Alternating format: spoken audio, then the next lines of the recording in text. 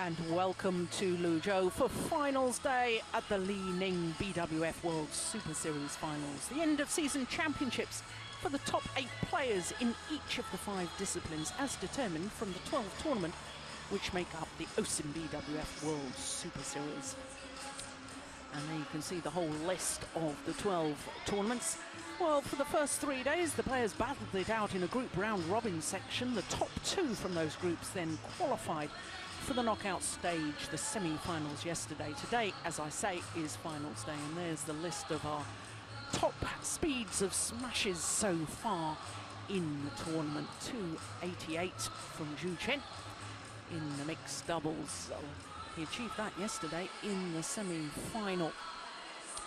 For the women, Guangxi Li and Yu Yang, well, they'll be first match on court because they are the defending champions in the women's doubles. Our order of play, as you can see, we're starting with women's doubles, then mixed, then men's doubles, women's singles and men's singles to finish off. The first 3 matches feature defending champions, and it's only the men's doubles that doesn't feature current world champions, and that really is an indication of the level of play here this week in Liuzhou. So women's doubles with the world #1s, world champions, then mixed doubles, Zhang and Zhao, world champions in the mixed doubles against the #2 ranked pair in the world, their compatriots. Then Bo and Mogensen against Chai Biao and Guo Zhengdong. Then women's doubles and the world #1 and world champion Wang Yihan up against Sina Ne. Well, what a tournament she's had. She's defeated Wang Xin from China and Tina Baun yesterday in the semi-final. And then the last match, the men's singles, Lin Dan, the world and Olympic champion, against Chen Wong, who put out the world #1 Li Chongwei of Malaysia yesterday. Well, I'm Jill Clark, sitting alongside Ian Wright, and Ian, it really has been a fabulous week here in Liuzhou. Yes, it's been really interesting seeing the top players from around the world coming together for this event, end of the season, culmination of the Super Series year. What's been really interesting for me has been how they've coped with the different format with the pool play. It threw up some really interesting scenarios and under a slightly different type of pressure, and I think it's been a really good week's badminton. Yes, it certainly has, but as far as Wang Xiaoli and Yu Yang are concerned, undefeated so far in this year's tournament. And it's interesting, the group format around robin, 2 groups of 4 in each of the 5 disciplines, of course, because it means that the women's doubles final is a repeat of a match that happened earlier in the week, because both of these pairs are from Group A.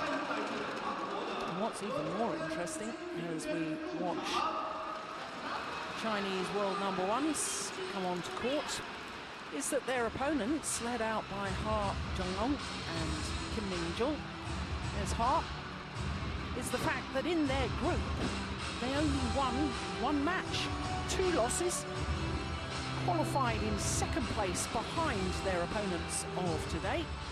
And then in their semi-final, beat the Danes Christina Pedersen and Camilla Rutejul in 2 straight games, which means that they've battled their way through to the tournament, even though they lost to the Hong Kong pair, and also obviously lost to their opponents of today in the group section. And that's one of the beauties, I guess, of round-robin group play, is that you can suffer a loss and still come back and win. Normally, of course, badminton only knockout, and that's the beauty and the harshness, I suppose, of knockout competition.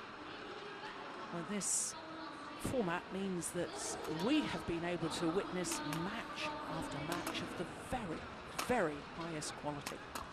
Well, there is Yu Yang, the current Olympic champion, 25-year-old from Haicheng in Liaoning province, and her partner, 22-year-old Wang Xiaoli. Chinese pair formed their partnership straight after the World Championships last year in Paris, where they played against each other in the final. both those partnerships were promptly split, and they teamed up together, and since then it's been quite remarkable. Look at that. Only 3 losses, once when they got injured, and just 2 other losses. Once when they retired halfway through the China Masters final, and then the other time was the first Super Series tournament of the year. They lost in the final of the Malaysian to their teammates Tiang Qing and Liuzhou Yunlei. So quite clearly number 1 in the world, 58-2 for the year. And this, their 13th final of the year from 13 tournaments played. That's not bad going, is it? Maybe you can safely say they justify their number 1 ranking. So to their opponents, they're Kim Min-jung, 25 years of age, and they're number 4 in the world ranking and qualified for the Super Series finals as number 4 on the Super Series list. And their win-loss record for the year translates into this being their 6th final of 2011. In the previous 5, they won 3 of them, but all of them Grand Prix events. Only 1 final in Super Series events this year for Ha and Kim, and that was the Singapore Super Series, when they lost out to another Chinese pair, Tiang Qing and Zhao Yunlei.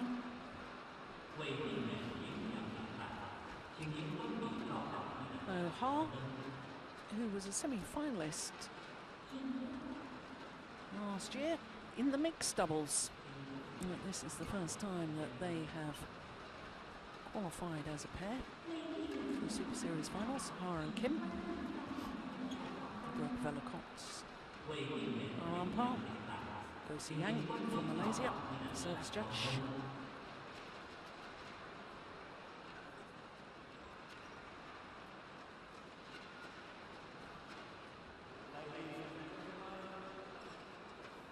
On my right, Kim Min-jung and Ha Yong-yun, Korea. And on my left, Yu Yang and Guangxi Li, China. Oh, good crowd in already. And I can see many more spectators filing their way into this brand new arena. Liuzhou in China. For the first of our 2011 Super Series finals gets underway. And this, of course, is the 6th meeting between these 2 pairs. Last time was 2 days ago on Friday, when they played each other in the group section. A couple of days ago, 2 straight games, 21-15, 21-9. But the ominous thing for all Korean fans is in their 5 previous meetings, they've yet to register a victory. But they have gone to 3 games a couple of times in, so, you know, they've proved that they're getting closer. So I thought Friday's 2nd game was disappointing. Yes, they've had an up and down route, really, the Korean pair. They've been a little bit inconsistent, but I'm sure in this final the coaches have been talking to them, trying to get them on board to play free, to be aggressive, try and break the rhythm of the Chinese pair, which, as you say, we've just at times of a couple of matches this year, we've seen that they've been able to do that by using good variety, using good width in the rear court, keeping Yu Yang off the net position. So they know what to do, it's just a question of whether they can execute on the day.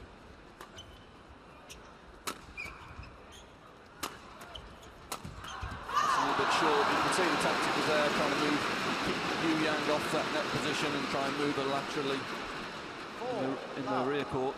But Wang Xiaoli was up to the task, stepped out, good interception. Of course, Yu Yang and Guangxi Li will be very fresh. They didn't have to play a semi-final yesterday because they were given a walkover by their teammates Tiang Qing and Zhao Yunlei. That's good play. I'm never quite sure, Ian, whether it's good to have a rest or whether it's better for players to have one match, get used to the stadium and the arena, because from semi-finals onwards the configuration of the stadium here did change, because they went from 2 courts down to 1 court, and the 1 court was moved to the very centre of the arena, and 1 or 2 players had been looking up at the lights and obviously feeling conditions were a bit different yesterday. Yeah, it's been a long year. I'm not sure that the Chinese will be too bothered. I'm sure they had a good workout in the training hall yesterday. What I do think is it may be a slight advantage for the Koreans. They've got the confidence.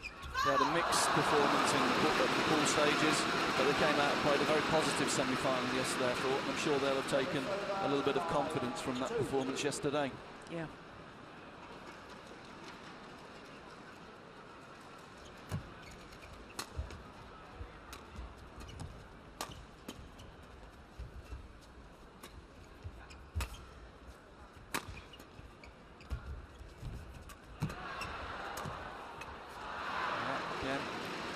Play from the Koreans, Ha seeing the chance, getting in, not giving Yu Yang time to settle on that net position, getting in early and pushing the shuttle past her, putting the pressure on Wang Xiaoli in the rear court.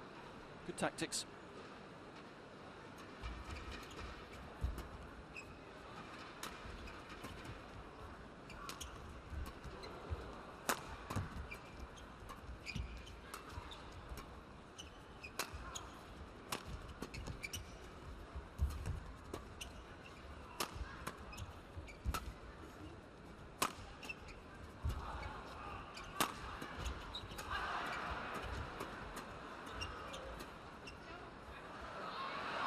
Just wide. It's a good rally. Yeah, it is a good rally, and again tactically sound. Wang Xiaoli in the rear court, Yu Yang looking for interceptions, but the Koreans were very careful to keep her out of the game there. Pushing past her, not giving Yu Yang the chance to intercept on that front court position.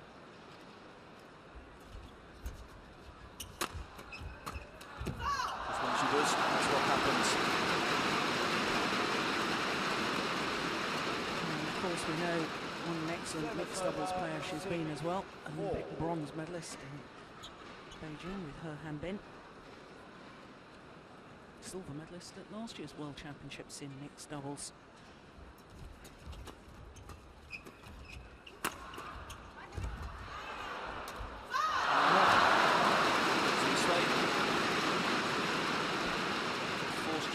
Away from the net position, there's actually space. We'll see. She's out. She wants to intercept, but it was a good defensive shot.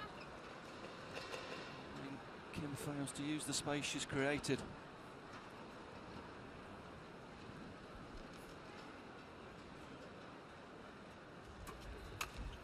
Service over. 5-7. Good again. Good return. The Koreans will know how dangerous Chinese pair are when Yu Yang's serving. Concerted effort there to push past her, not let her intercept the third shot.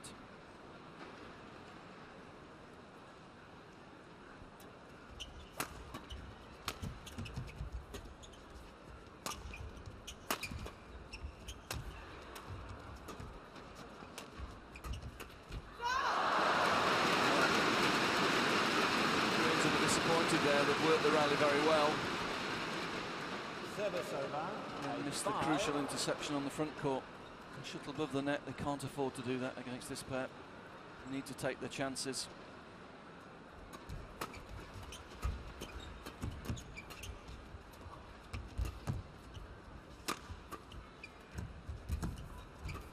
Oh, nice play. Very nice play from Wang Xiaoli.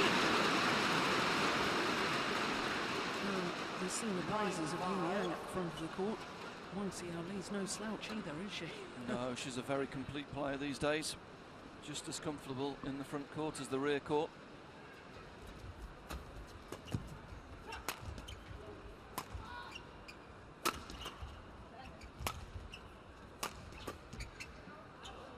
Yeah, good defense from the Koreans again, using good width to Yu Yang. She's in the rear court. You see that Wang Xiaoli wanting to rotate, wanting to give Yu Yang the opportunity to get in. So that leaves a lot of space.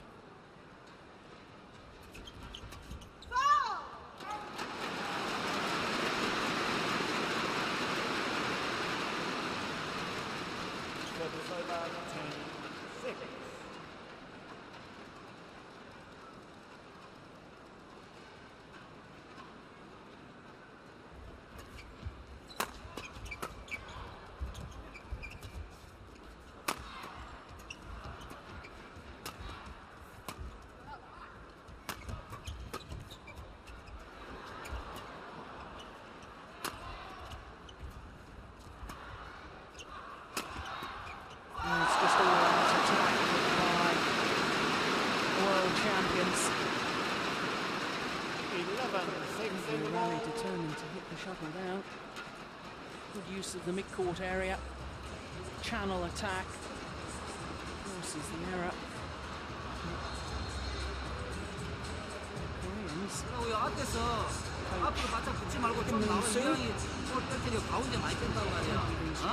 그거 하나만 딱 맥 잡아주면 그 There's something 빼는 to 게 work with, isn't there? I mean, they're getting into the rallies. They're not being 저번에 서비스 리턴 할 때 losing quick points. They're not being totally dominated. They're working their way into the rallies. When you 처음에 공격 왔을 때 your 딱딱 players 틀어줘야 are 돼. in those 한쪽으로 계속 올리시면 안 situations, then 돼. you've got something to work with as a coach. If they were losing 3-4 shot rallies, then that's more of a problem.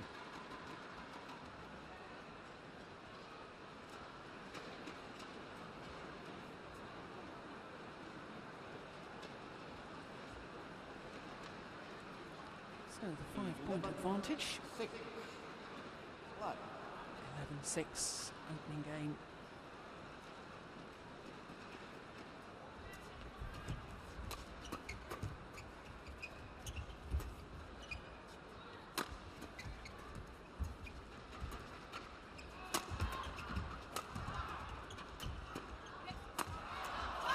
Very clever smash. Saw the hard and was waited, committed to a forehand defence, just aimed slightly across the body.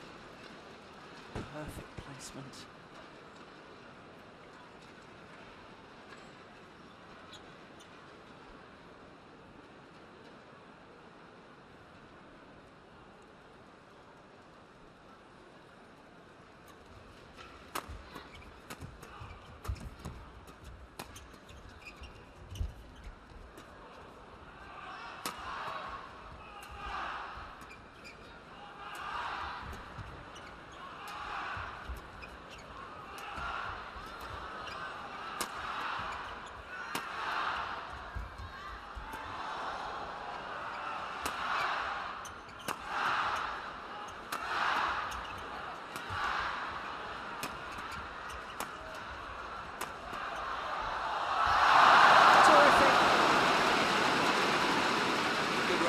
Great defence from the Koreans.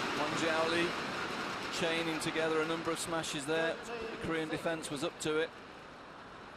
In the end, Chinese opting to go on counter-attack on defence. Again, the Koreans created the opportunity, just couldn't execute the finish.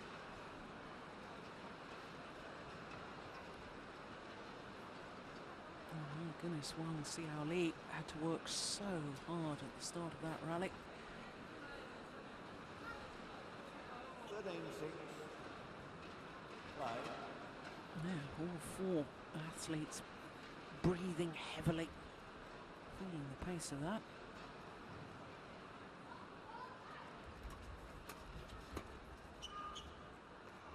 Good judgment. 14-6.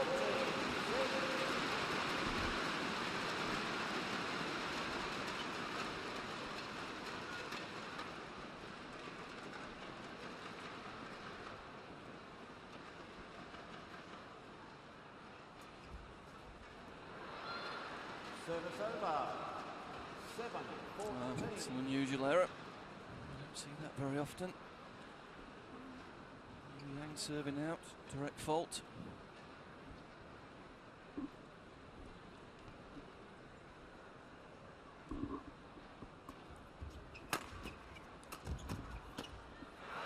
That's a little bit wild.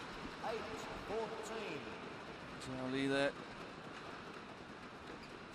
She's a good all-court player, but she does prefer to be in the rear court, I think, and there, just an example. She's too big a swing, really, in the forecourt there. Lost control of the shuttle, mistimed it.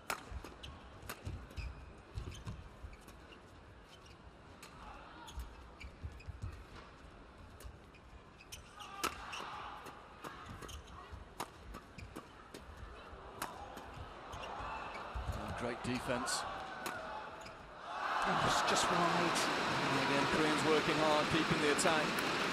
Just the final shot going awry again. Worked the opening, it was on.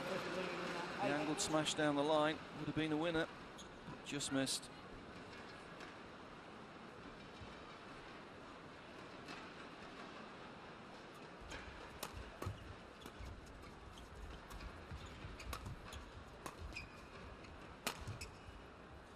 Oh, terrible indecision at the back of the court from Li-Ning. 16-8. She changed her mind about 3 times there.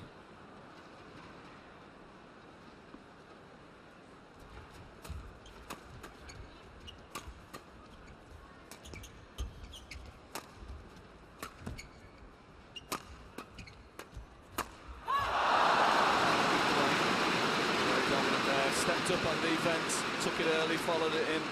Easy kill. 17-8. See it here, look at her stepping up after the defensive shot, so aggressive. Yeah, enjoyed that one. 18-8. Kim Min-jun just running out of ideas, I think. It's a couple of easy errors. And a little frustrated.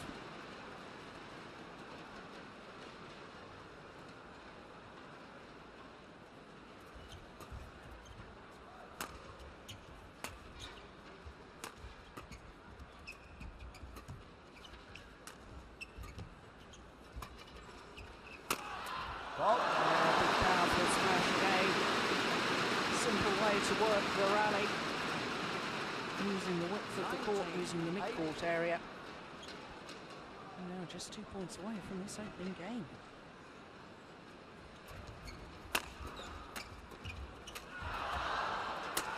At 1 point away. In the clinical performance so far by the world 20. champions. Game point. 8.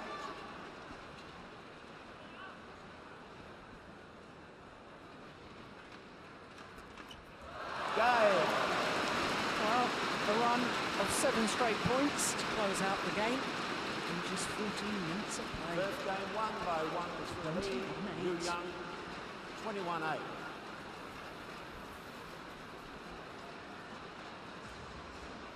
Yes, the Koreans started that game. They had a good game plan, working really hard, good long rallies, very competitive the first half of that game.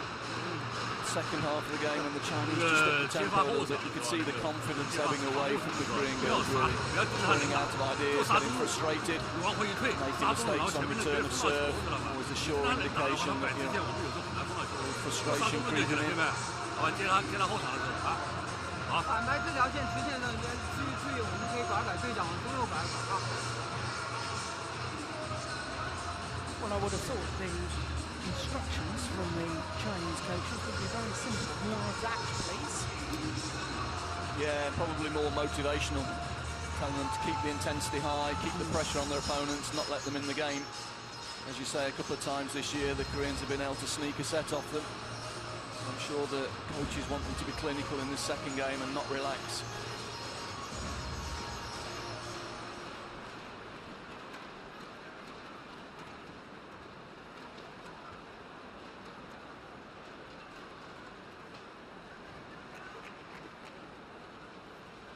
Second game. Level. Play. So, having taken the opening game in double quick time, the defending champions, Service Liuzhou over. and One Guangxi, love.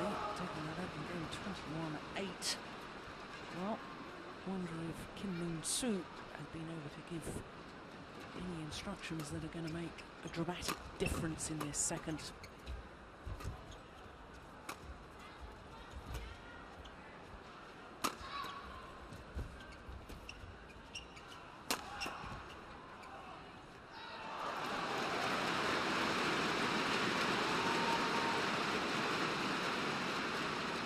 Service over. 1-all.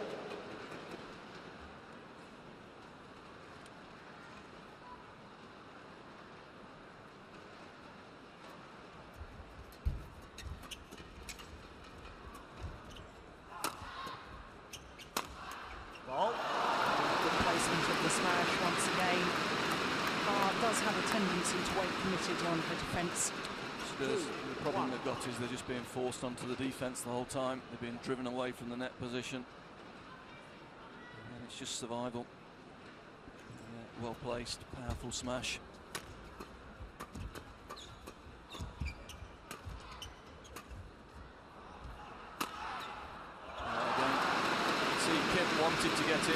defence, but she was just driven back again. In the end, forced to put up the defensive lift. And the attack's just too good for them at the moment.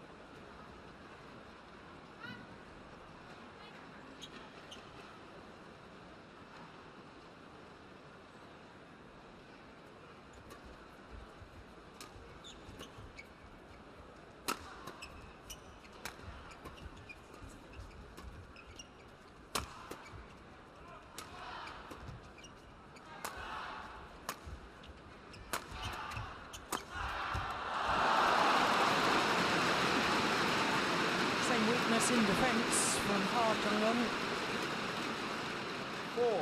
4-1. Just slightly down her forehand side. That time it was across the body towards her right hip.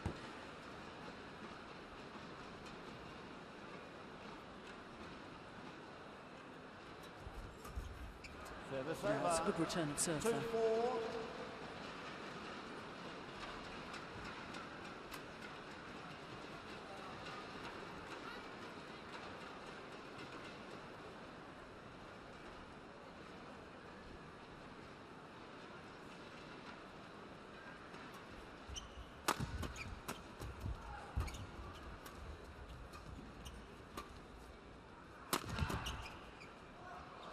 Just wide.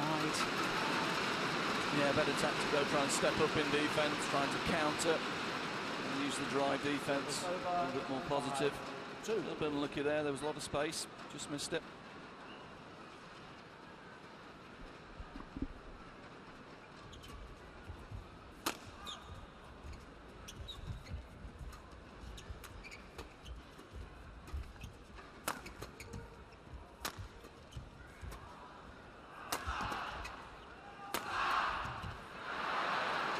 Good from Kim. Really making a concerted effort at the moment to try and step up and take some risks on defence, try and counter-attack. Leon Day watching this, getting a little bit embarrassed that the cameras were on him. Leon Day, of course, men's doubles specialist, lost in the semi-final yesterday. I say specialist, he's an excellent mixed doubles player because, of course, he's the Olympic mixed doubles champion. Playing men's doubles here in these finals.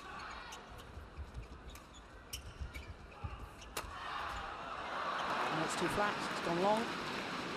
Well left, good reactions from Kim. 4-5.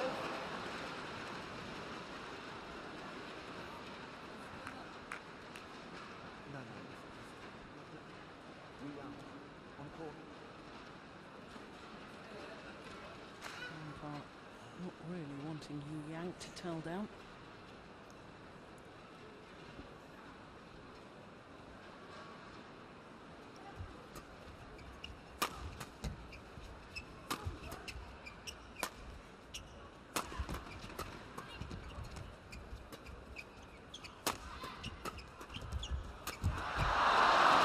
Good commitment going forward. Yeah, good teamwork. Yang stepped out to the left side there, was putting pressure on. Very often in ladies doubles you'll see the rear court player will stay behind her partner, but not Wang Jiaoli. She looks to cover the other side of the court, steps up. It's a really good combination.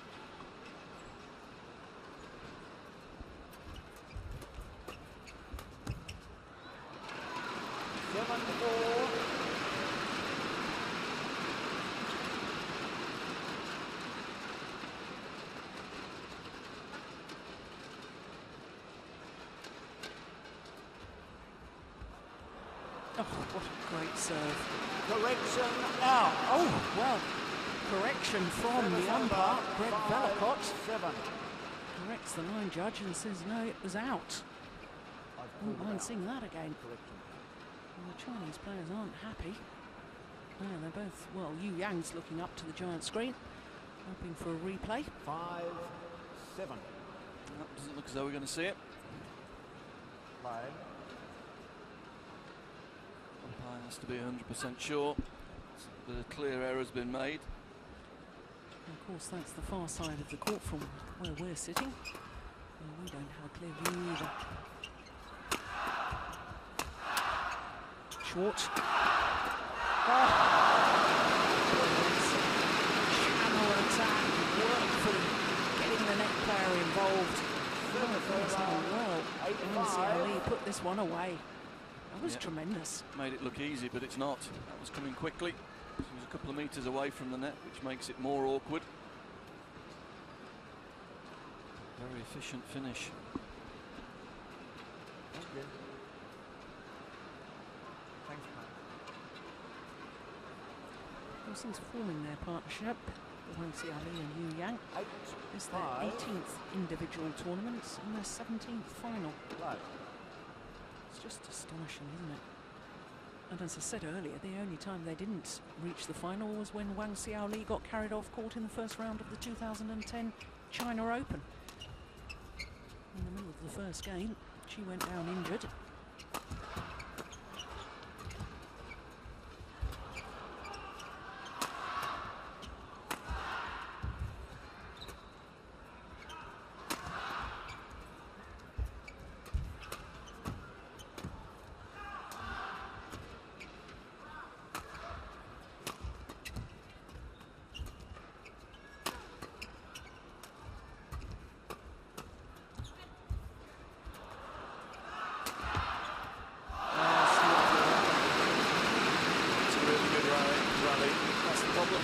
They're not playing badly. They're competing well in the rallies. Just unable to get through this Chinese pair, creating one or two good attacking opportunities. They're not able to convert. When the Chinese retake the attack, they're so clinical with it.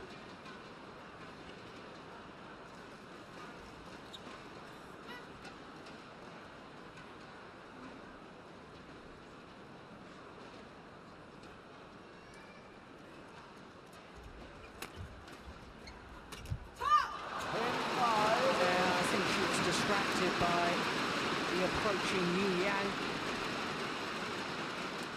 Yeah, saw there was no space straight. Tried to change the direction, but it was too late. Total missed time.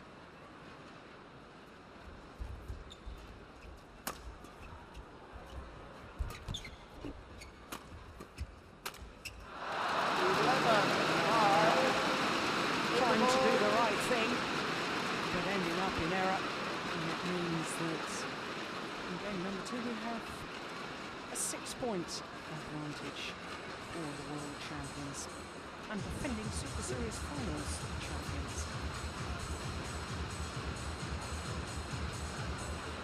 Yes, they're in full flow at the moment, aren't they? Solid in defence, clinical in attack.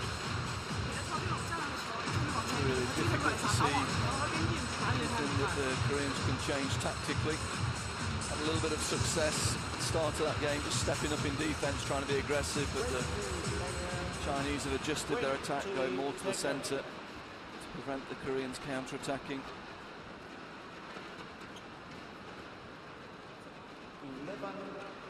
See the release of the grip there. That was a wonderful demonstration of that. Release the grip, and as you were about to hit the shuttle, tighten the grip again. It's generating all the power. As long as the back line's Service out. over, 6-11. A little bit too big the swing, but she doesn't miss many.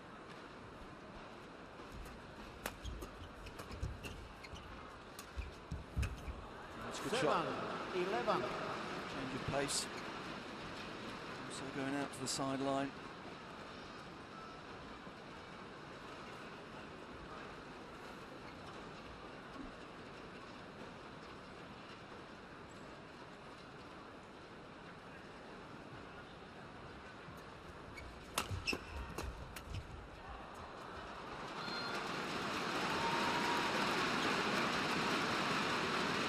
Service over, 12-7.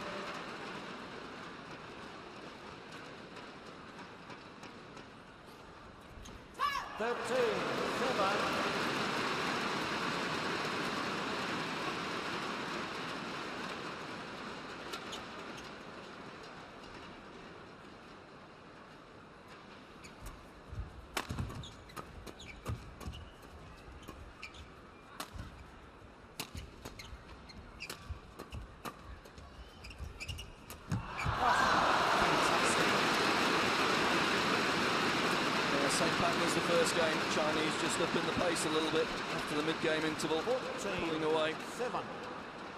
Good reactions. The partner really quick in, not allowing the Korean block.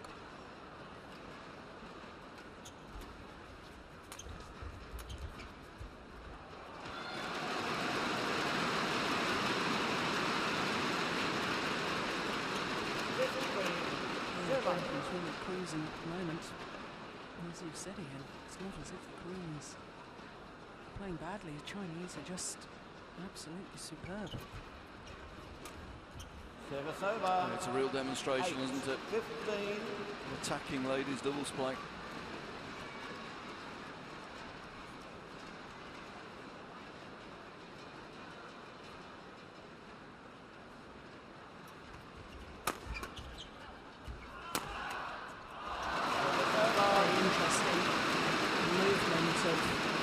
Li there with the short lift. Way to allow Yu Yang to hit and then immediately move forward. Wow, 210.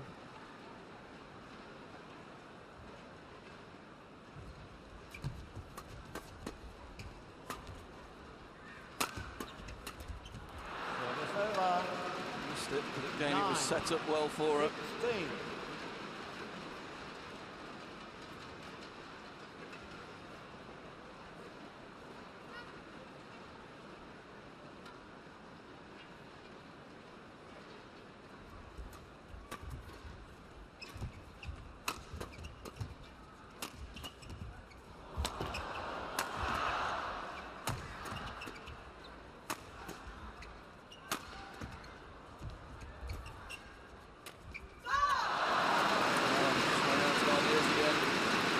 Switch attack in the middle of that rally. Switching the attack quickly from forehand to backhand with good pace. 17-9. And the Chinese defense was equal to it.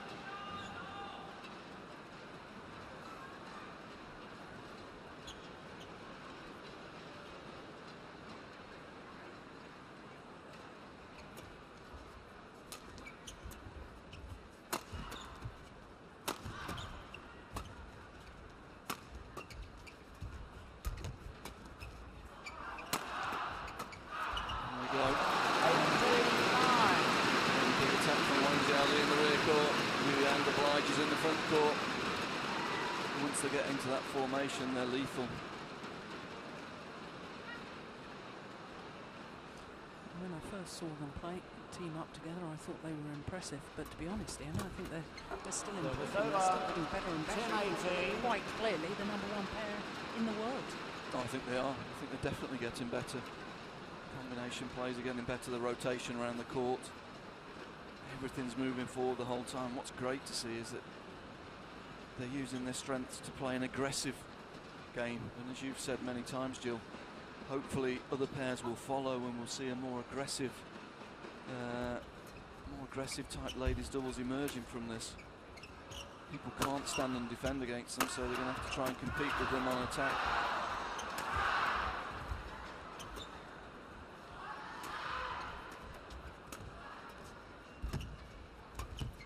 Going wide. Well, I think we said it one of the first Super Series events this year, Ian. I thought there was a distinct possibility that this Chinese combination were going to take women's doubles to a new level. I think it's already happened. What we need now is some of the other pairs to follow. Definitely. But there's a big gap at the moment between #1 and the rest. That's the problem. 19.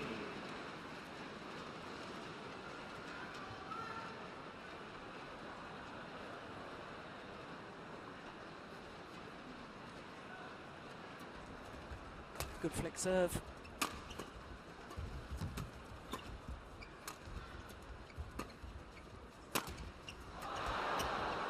Not even a net cord gets through. Great reactions. 12. Next one went 19. out, but it's so difficult to win points off them.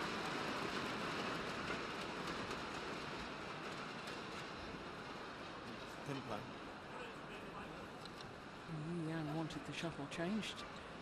Kim Min-jung says no. Umpire agrees with the Koreans. Service over. Forced into error. And now Match points Match point, for Wang 12. Xiaoli and Yu Yang.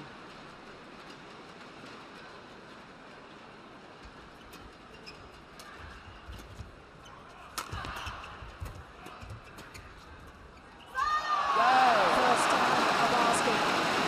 A demonstration really today by the defending champions, the world champions, the world number ones. They are quite clearly and quite simply the best. 21-8, 21-12 in 33 minutes. And Yu Yang is going to throw the winning racket into the crowd, and a lucky fan will treasure that forever and a day. Well, Wang Xiaoli and Yu Yang, clinical, aggressive, and obviously delighted.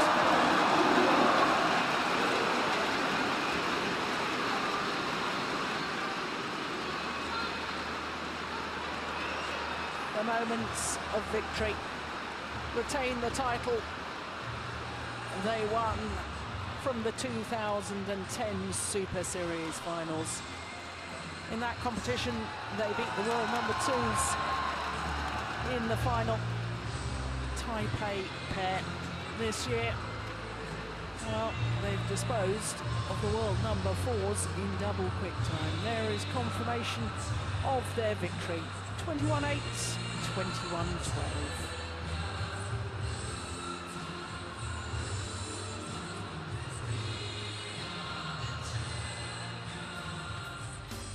Well, we'll have the prize presentation for the women's doubles in just a moment.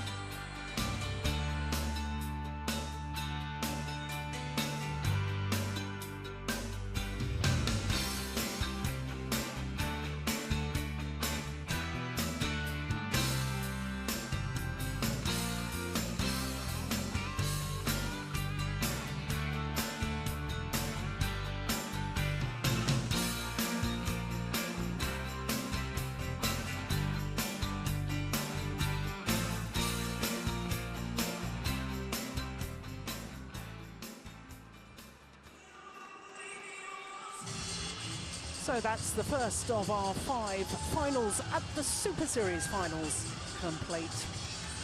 Next up will be the defending champions and world champions in the mixed doubles, Zhang Nan and Zhao Yunlei, up against the current world number 2s, Xu Chen and Ma Jin. Then the defending champions in the men's doubles with Matthias Bo and Carsten Mogensen of Denmark. Only Europeans involved on finals day. They're up against the home players Chai Biao and Guo Zhendong. Then women's singles and the world number 1, Wang Yihan, up against Saina Nehwal of India. Saina Nehwal, of course, missed last year's end of season championships because of an ankle injury. And then our 5th and final at the Super Series Finals will be men's singles with the world and Olympic champion Lin Dan. So plenty to look forward to coming up. But before our second final, we have the prize presentation for the women's doubles.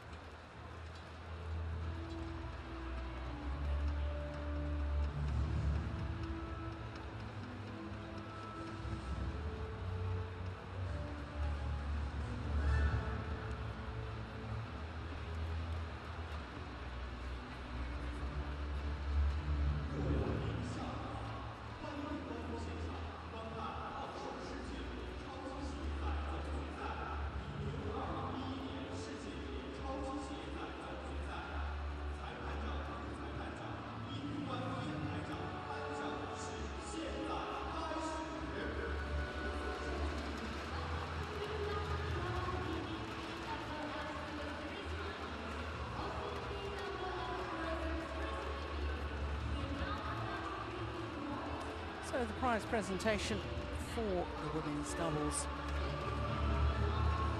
Very fitting that the title won by the world number 1s and the BWF female badminton players of the year.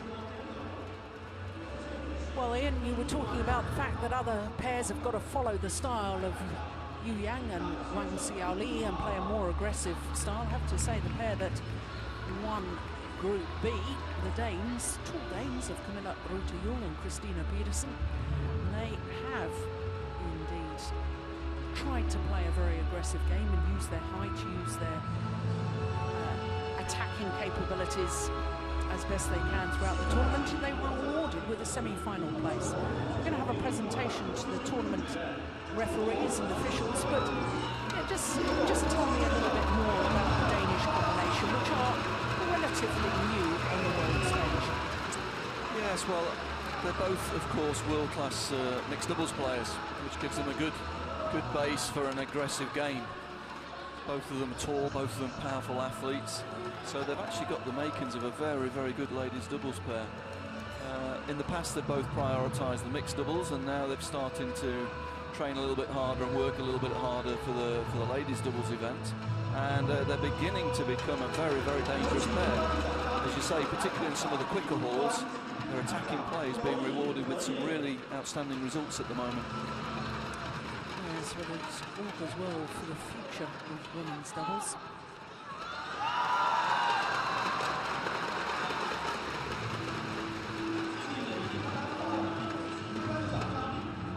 But I have to say, Yu Yang and Guangxi turning into a bit of a phenomenon at the moment. Seem almost unbeatable. Yeah, what you hope is that some of the other top nations will be studying what's happening and start to adapt their training a little bit. Still Japanese pairs, Korean pairs a little bit, still playing a very safe, solid game, happy to start on defense. You're going to look at what's happening at the top of the game and start to try and evolve more attacking styles of play, more attacking training sessions. Yes, indeed. I think it's inevitable. I think they have to. You think of the way singles has developed, and now women's singles players using jump smashes, which the men have been using for years, and you know, all of a sudden you get the Chinese came into World Badminton in the early 80s, and they changed women's singles, and for a long while nobody could compete against them. They've remained incredibly strong in women's singles, but you know, other players now, other nations, Thailand, Taipei, India, have all got youngsters in the women's singles that are coming up, but will be, if not now, in the very near future, real challenges. So other nations have learnt in women's singles, so one assumes they're going to learn in women's doubles as well. Yeah, it's possibly the gap's a little bit bigger in the ladies doubles event, but certainly, as you're saying, ladies singles, there's a great crop of young talent coming through at the moment. There really is. You mentioned some of the nations. I've had Japan to that. We've got some excellent junior players coming through in ladies singles at the moment.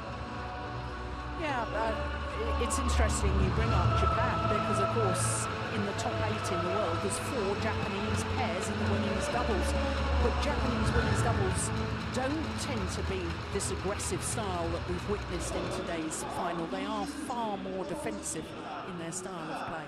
Yeah, but it's interesting here because the Danish pair, as we've explained, are playing a more aggressive style now, disposed comfortably of the top 2 Japanese pairs here. So hopefully Japan will go away and have a look at that.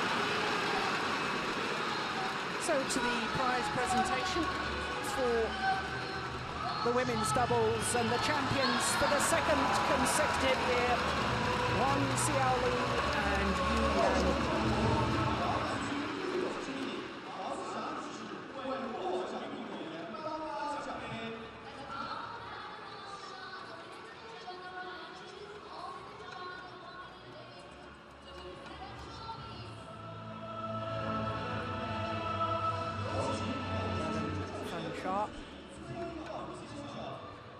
Presenting the trophies.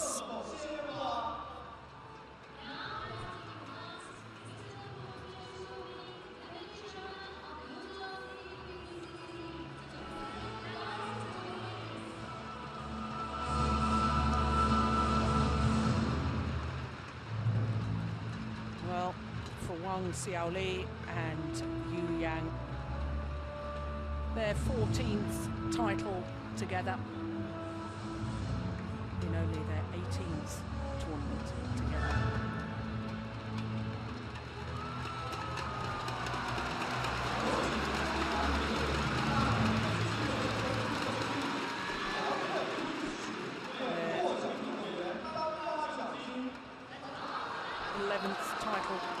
the year for Ha and Kim. Well, have to settle for second best.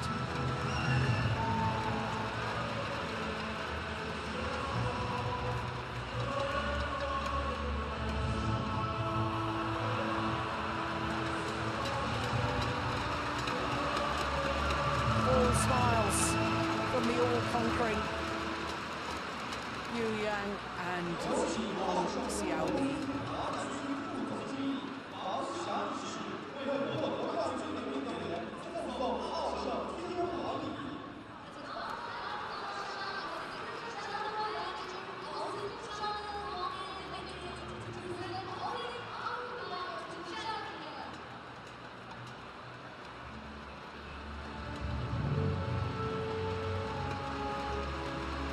So as they pose for the photographers, we're left to wonder who on earth can challenge the dominance of Guangxi and Yu Yang. They've had the most wonderful year. 13 finals from 13 individual tournaments played. Winning 11 of them.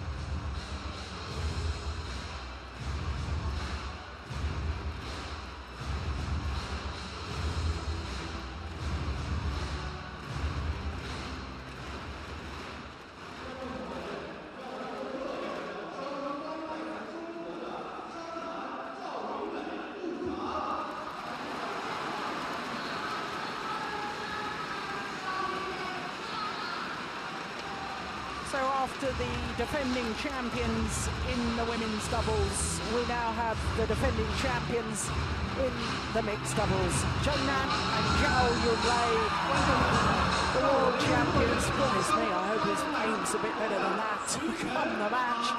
Zheng Nan trying to throw a souvenir to the crowd and missing their opponents, their compatriots, the All England champions Zhu Chen and Ma Jin.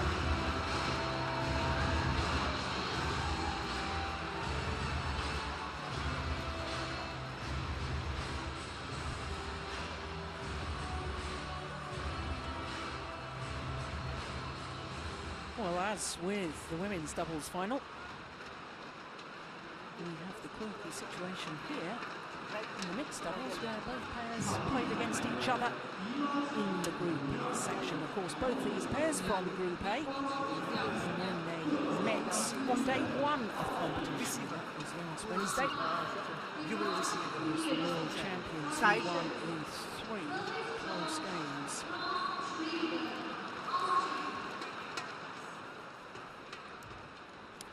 So the world champions and defending Super Series Finals champions in the black shirts is Zhao Yunlei, who sadly couldn't contest the women's doubles semi-final because her partner Tian Qing was injured. There's Zhang Nan, 21 years of age, from Beijing. His partner, 4 years older at the age of 24.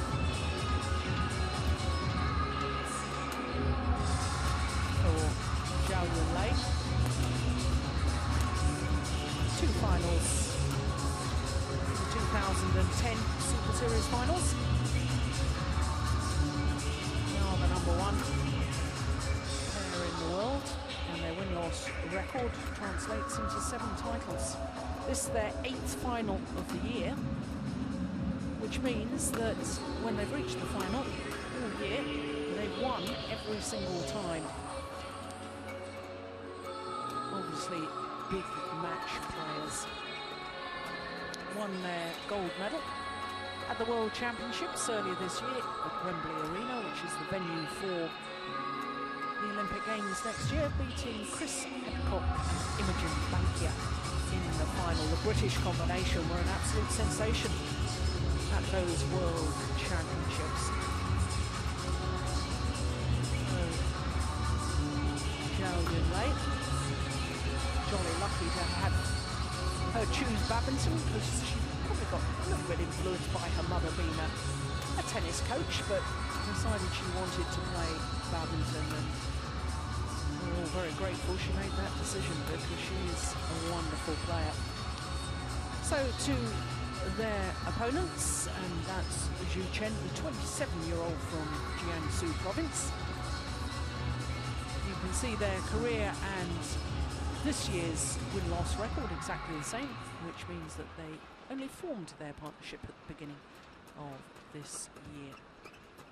Margin, 23, from Qingdao, and she's a former world champion in mixed doubles. Won the title last year in Paris with Zheng Bo.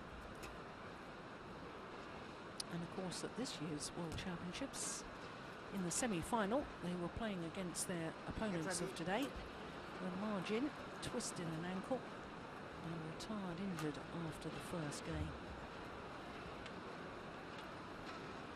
Well, this is the 8th meeting between these two pairs.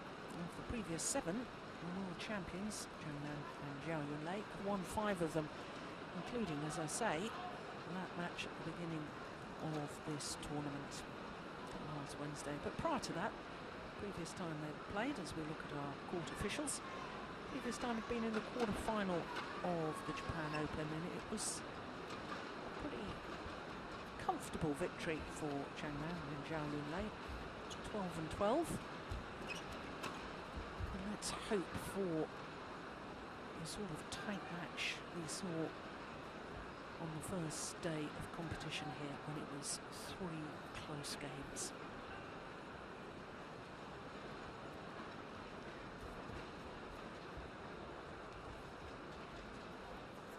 Ladies and gentlemen, on my right, Zhu Chen and Ma Jing, China.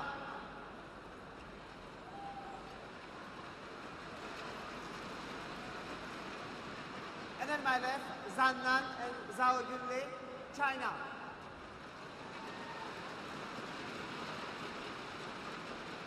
Zhao Yunlei serve to Zhu Chen, love all, play. So the defending champions get the mixed doubles final underway. Zhang Nan and Zhao Yunlei, not only defending champions, world champions, up against the All England champions, Zhu Chen and Ma Jin.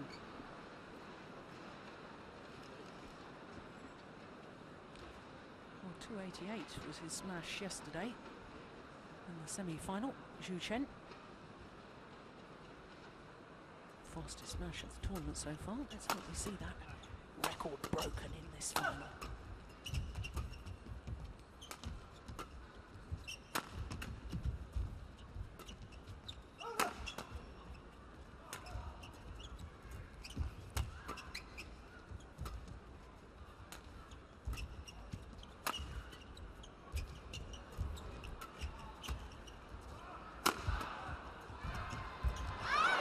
Nice interception. Ma Jin was absolutely brilliant yesterday and looks to have started in the same vein. Well, you said you were hoping for a good game. If that's anything to go by, room for a cracker here. That was a super rally from both pairs. As you say, one of the key battles here, or maybe the key battle, will be between the two female players on the court. Both world champions, of course, at mixed doubles.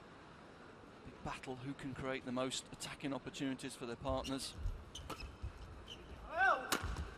See a little contrast between the two male players as well in this match, I think. Nan likes to place his attack more for precision to win the points, whereas Zhu Chen, raw power really to get through his opponent's defence, hits through them.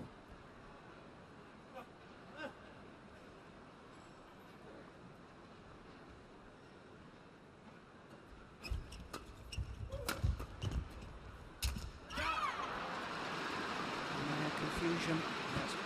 Li-Ning not happy with the partner there. Got a real dirty look after that one. She felt that was hers. I think she told him so.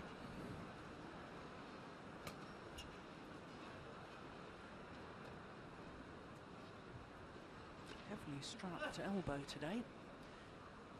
Zhu Chen. Didn't have that on yesterday, did he? No, he hits hard. Service over. Puts a lot of effort into his smashes. 3. He's not always the best timer of a shuttle. It tends to be brute strength rather than technique a lot of the time. I'm not surprised if he's got a slight elbow strain. That's a good shot. Margin, good return. Service Chen over. stepping up on the mid-court. 2.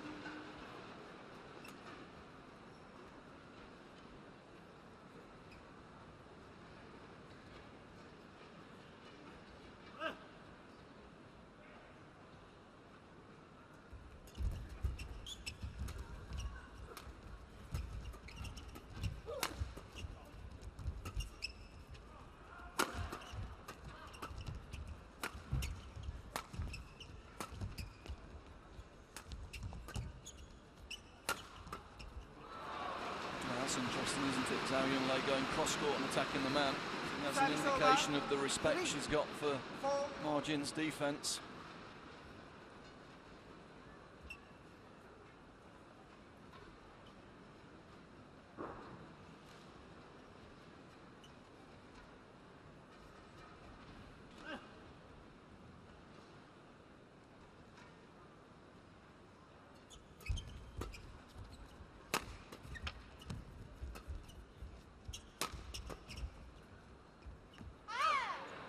Always called good.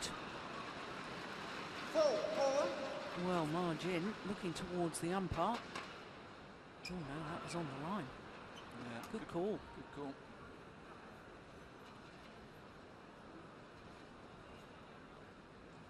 So back level.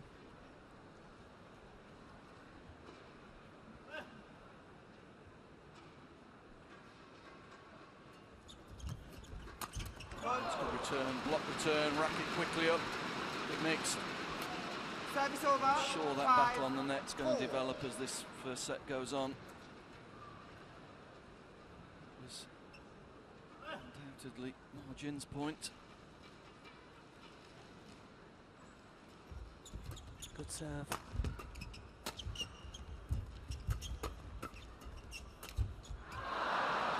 Well, he created his own luck there. Well done.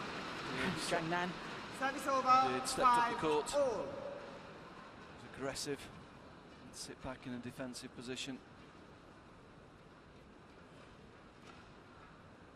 Of course, Zhang Jun is undoubtedly sitting somewhere in the crowd watching this. mixed doubles coach. There's a demonstration again, Margin's defence. That was a super cross block, she was under big pressure. Power smash to her body. But her partner, to be honest, technically not as good in defence, Zhu Chen. Got himself in a bit of a tangle there.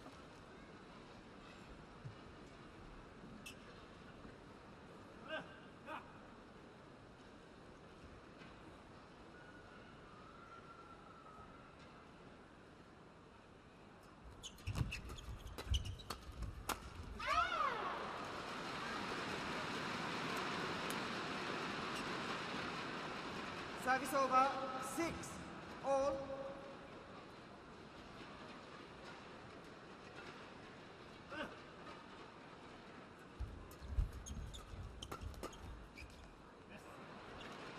Another one finds the back line. Service over, 7, 6.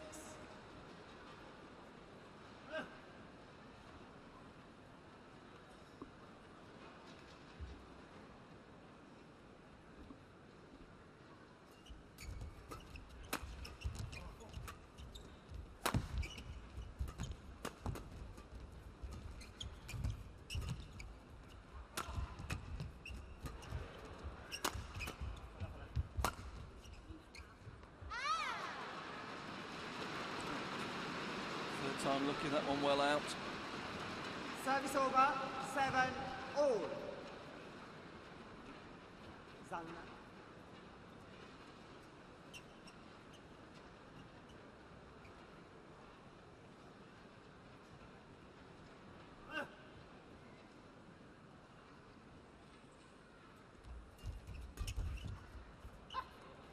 Too much.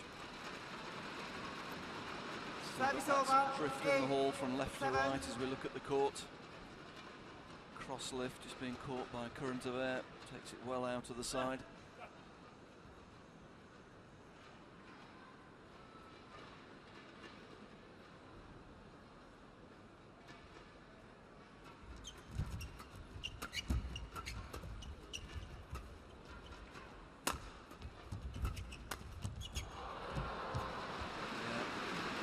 Decision from Zhu Chen, really.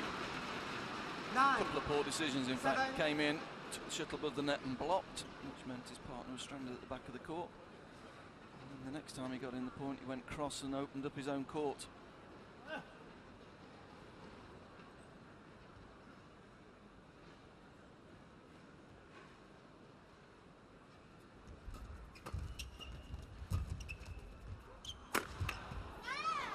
That's where he is strong. Yeah.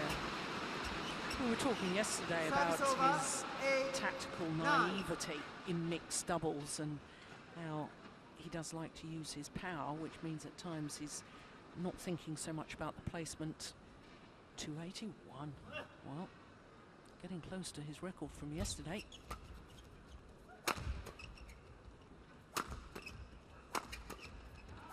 Because mixed doubles is such a complex game, such a complex discipline.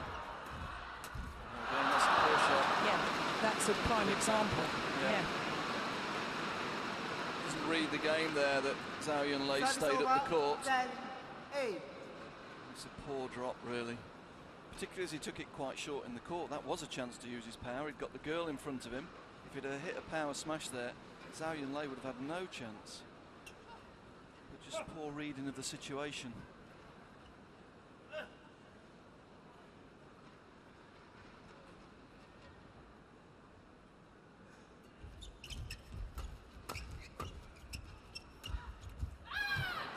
Well, to the mid-game interval, the World Champions with a 3-point advantage.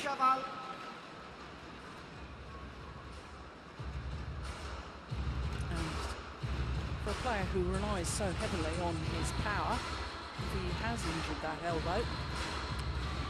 Maybe a couple of indications. Last 2 points went for the slow drops instead of the smashes when he was taking the shuttle quite away up the court, really.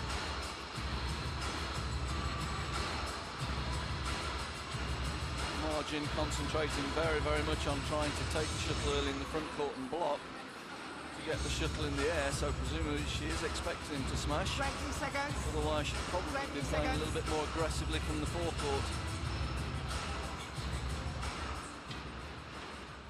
11, 8, play.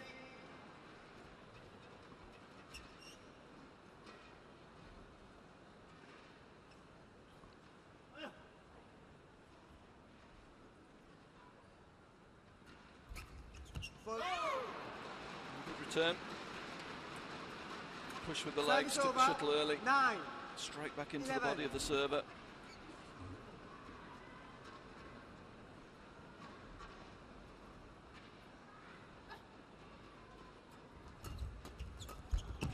Same from his opponent. Same return into the body. Service over. 12, 9. Zhao Yunlei quick to get in behind the return.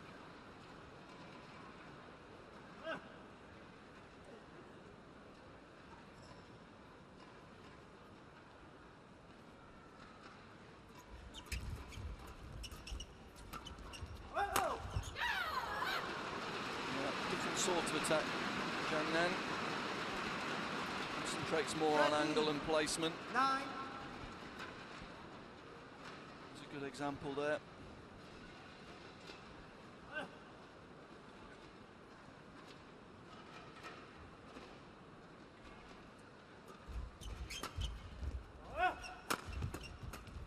Oh, great interception from Zhao Yunlei. Yeah, good teamwork. Zhang Nan again concentrating on placing the smash, limiting his opponent's options, setting it up nicely for his partner.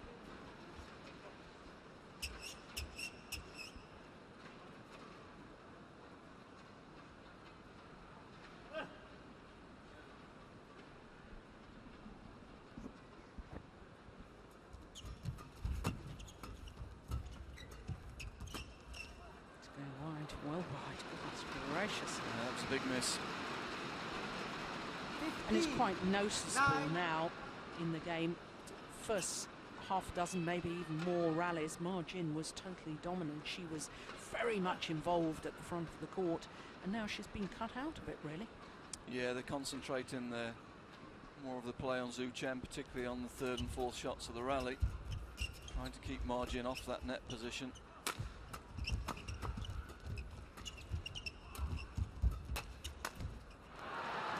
See, pushing down the sides, not giving Ma Jin the opportunities to intercept. 16, At the moment, the partner's not really dealing with that game. Lots of mistakes coming from Zhu Chen at the moment.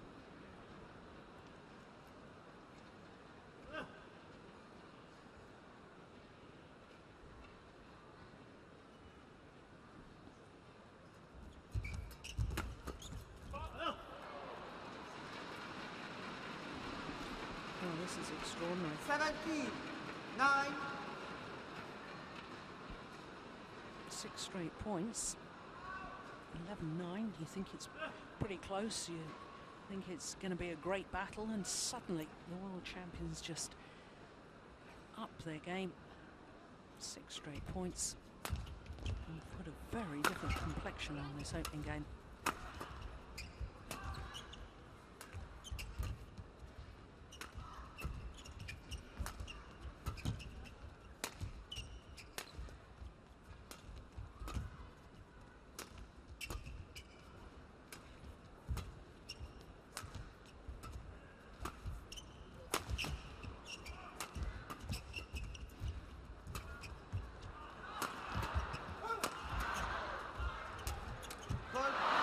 Good rally.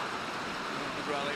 For that run of 6 points, I just wonder, Jill, you know, if there's one player on the court who probably needs a coach and needs advice and 17, some instructions to what he should be doing, it's probably Zhu Chen.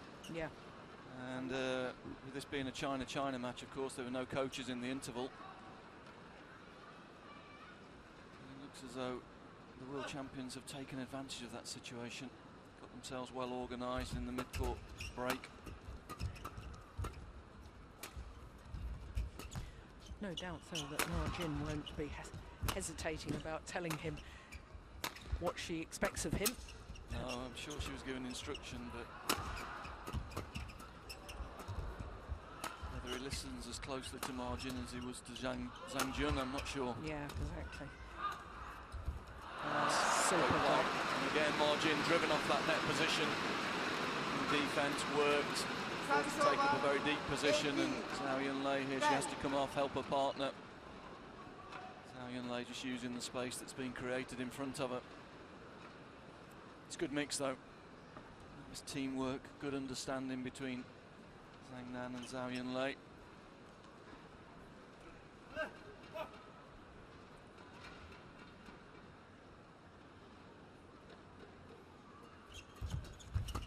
Serve.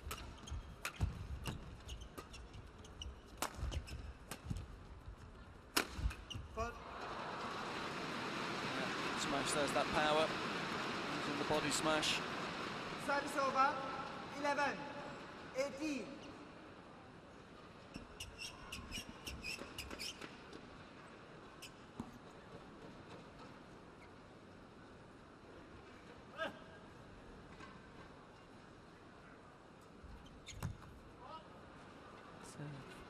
Service over.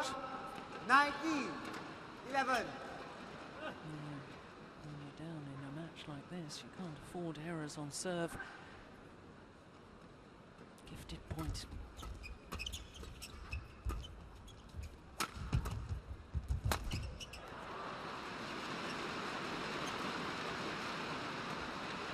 Service over. 12, 19.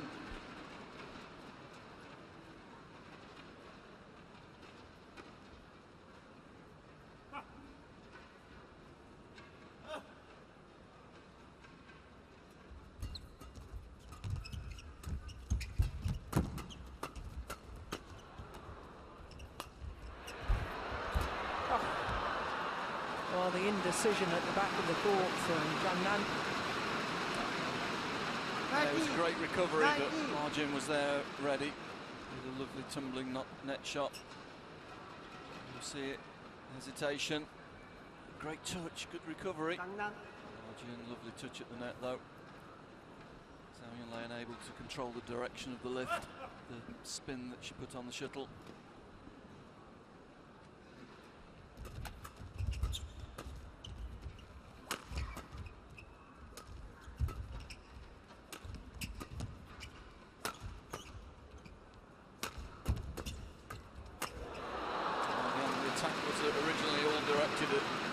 They do feel, I think, that his defence is maybe not up to the job. 20.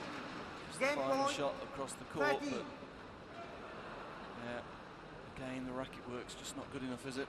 No. Doesn't recover his position quick enough, and he was forced to play the between the leg shot. So 7 game points now to the defending champions. Great defence.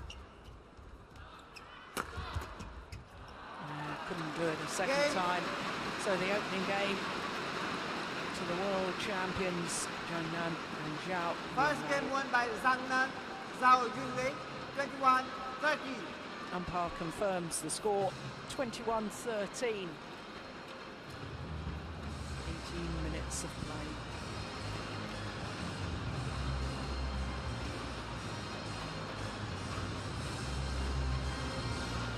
Well, I did think that Zhu Chen was really found wanting in that opening game. Yes, he's just a little bit at sea tactically, isn't he? He's not reading the game really on the mid-court. He's relying on Margin, getting in and playing tight blocks, so he wins some time in the rear court. It's a little bit limited really as a tactical plan for a match. Also in defence he's been found wanting a little bit as well. Technically he's got real problems when the attack is switched across him, and particularly when it's steep. The racket work's not great from low down. Not so bad when the shuttle's coming at him flatter, but when the angle's really steep he doesn't adjust his position very well. Margin's been hard at work on him in the break. It's Margin that's been doing all the talking.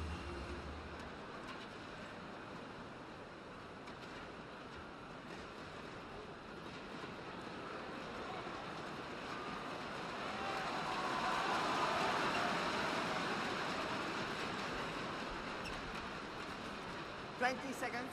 20 seconds. Well, not only was Ma Jin doing all the talking in the interval there, I noticed that Zhu Chen was doing all the nodding. Second game. Agreeing with what she was saying. Play. See if he can implement any of it. Yeah.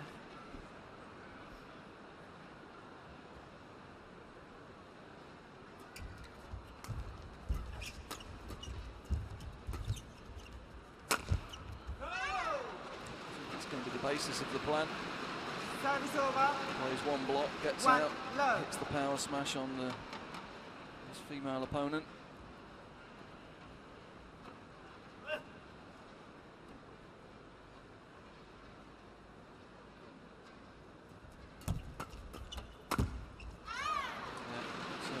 Step up the court, put a bit of pace on.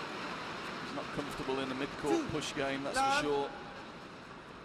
There's no pace on the shuttle. He's never really sure what he should be doing with it.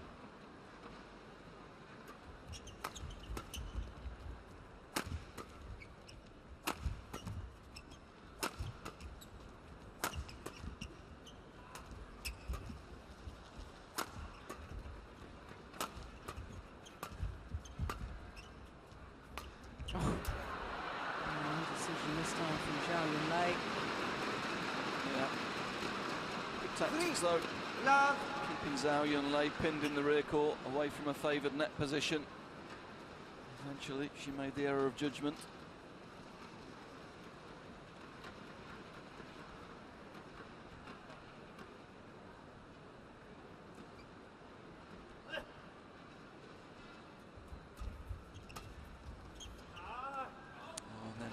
No pace on, you see there, just not comfortable, lets the shuttle come to him.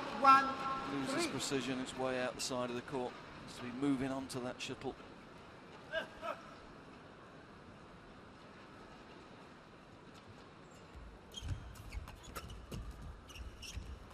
that's nice. Yeah, all stemmed from a good return serve from Ma Jin. Service over. 4. Put her in good position, sees the space, blocks it off. Nice play. I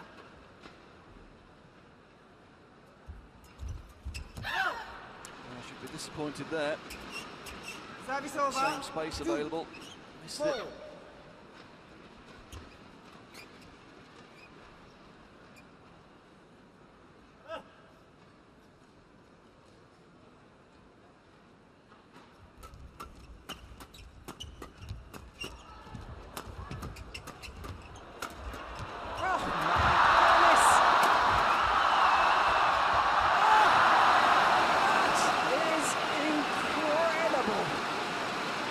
First of all, the defence from Zhao Yunlei got one back that seemed unbelievable. We didn't see it all, but then the dive backwards in court from Zhu Chen.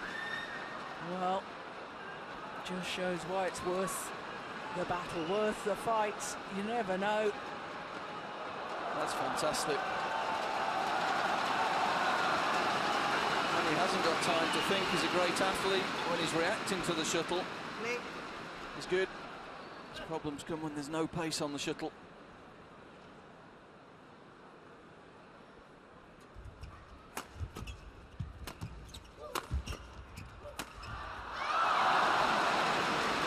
That's a good penetration with the attack again. And he's shaking that arm afterwards. He's obviously got a bit of a problem. This is his strength. Getting up high, getting down hard and steep.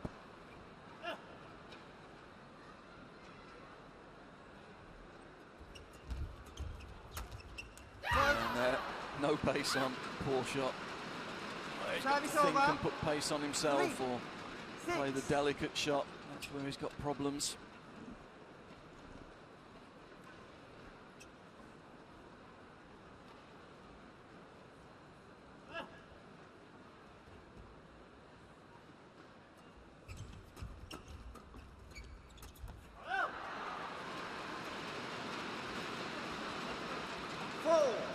As you suggested right at the start, Ian, intriguing battle between the two women on court.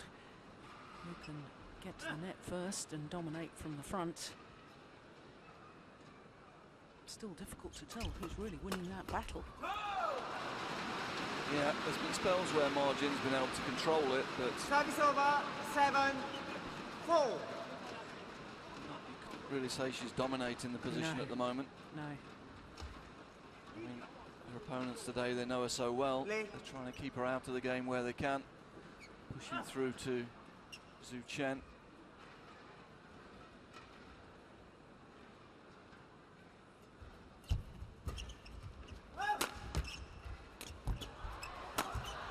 Again, Margin driven off that net position. And now Service they look over. quite vulnerable. 5-7.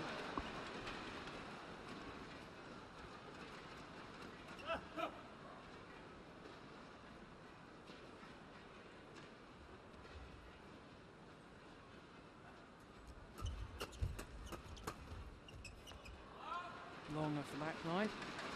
Just out. Good reactions.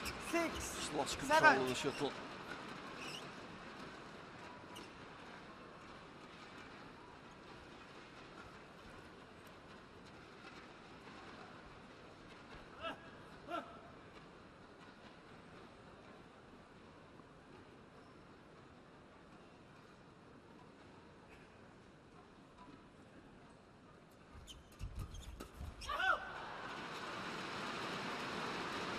Again, that mid-court 7, push to 4. Zhu Chen. Again, the mistake. So the world champions back level.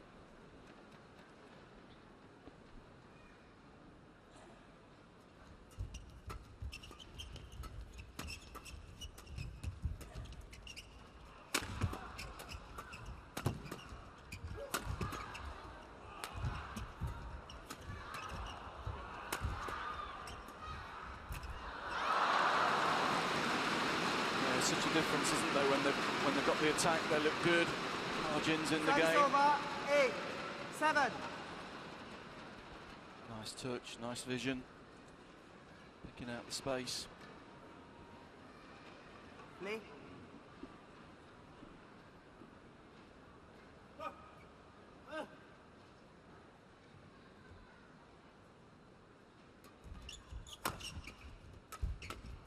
And again, the attack directed at Zhu Chen. Service over, 8-all.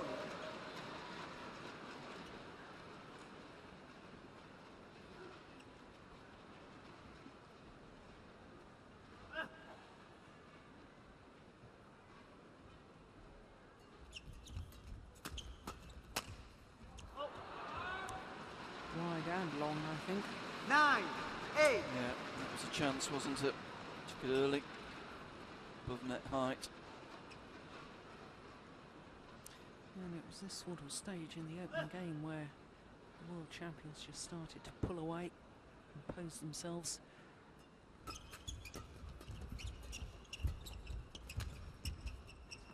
Another one drifts along. And again, problem with Zhu Chen. Ten, No pace on the shuttle. eight. Loses control. Nice touch from Zhang Nansuo. Or sensed maybe that Margin had drifted across to the straight and he changed the direction.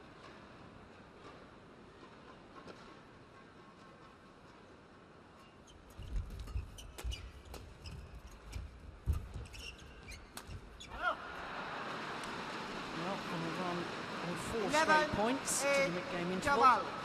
With a 3-point advantage.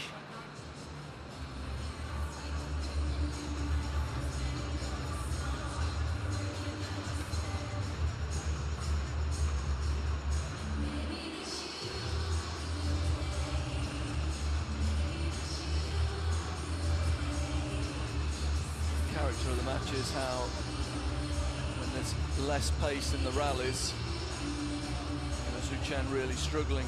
It's a real contrast, isn't there? When there's pace in the rallies, Margin and Zhu Chen look as though they've got 20 every seconds, chance of turning this 20 round. seconds.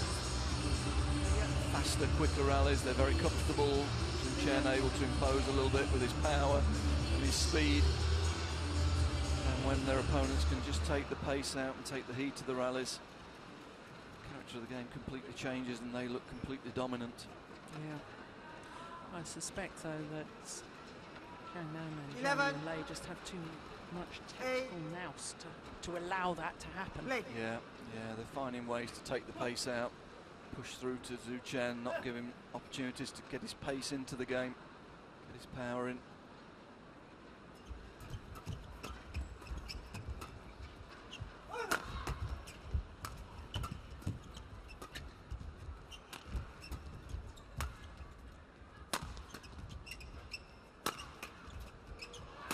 That's good from Margin. Actually working away from the rear court up to finish in the Service forecourt. over. 9. 3 shots, always a change 11. of direction, always a change of pace. There we see it.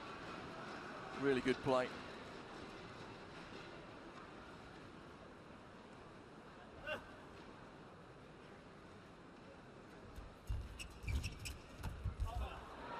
Just wide. Didn't miss by much, I can tell you. 10. No, it was on, 11. wasn't it? She didn't want to lift. For the little cross angle, a little bit unlucky.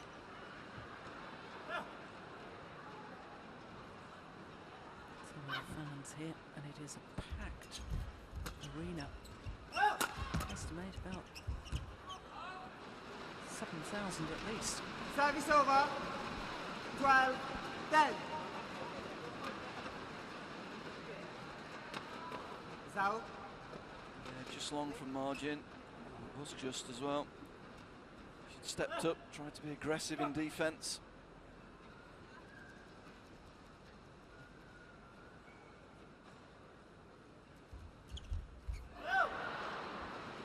Thirteen. 10. Subtlety not his forte, you'd have to say. For the little block return, but missed it.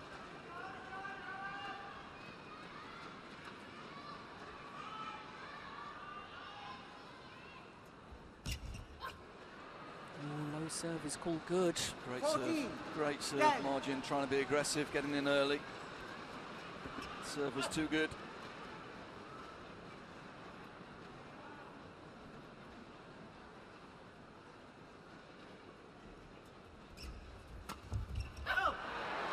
Well, I seem to remember in the opening game from the mid-game interval, 15. it was the 10. world champions that had a little run of points, 6 points, that really made the difference in the opening game. Yeah. A lot of similarities here. Oh, I've opened up a 5-point cushion now. That's good from Margin. Good return, pushing past Zhao Yunlei this time. Service And over. anticipating the straight 11. return and dominating that net 15. position. Good mixed. Play.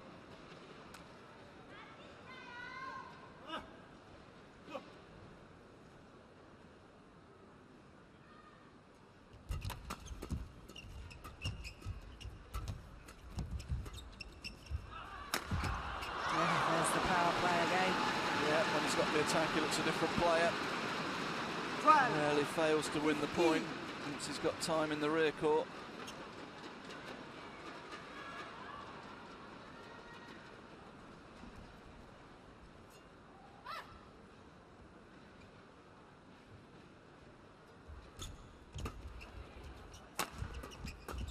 Yeah, nice switch of direction, wasn't it? Left, right, Service Shuttle over. early. 16. time 12. for Margin to organise herself.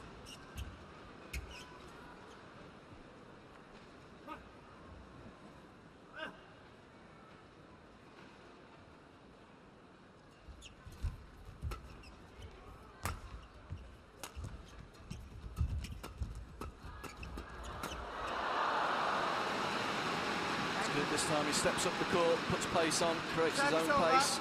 13. 16. But this time he's got to take a few risks like that. Try and play a little bit higher on the court.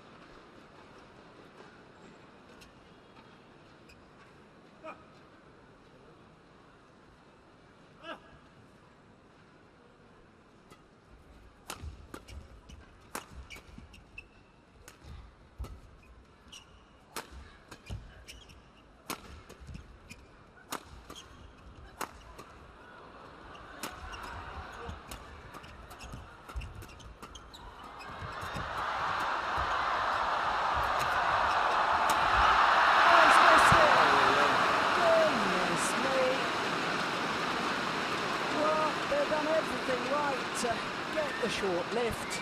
Service over, 17, 13. They'll regret this one, I think. Could have been a real momentum point for them. Could have put that anywhere. Anywhere on the court would have done.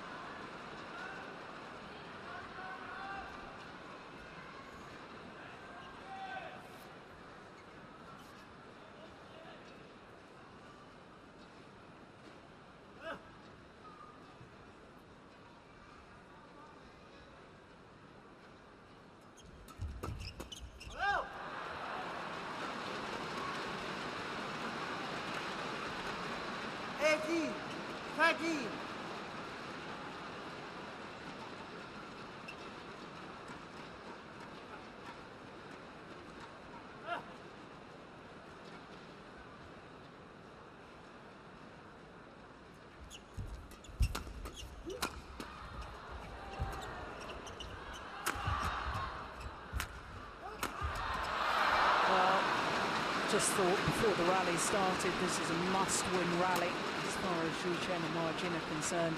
19, 13. Yeah, I think that smash mistake a couple of points ago just taken the heart out of them. Yeah, well, you said at the time, you may live to regret that. Yeah, it would have pulled them within 2 points. They'd have had service. Suddenly, it's a 6-point gap. And their opponents just 2 points away from retaining their title.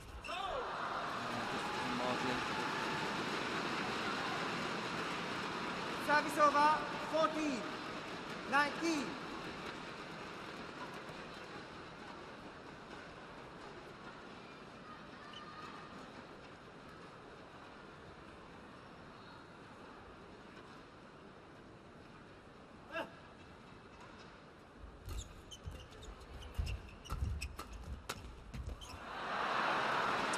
Missed it again.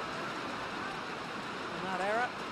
Service over, 20, match point, and Zhao 14. Yunlei with 6 match points.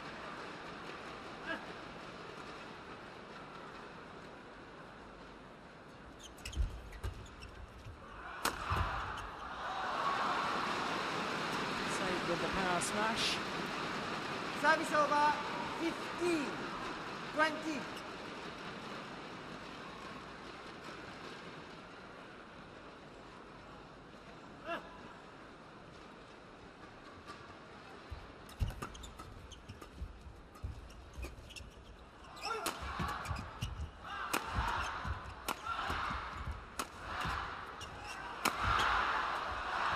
This time, second time of asking, and a second consecutive Super Series Finals title for Gang Han and Zhao Yunlei.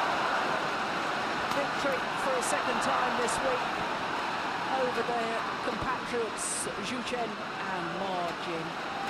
21-13, 21-15. Match point by today's Zhang final. Nan, Zhao Yunlei, 21, 13, 21, 15.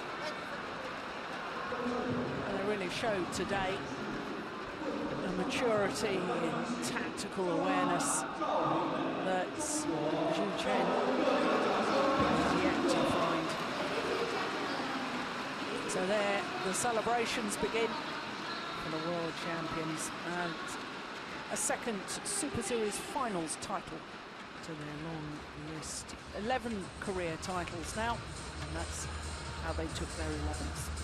21-13, 21-15 in 38 minutes.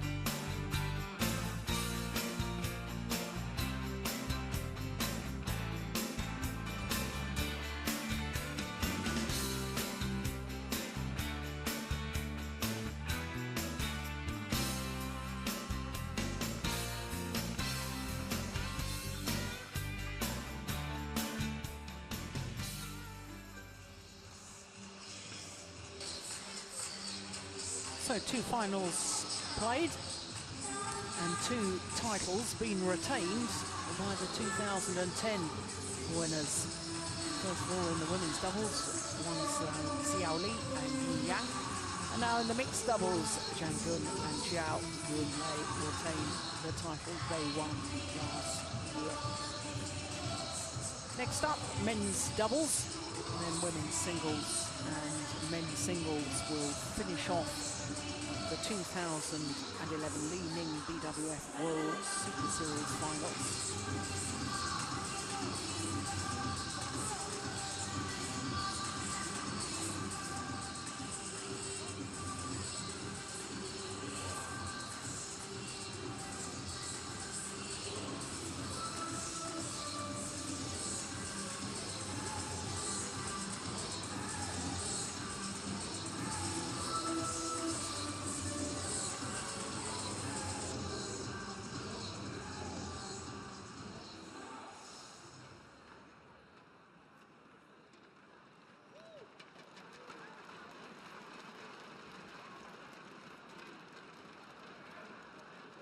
Ladies and gentlemen, welcome to 2011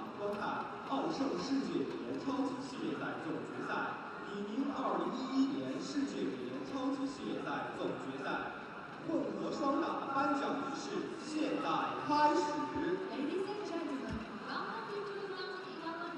BWF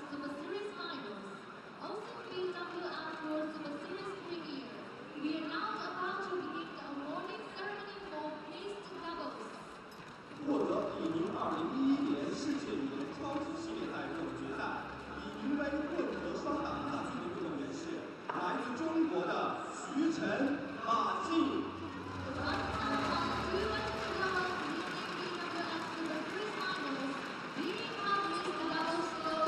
So to the defeated finalists, Zhu Chen and Ma Jin, the current world number 2 ranked pair. 名为混合双打冠军的运动员是来自中国的张楠、赵云磊。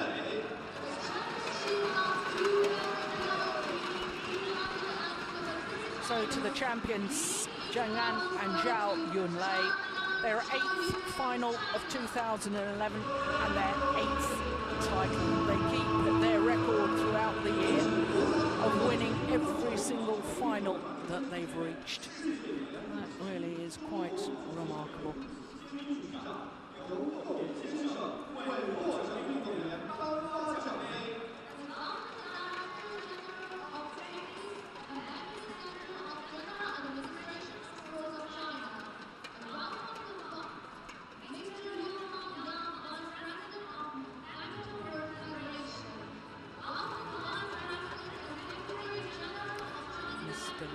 Vice President of Badminton World Federation, presents the trophies.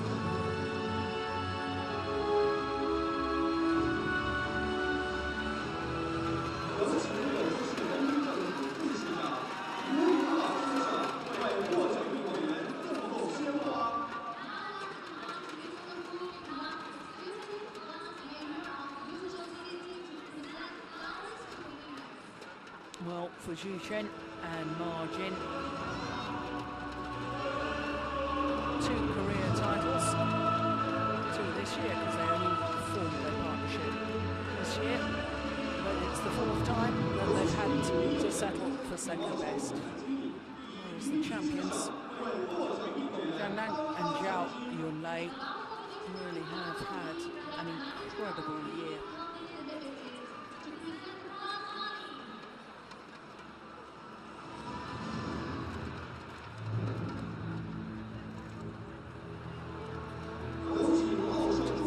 $2,000 for the winners.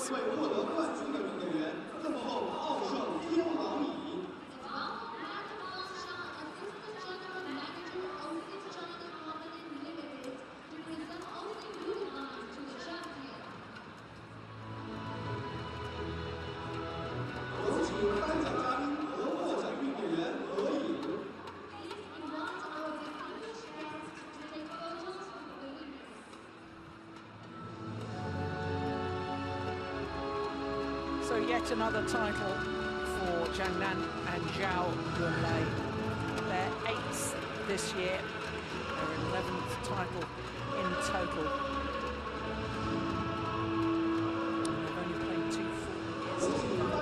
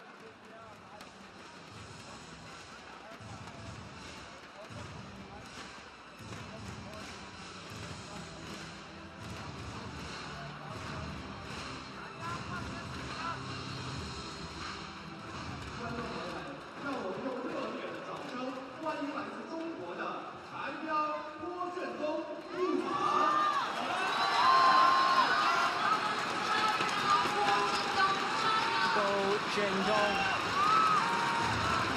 and his partner Chai Biao. What a week they've had. But then they beat their compatriots, the world champions Li-Ning and Haifeng, on day 1 of competition. Had a tremendous win in the semi-final yesterday against the world number 2 ranked pair. And today in the final, they play against the defending champions, Mathias Bo and Carsten Mogensen.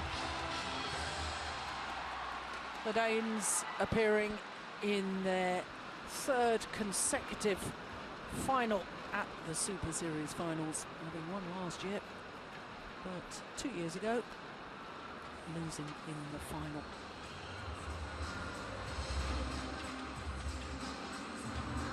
Well, can we have a hat-trick of defending champions retaining titles?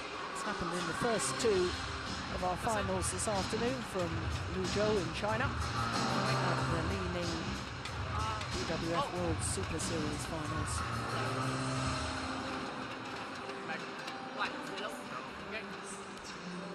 Western Yuan of Vietnam, the toss of the coin. It's up.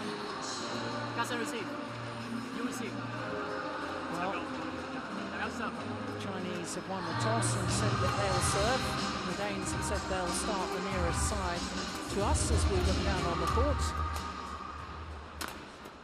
Mathias Bo, left-hander, the oldest man on court, at the age of 31.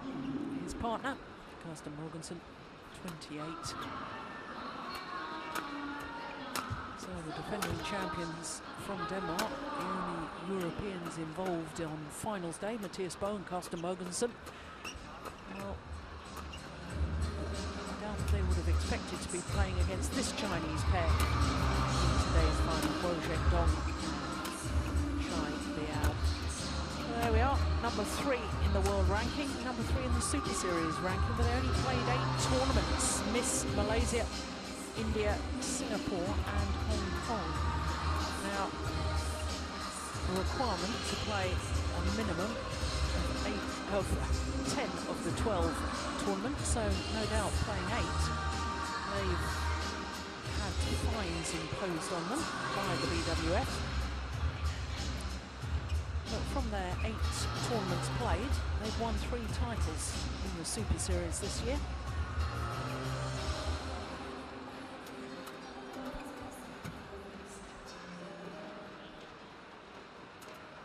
For Guangxi. There he is. And his partner, number 7 in the world ranking, which is the highest they've been ranked. 27 years of age. His partner, 21, Chai Biao, younger of the 2 men. Guo Zhendong there, he really is very experienced. He's had a number of very successful partnerships and teamed up with this youngster, Chai Biao. And as you can see, only one tournament last year. And it was Hong Kong because their win-loss record for their careers. Very similar to this year. Only 2 extra matches. So they're head-to-head. Previous encounters just once before. That was the semi-final of the All England Championships earlier this year. Very, very close opening game. 26-24, 21-12 the second. And of course, with Matthias Boe and Carsten Mogensen going on to win the All England title, obviously they won that previous encounter. Umpire Nguyen and Apinder Sabawal of India, the service judge. Court officials brought from all corners of the globe to these Super Series finals to ensure impartiality. And there's Tian Bunyi and Zhang Jun, Chinese coaches for the doubles.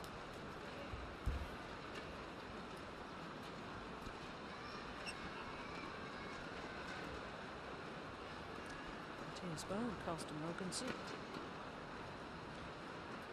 came second in Group B, losing to Zhang and Li in the last of the group matches, but yesterday in the semi-final, a much more committed Danish combination. They knew they'd already qualified when they played against Zhang and Li, and yesterday's semi-final against Ho Sung-kyung and Yu Young-sung dropped the opening game and came back strongly in the second and third, 21-12, 21-13.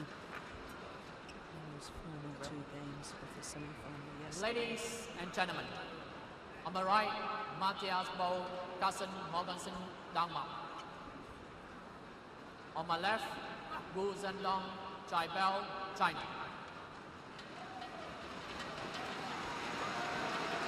Chai Biao to serve to Matthias Boe, double play. So Chai Biao, that's the men's doubles final underway. Well, goodness gracious, yesterday in their semi-final against Zhang Jae-sung and Li Yongdae, Chai Biao, the youngster, was absolutely outstanding, and he was in that opening rally as well. Yep, started where he left off yesterday. He had a sensational match yesterday.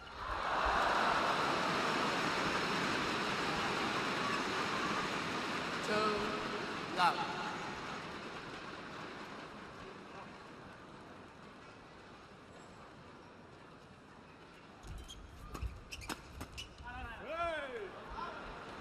Service over.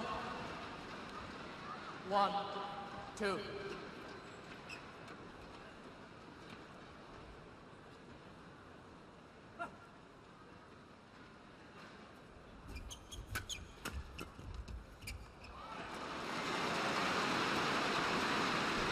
Service over. 3, 1.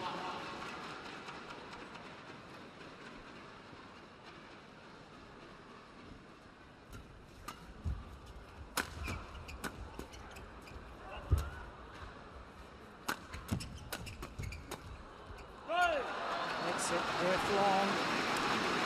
Tactics already beginning to show through. Chinese and a lot of pushes through the net position, pushes and drives through the net position, not wanting to let the Danish pair settle on the front court. Drive them and push them off that position. Get control of the rally.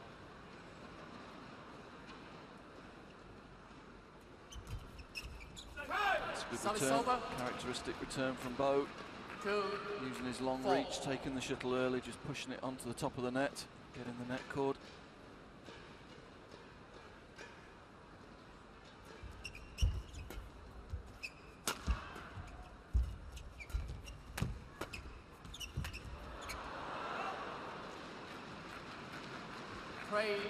Yeah, nice switch of direction from Carsten Mogensen there, stepping up the court. Switching the plate, saw the Chinese were drifting across to the left-hand side of the court, quickly changed the direction. That's why the Chinese won't want to play around the net. And we'll see good play from Matthias Bo. Nice block return, rack it up quickly.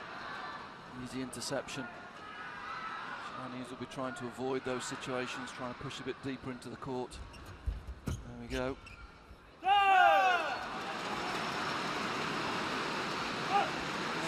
No doubt. Matthias Bo very, very good at the front of the court. And we'll also notice he does look a little bit vulnerable in his defensive play. So he will be wanting to get forward as much as possible.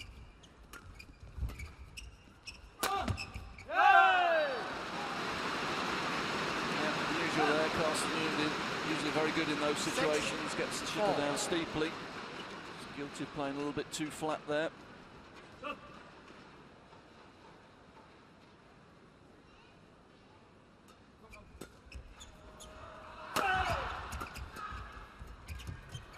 And started with a flip serve, which definitely got Matthias Bo off the net.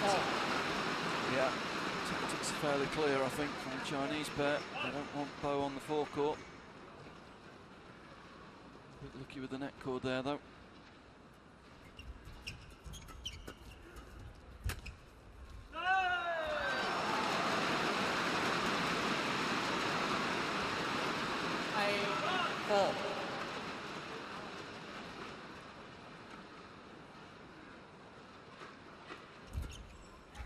Good return.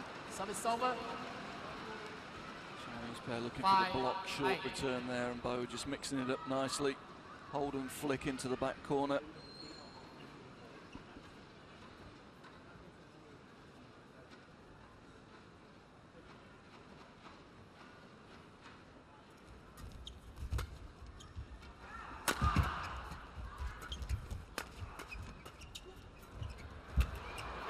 Good change of pace. 6, I think the 8. Danes will be trying to do that as much as possible. Yeah, they'll be trying not to give too much pace to this Chinese pair to feed on. See a lot of blocks and drops and cut smashes. It's the Bo defense targeted already. Service over. 9, 6.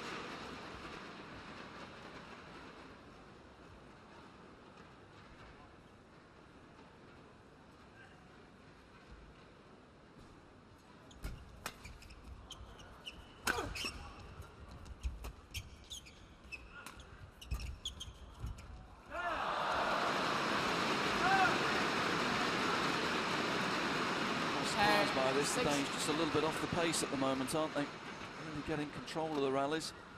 And I did think coming into this they'd be able to sort of dictate the tempo of the game, because they're probably the better serving and returning pair. Yeah, calling from Bo to his partner to leave it. 7, 10.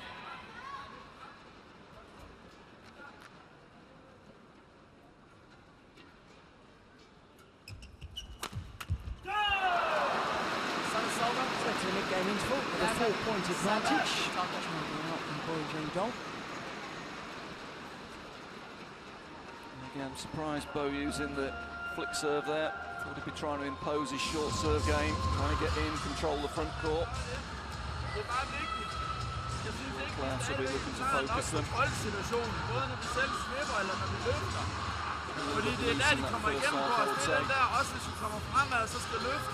Lad nu være med de der bestemte vigtige kvalitet i de løft der. Ikke? Nu er der nede bagfra, når du slår, de løfter langt på, så stadigvæk investere i at arbejde hårdt. Og så er vi behøver ikke slå hårdt på toeren. Vi I må gerne komme fremad, så husk at fylde på nettet, ikke også? Kom nu, drenge, vi skal lige give jer op.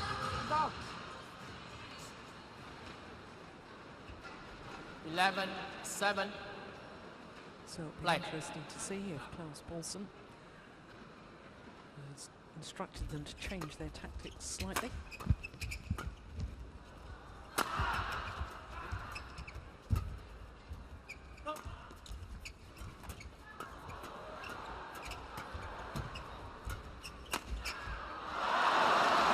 Interceptions at the net from Charlie out. 12-7. Yeah, that's where he was so quick last night against the Koreans.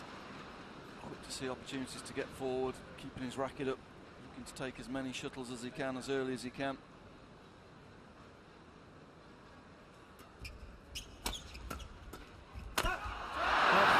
Service It's over. a real missed opportunity. Yeah, just relaxed into it, done the hard bit, it created the easy opportunity. Just took his eye off it slightly, mistimed it into the net.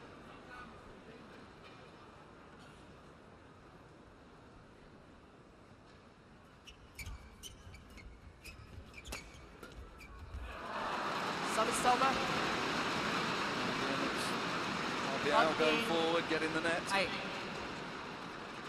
beginning to frustrate the Danes a little bit, isn't it?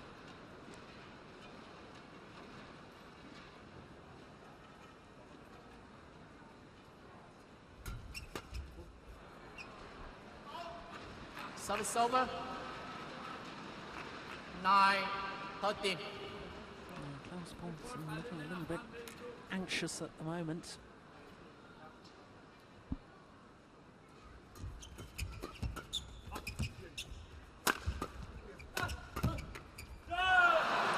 Pace on, trying to go through the net player, past the net player. Service over. The net player had a chance to settle. 9.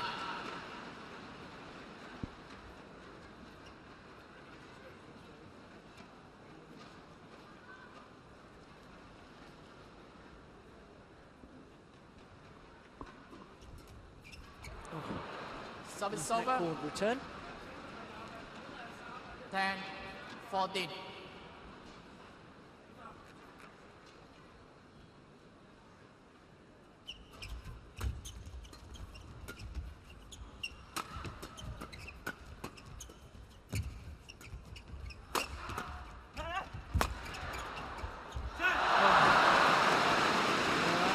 He's made a couple of Service errors. over. He's hit a couple of smashes that have gone along with the back 15, line there, trying 10. to play the drop. Yeah, good recovery from Zhendong. I think Robinson may be caught by surprise, but he got across and covered that. Lost concentration.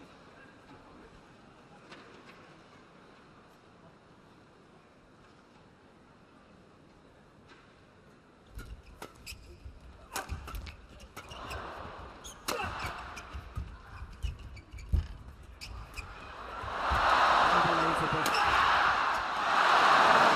Terrific change of angle from Charlie Biao. The cross-court net shot. 16-10. This one, extraordinary. He's on fire again, isn't he? This is how he was playing last night. All over the game. Everywhere the Danes seem to be hitting it, he's there. Rear court, mid court, forecourt.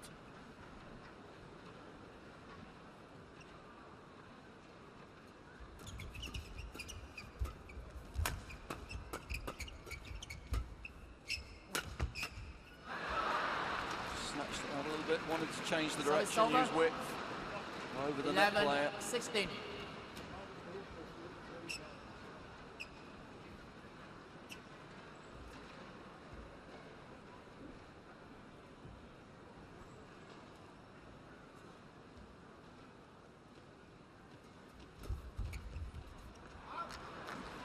Well, yeah, he looks down 12, towards 16. the front service line. I think he should have probably left it. Yeah, it's a good serve though. Dipping quickly, maybe would have gone short, but he was committed to attacking. Service over. Again, I'm surprised he's won a couple of points with short serve. Surprised that he's put the flick in there. Still think he should be trying to impose his short serve game, get control of the net area.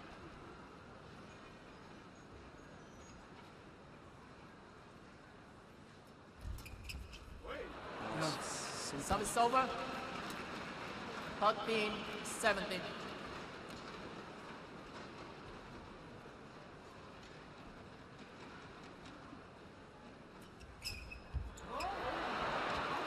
Good flick.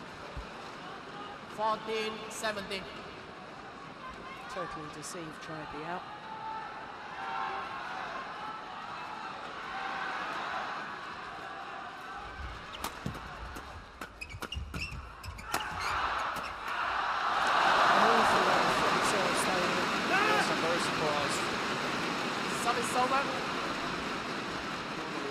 Known for their good short serving and the control of the front court. Very quick onto third shot, both of them. Just giving the initiative away a little bit too much for my liking here.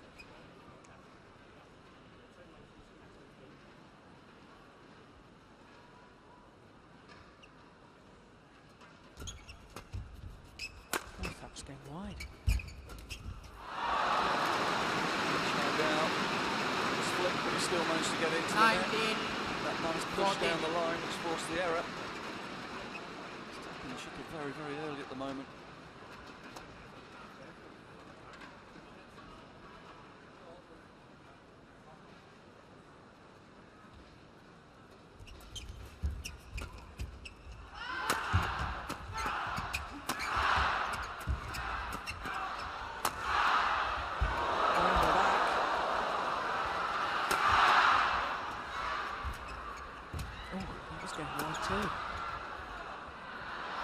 That's going long. Service over. Oh, Martinez Bow. 15-19. Round the back shots. Yeah, got in a bit of a tangle, but just to get out of trouble. You see it here.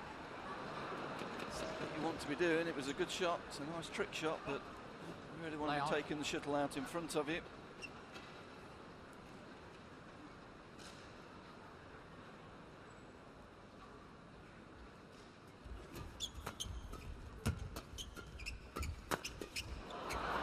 It's more like it.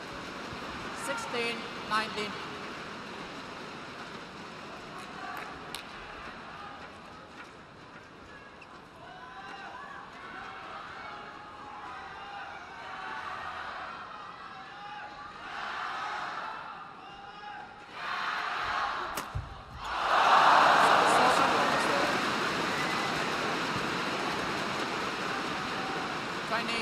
Game point 16. All over that flick serve. And that good return of the flick serve means that the Chinese combination have 4 game points.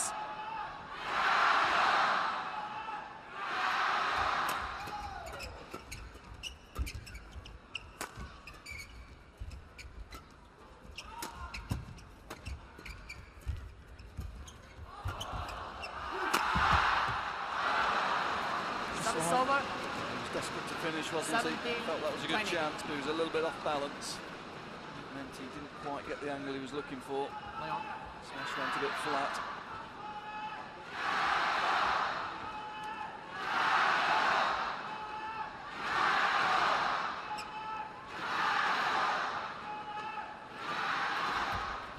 Another flick serve. Yes, a good one, so. 18-20.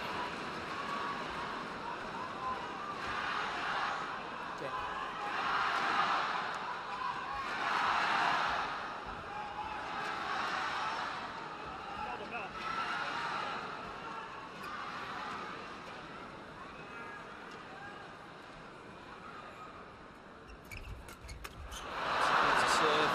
Charge out. 19-20. 3 game points have been saved.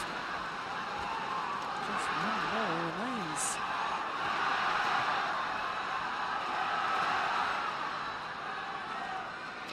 Goal.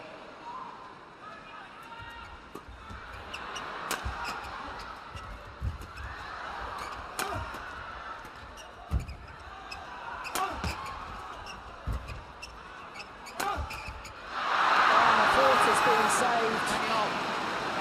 Good attack. Shining attack from the Danes.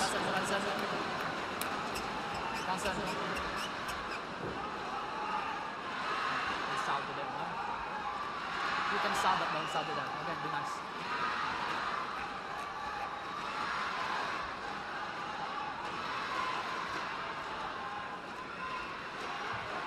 Play on.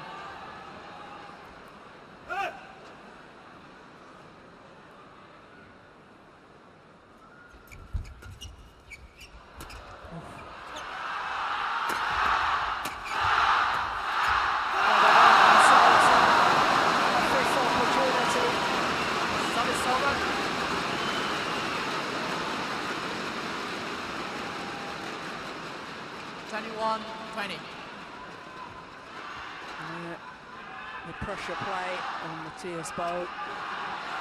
So 5th game point. Now to Chen Biao and Guozhen Dong.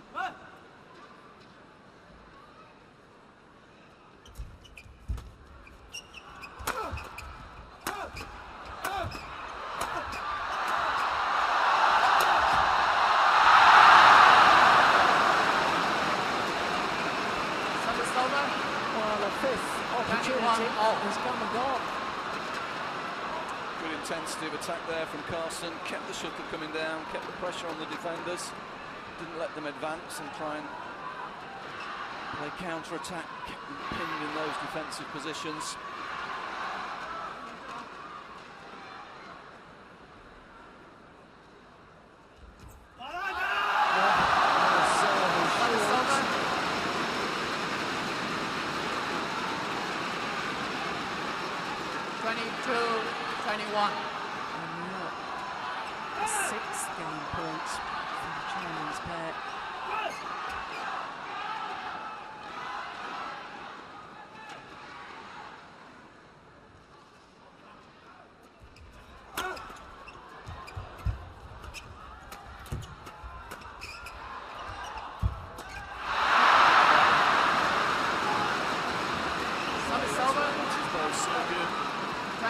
Moving in down that left-hand side of the court, getting in to dominate the net, the little block, racket straight up, good interception.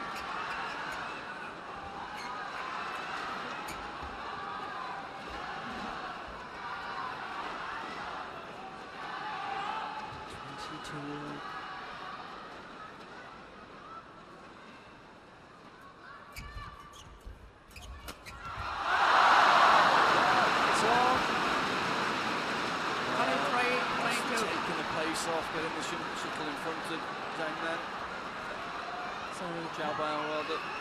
So having saved 6 game points, now the Danes have a game point themselves.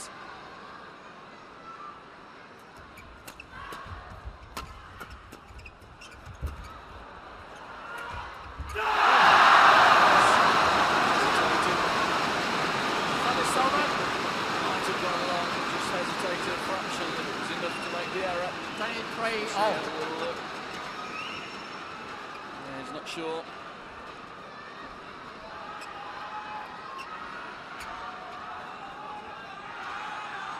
And play on.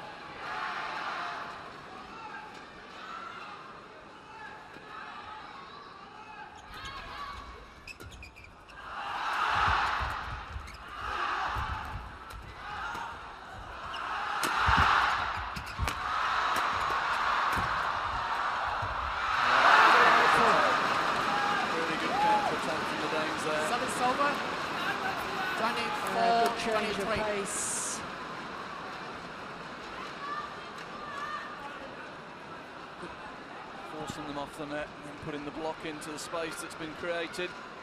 Good doubles. The umpire allowing the win to have a towel down. But Drink, I'm surprised about this. Stage of the game, normally only do that when the scores are even. It's on a game point situation. It is indeed game point for a second time for the Danes. Okay, play on.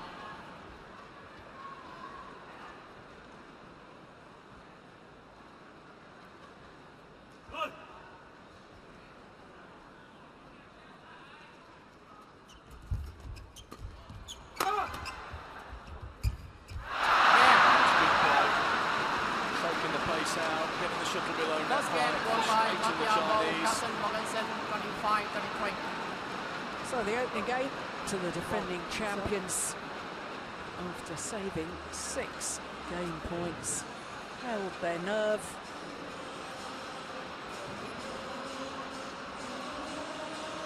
And the opening game is theirs.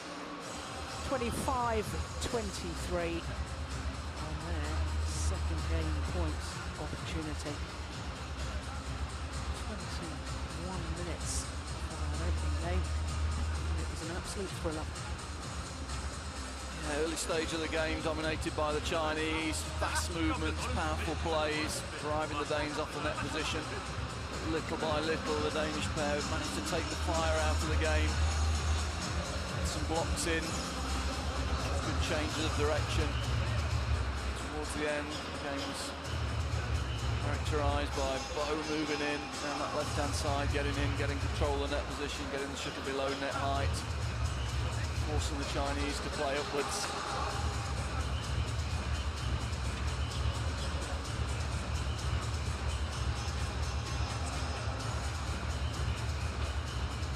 See how the Chinese pair react to that, really. They must have felt they'd done enough to win that first game and suddenly it was snatched away from them. They're going to have to be tough now at the start of this second game.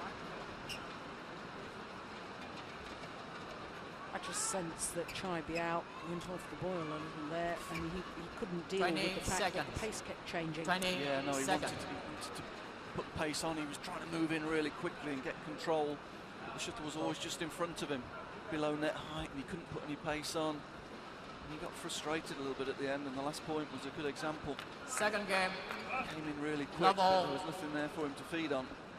Play. So having taken that thrilling opening game, 25-23, the defending champions, will also be interested to see in whether they continue with so many flick serves. Well, I think they've put a variety in early to just put some doubt in the Chinese minds and open up the short serve situations for them. Yeah. So they both have very good low serves. Yeah, not comfortable with no pace on. Love. Out, wants to play the block, but let the shuttle come to him.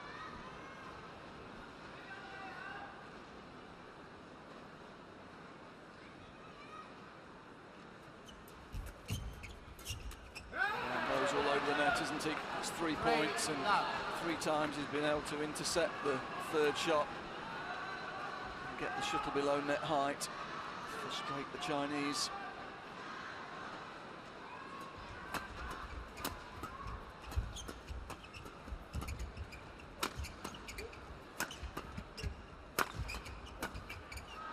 Again, pace off in attack, and eventually the shuttle comes up.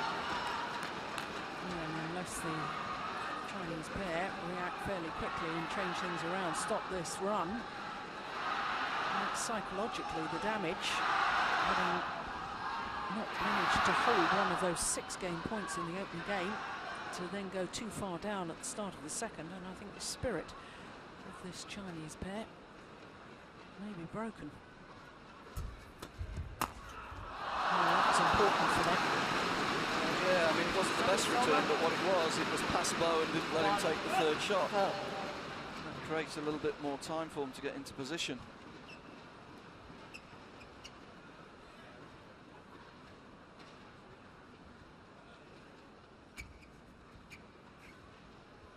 Play on.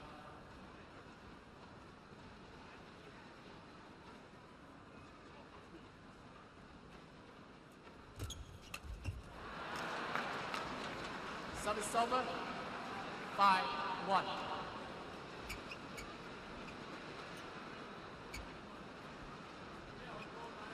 Guangxi on the left as we look at them.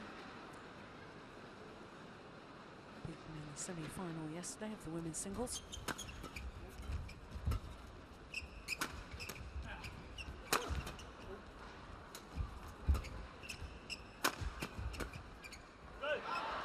Service over.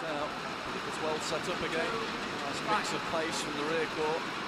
Eventually the shuttle coming up. A possible interception on the forecourt.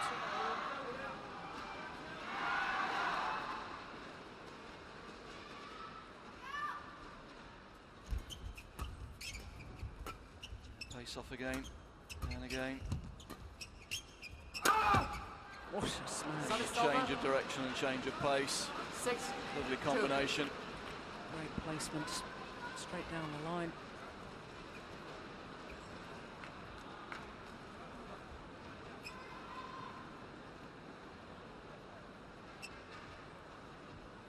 A 4-point advantage restored.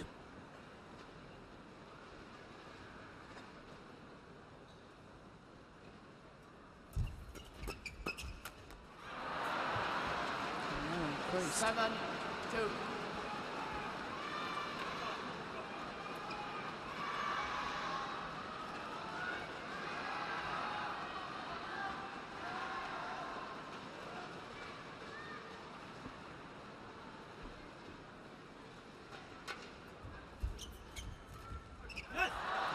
Service over. 3-7.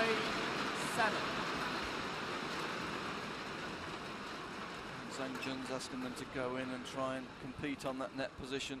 Just try and push it past Bo.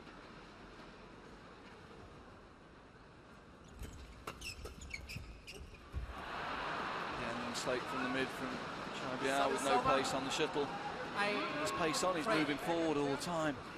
And there, when there's no pace, he doesn't move on to the shuttle, he lets the shuttle come to him, and that causes the error.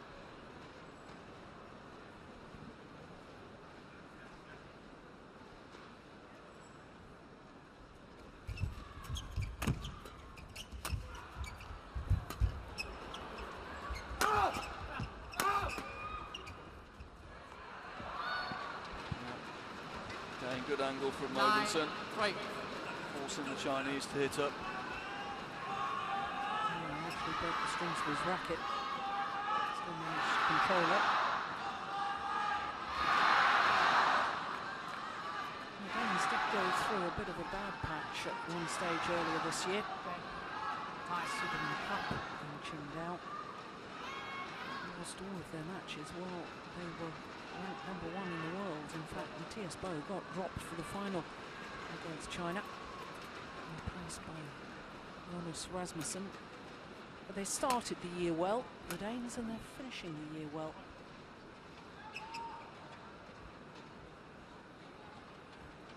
On the last of the Super Series events, China.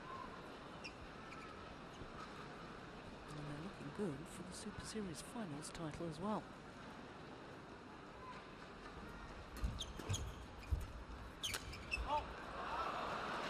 Again, the opportunity was there. Created by the soft block. Comes up and missed it.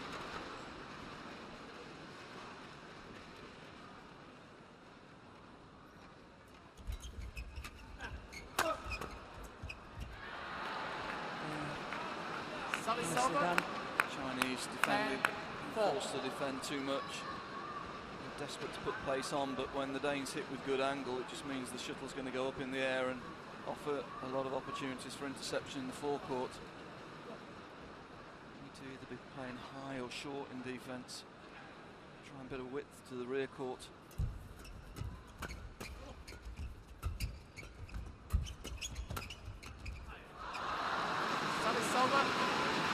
See they're more comfortable with that drive type rally. Pushing through the net player there, just trying to get past the net player, and again eventually get the mistake.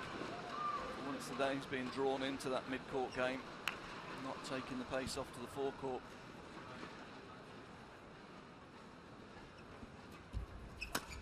Clever shot, very clever shot. 11-5 in double. It was a good flick serve. But, play it straight. Most players would have had to play that cross court. Nicely done from Carsten Mogensen. And therefore a 6-point advantage for the Danes here in the second game, having taken the first.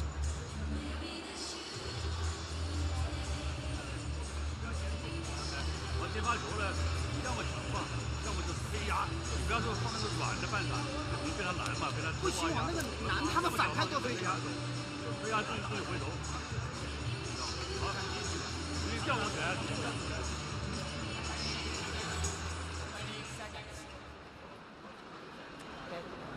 very much in control here and taking their time to come back on court.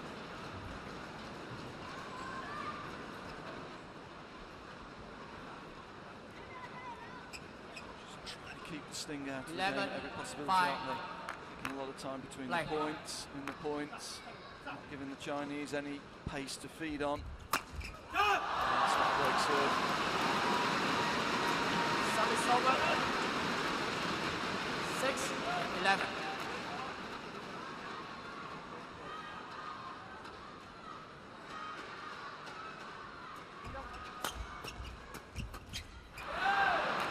Service over.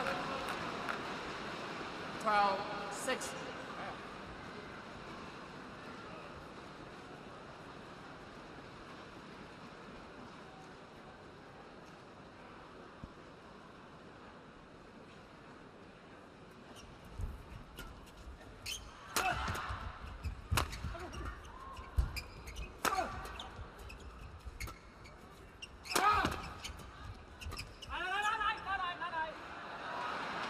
Call from Matthias Bo.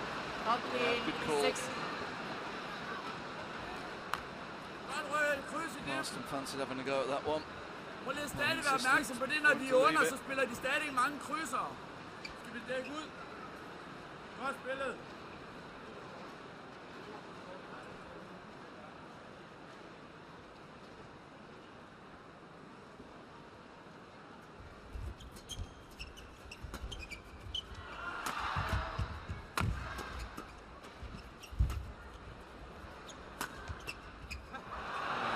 Change of pace. Xiaobiao wanting to put pace on, but she's really struggling there. Nothing for him to feed off. 8-point advantage, unless the Chinese can really change the momentum of this match.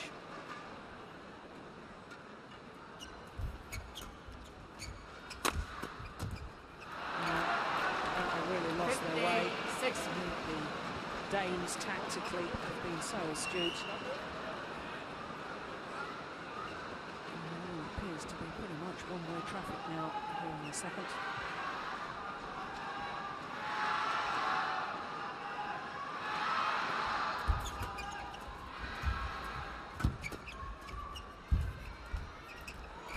Just lots of good choices, aren't they? Both right and tight on there, getting blocks in. Chinese have got no answer when there's no pace on the shuttle. Look at this, nice second net. Xiaobiao's backing off, hoping for an interception, but no. Bo going back to the net, nice touch. 10-point advantage now.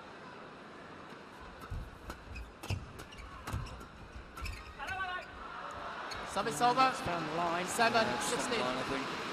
Yeah, Dane's got a little bit of a shaky start in the first game, a little bit surprised by the pace at which the Chinese came out, but gradually managed to get control of that first game and managed to take the sting out of the Chinese fast game, getting in, controlling the net, controlled attack from the rear court, good angles, changes of pace.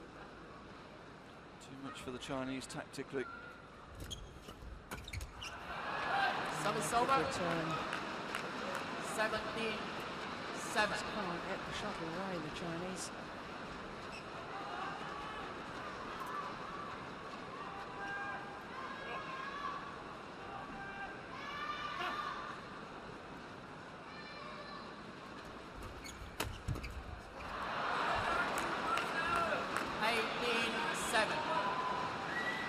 Desperate to push past the server, but just managed to push it up onto the forehand of the left-handed Bo. Not a great return, not good thinking really. Again, block.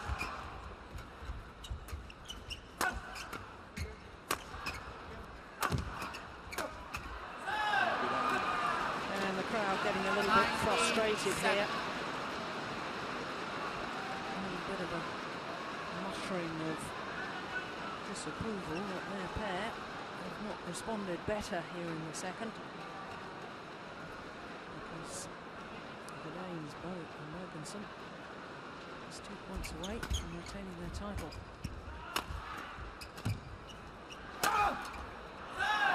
Now just the one. Chinese match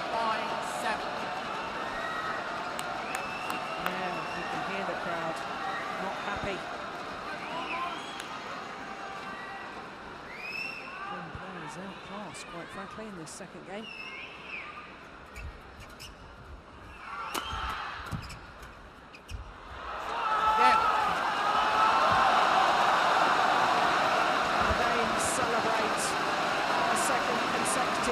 Superseries Finals title. Survived 6 game points in the opening game.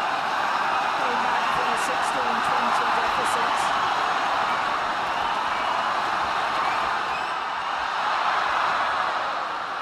I think one of the VIPs got the racket there.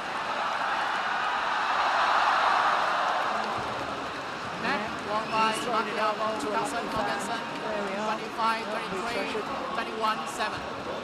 So 25-23, 21-7 in the second.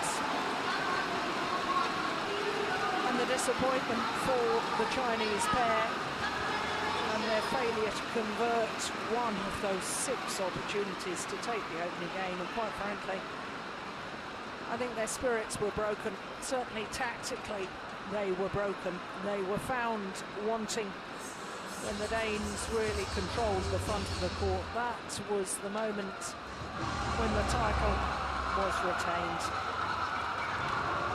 The Danes, their 4th title of the year.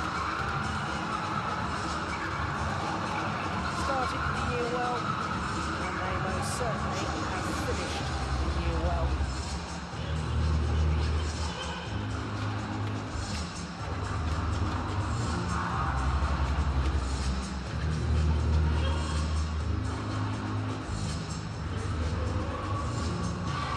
Confirmation once again of the score, 25-23, 21-7 in 37 minutes.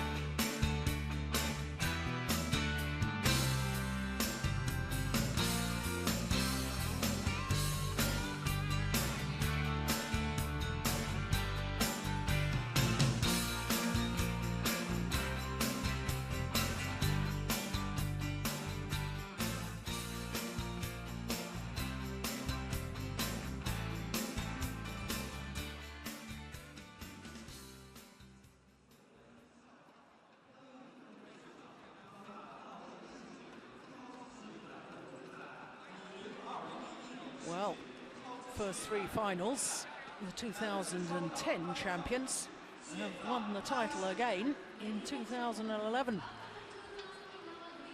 Women's singles, we will have a new champion because it's Wang Yihan, the world champion, against Sina Nehwal. Then the last of our 5 finals this afternoon, the reigning world and Olympic champion Lin Dan takes on his teammate Chen Long.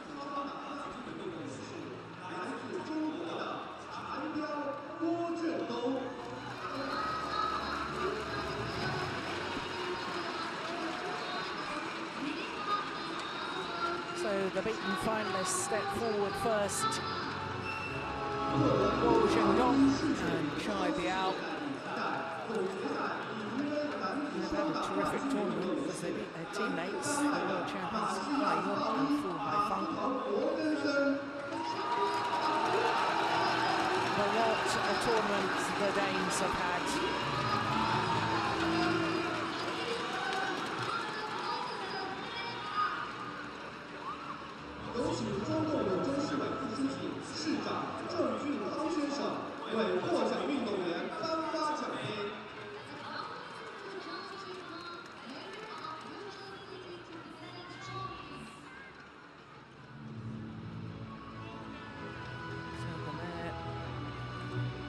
The trophies.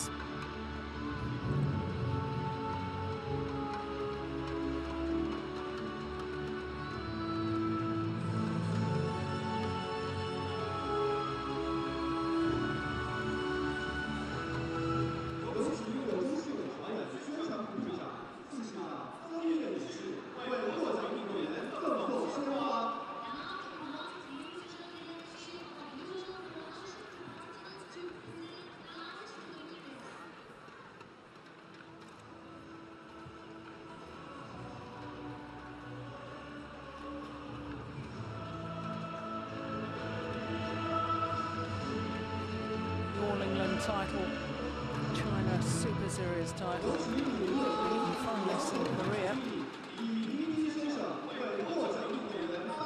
But in the on a high.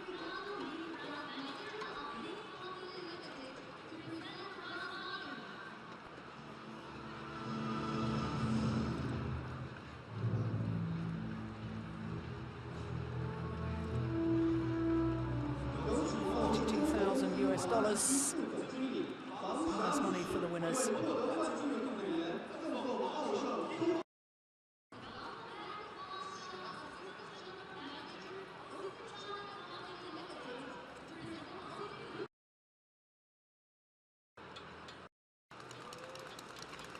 Champions for a second consecutive time in their third consecutive final at the Super Series Finals. Mathias Bo and Carsten Mogensen of Denmark.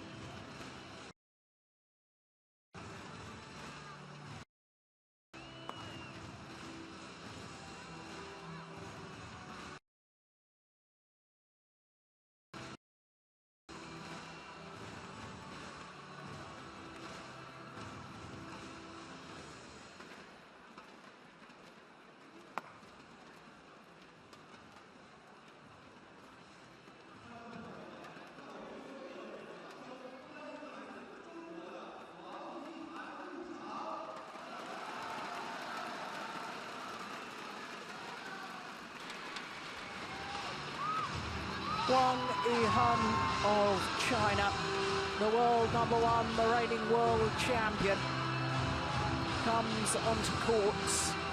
Her first ever appearance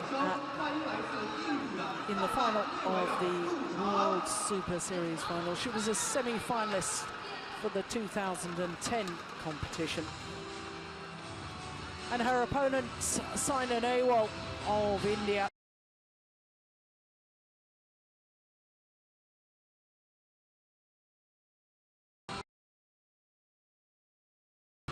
Taken India of late has Saina Nehwal for not winning. She's played quite beautifully all week. Won her group, Group B.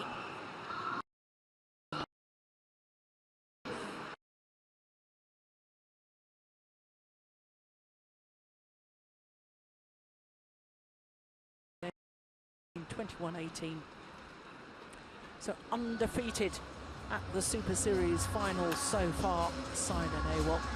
Whereas this lady, the world champion Wang Yihan, lost her very one of competition, lost out to the young Korean Sun Ji-hyun.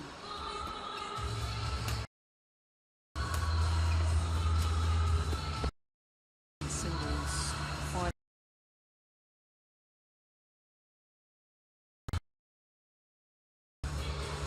For both the players. Nehwal, 20 in the world ranking. Only number 5 in the Super Series because another Chinese player above her on the Super Series.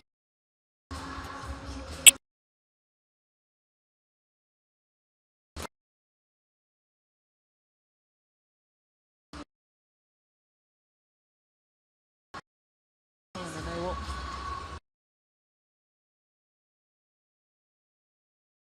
It's the number 1 seed, the world number 1. That's a very healthy win-loss.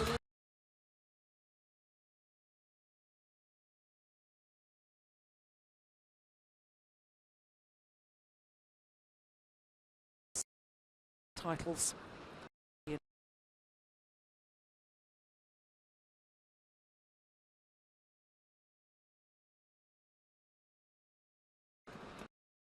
21-12, that was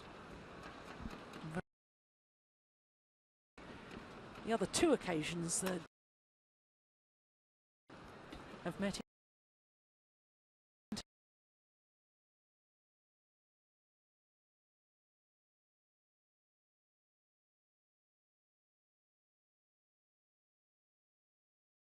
since players.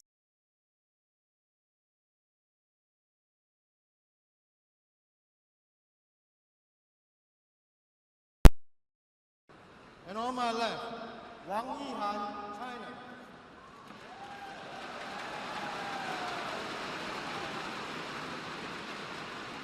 Saina Nehwal to serve. Level, play.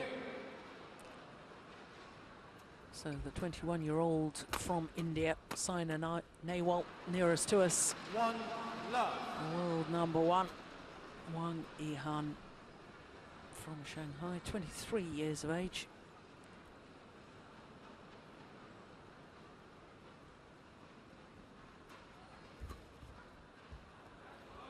It was interesting the first point, wasn't it? Immediately when she had a chance to attack Saina, went to the body of Wang Yihan, and we've seen that from quite a few of Wang Yihan's opponents this week.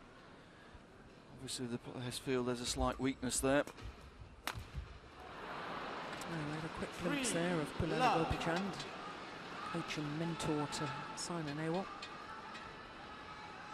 And I have to say, Ian, after all the criticism in the Indian newspapers and media about her lack of form this year, I think her form in these Super Series finals has been outstanding. To beat Wang Xin in 2 straight games, win all of her group matches, the way she disposed of former world number 1 Tina Bowen yesterday in the semi-final. There's very little to criticise, really. Yeah, she came into the tournament, I felt in the first match or so, she did look a little bit nervous. She was lacking a little bit of confidence, but it's been evident as the matches have gone by and the victories have come that she's really grown in confidence and looks back to her best at the moment. Again, setting that up with the body smash, using the centre of the court, fixing her opponent off the net and using the space. Yes, and of course, at her best, she did rise up the rankings to number 2. In fact, spent a total of 10 weeks at number 2 in the world rankings.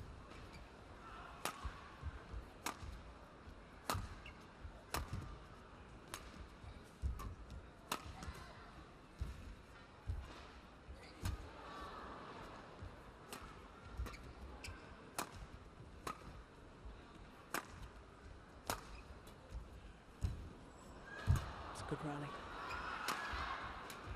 Oh, super. Yeah, that's a really good rally. Giving up a little lead, but we're sort of used to this week, aren't we? Wang Yihan getting slow starts. She hasn't had the lead in the mid-game interval of any of her matches so far in the first games. Seems to have been taking her time to work her way in to the games. Well, in fact, in 2 of her group matches, she lost the opening game. Yeah, just wonder if there's a few more nerves playing in front of a home crowd.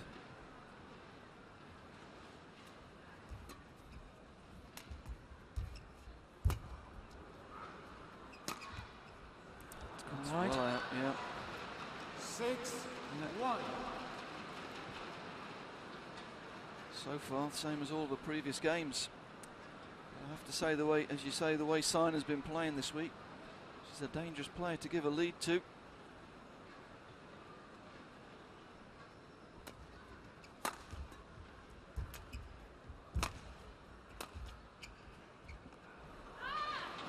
Landed on the line. Service over. 2-6. Yeah, good call.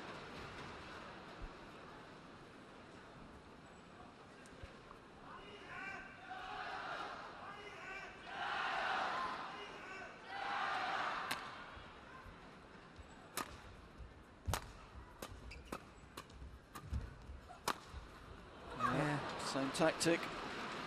Wang Yihan just a little bit too flat. Given sign of the chance to take the shuttle early here. Immediately going into the body. Good tactics, clear thinking.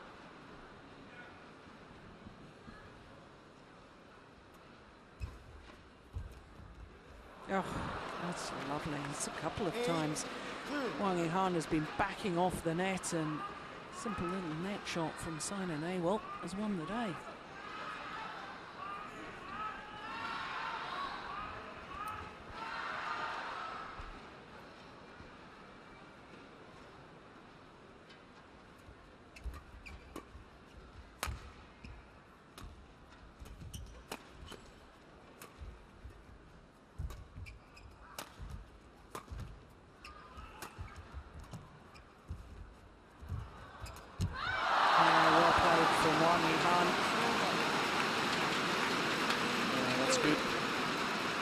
Nice clip down the line, started the process, made Sina late. And she always kept her on the move. Here we see, late in defence there, and late at the net, easy kill.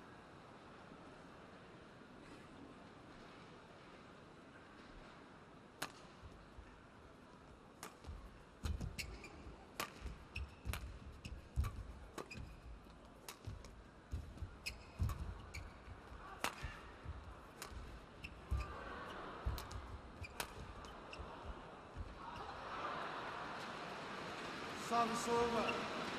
9-3. Just drifting out again. Again, it's that drift in this hall, isn't it? Carries the shuttle left to right as we look at the court.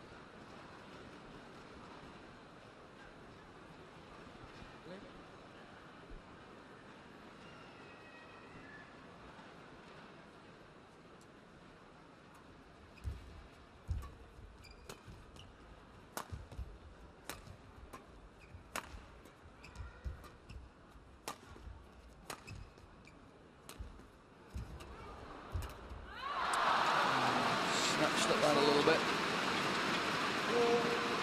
But moving well, she was there, she was in to take it early. Nice push drop, and in early on the net, trying to use the space in the rear court. Immediately a little look round to her coach.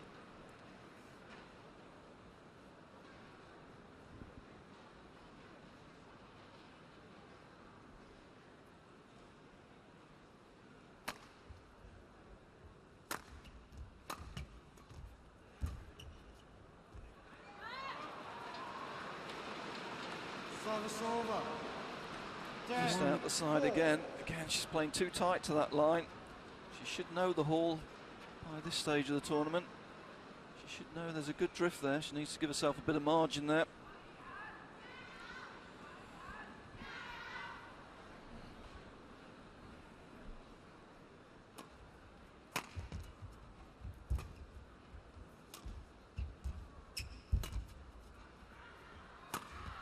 Yeah, that's nice.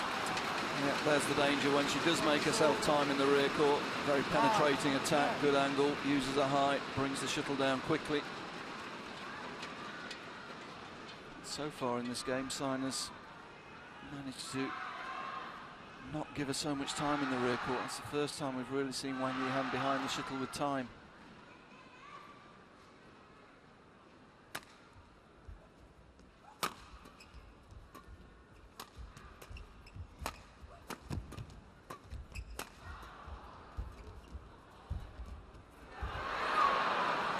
Little hold, waiting for Wang Yihan to move and then using the space.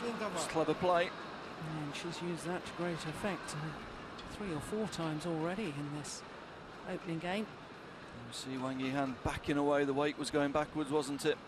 Sina spotting that, just holding the shuttle, delaying the hit, going back to the net. So a 6-point advantage in the mid-game interval.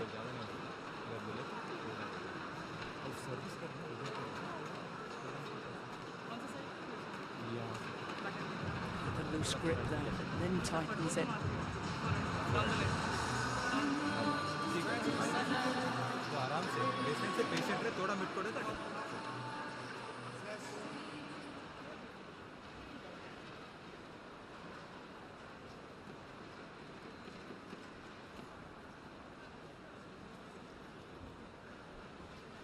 A lot of instruction during the interval there from the Chinese coaches.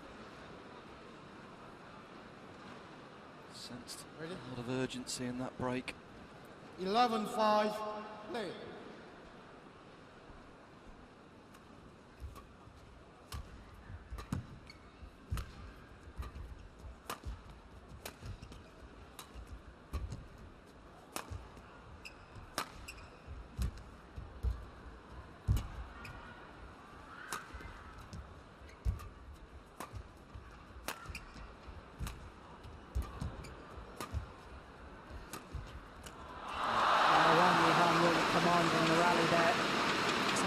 Just having to react.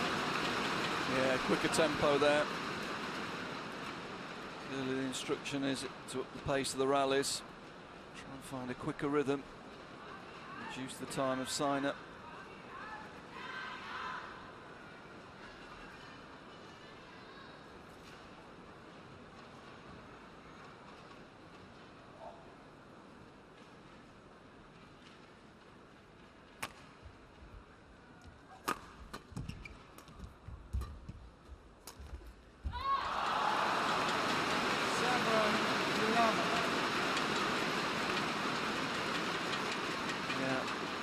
Wang Yihan had read that. Even if that had come over, she'd have been in trouble. Wang Yihan was there waiting high up the court. She brought her base forward with real aggressive intent behind the fast clear.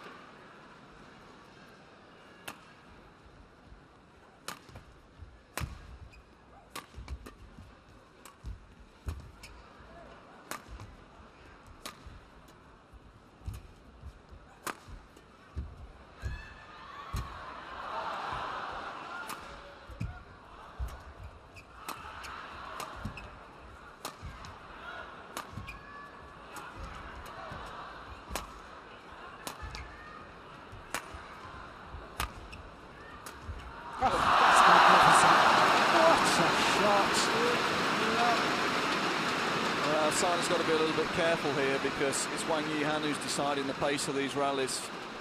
Sina's got to mix the tempo up a little bit because on one pace Wang Yihan looks so good. Now she can impose that high rhythm.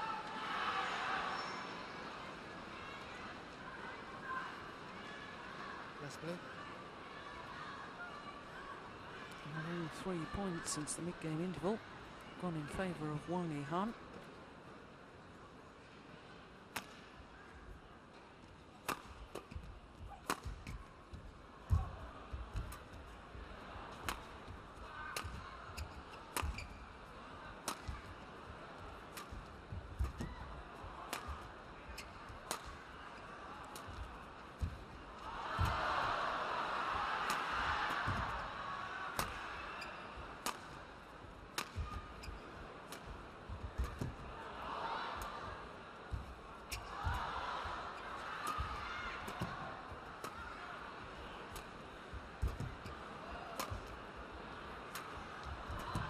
Another very good rally.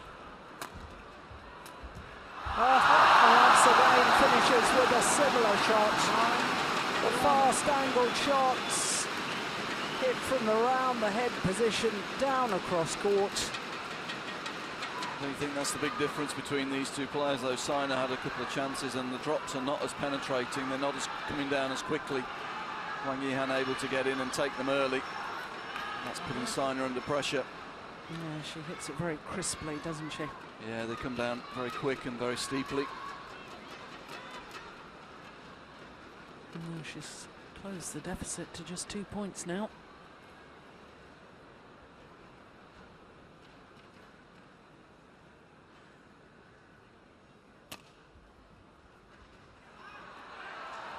That releases the pressure a little bit. Over. Yeah, serves 12, 9. Sina needed that. A little bit of time to compose herself now.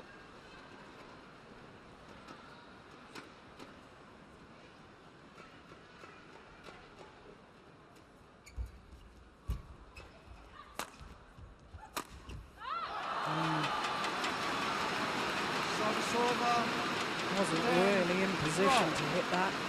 No, rushed it a little bit, didn't she?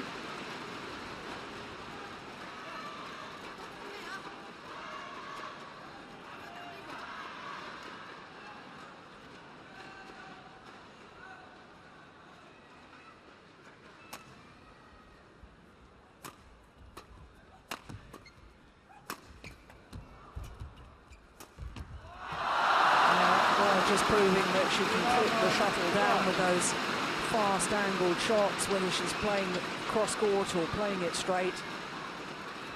And the same round the head position this time. Normal slice rather than a reverse slice, but it's just as effective.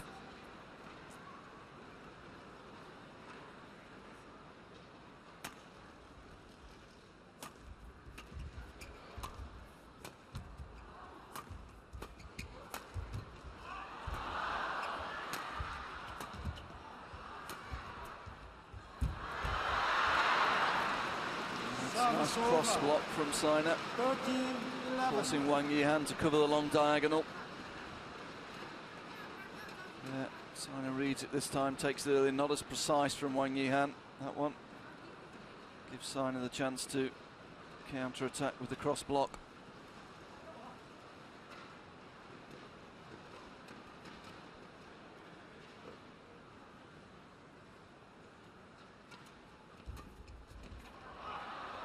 Pushes long. 14, 11.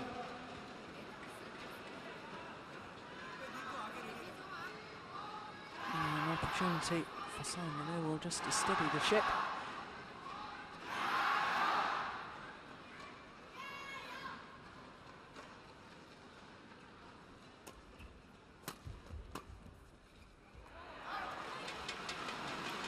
Just out, I think. Sina doesn't like it, but she was drifting that way, wasn't it? I think what she didn't like was the fact that Wang Yihan actually indicated with her arms that it was out. I think it was out. Yeah, it was out, definitely. But you can see her left arm out wide, as if to say to the line judge, that's wide. Call it as such.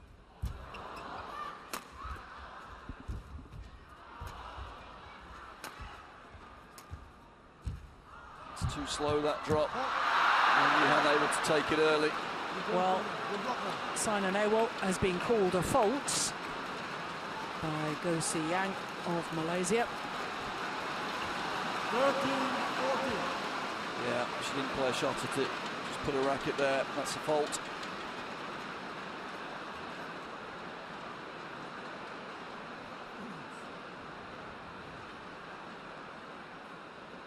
So just 1 point in it.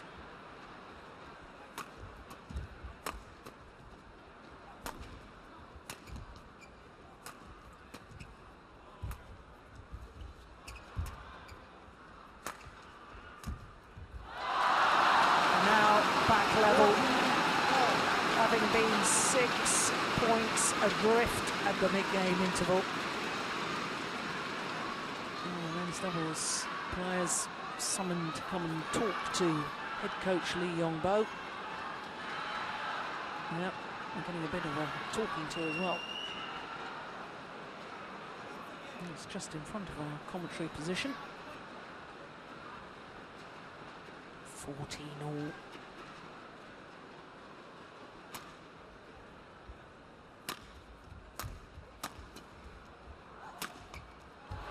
again, set up with the body smash. She's not had many opportunities to use it recently. 15, Pace on the 14. shuttle from Wang Yihan's been too much for her to get behind and use the attacking shots. But there, when she had a bit of time, used it to good effect.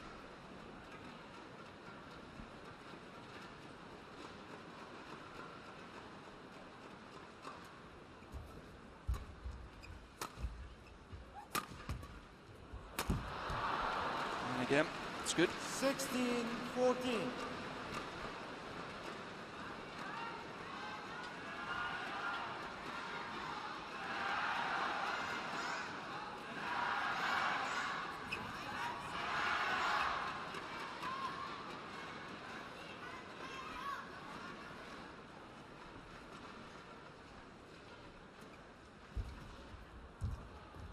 Oh, well, that's the fourth or fifth time she's done that.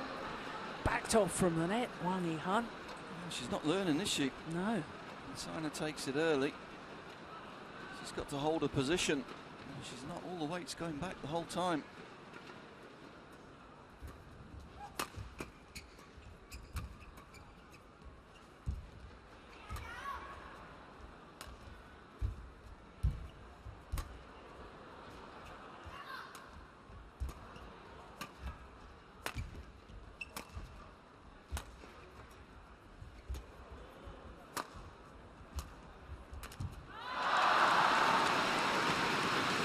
Good rally again. Sina created the opportunity. I think she just changed her mind at the last moment there. Wasn't decisive enough.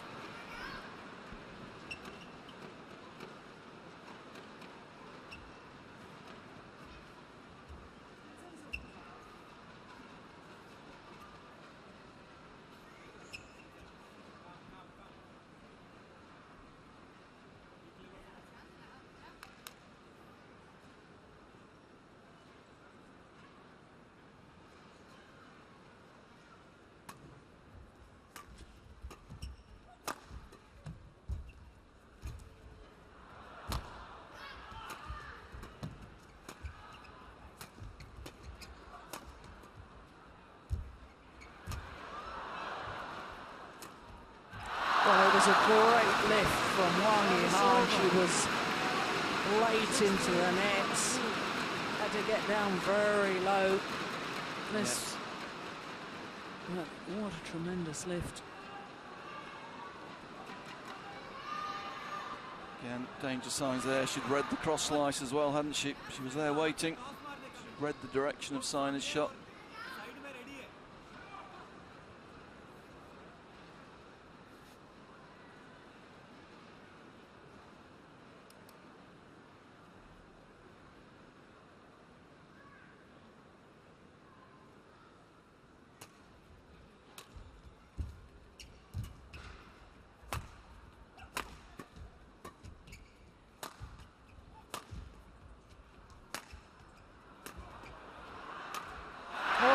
Hesitation cost her, dear. Both players had hesitated, but we're clearly in line with that, and both those shuttles were drifting back into court. She was going to leave it, saw it was coming back in. Sina asking the coach if hers was in as well, and it was. Drift holding both of them in.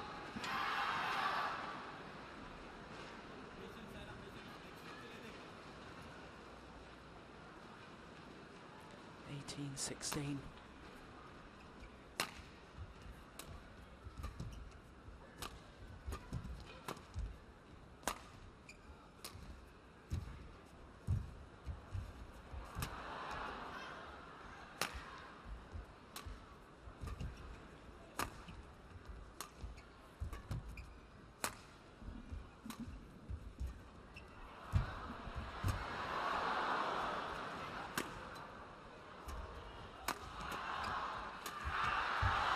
A good rally.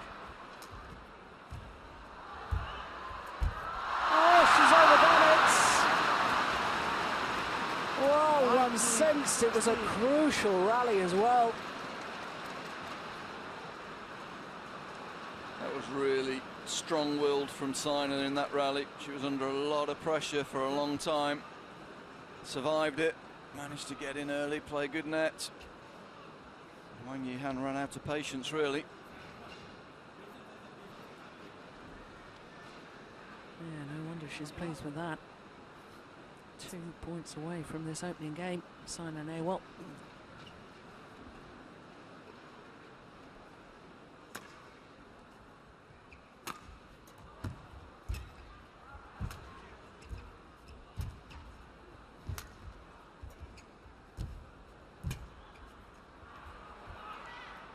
That one has gone wide.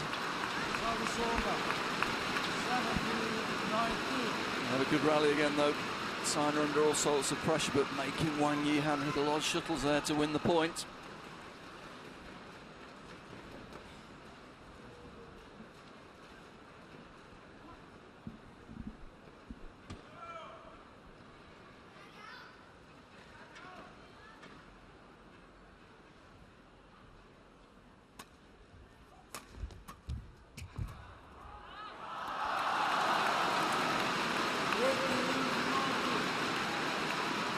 Wang Yi-Han reading the direction of that return of serve from Sina. Stepping in, taking it early, driving it into the rear court.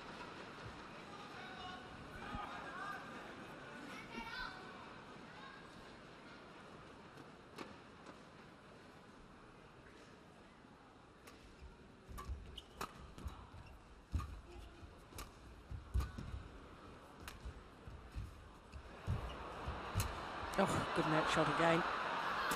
Yeah. Service over. Just 20, couldn't control the game left, point, Wang Yi-Han. 18. And that's good net play from Sina Nehwal. Means that she's earned herself 2 game points.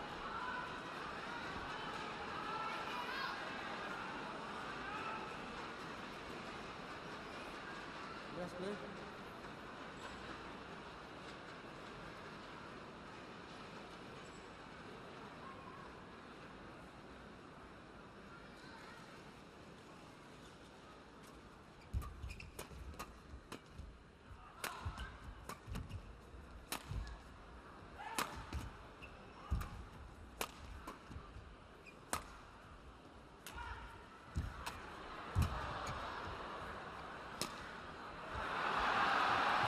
And converts on her first opportunity. Stunned silence by the crowd here in Liuzhou. 21-18. And Sina Nehwal did well there. It was her opponent, and he started a little bit slowly, had caught back up, but she kept to her resolve. And there, her reward, the opening game, 21-18. Yeah, I felt Sina showed great resilience there. After the mid-game interval, Wang Yi-Han threw everything at her, really played some fantastic rallies. Sina dug deep, stayed with her, and eventually Wang Yi-Han just cracked a little bit, I felt, at the end there. Just made 1 or 2 errors, 1 or 2 poor choices. Really, really mentally tough from Sina.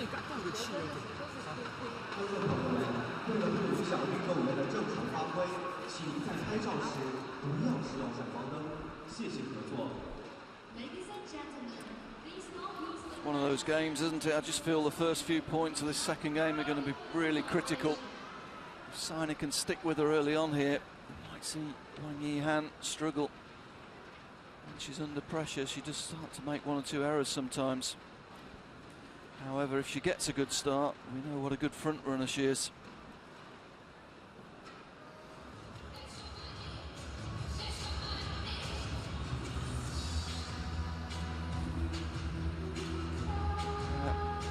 Chan using the full allotted time, talking to Sina, and I'm sure that's one of the points he'll be emphasising.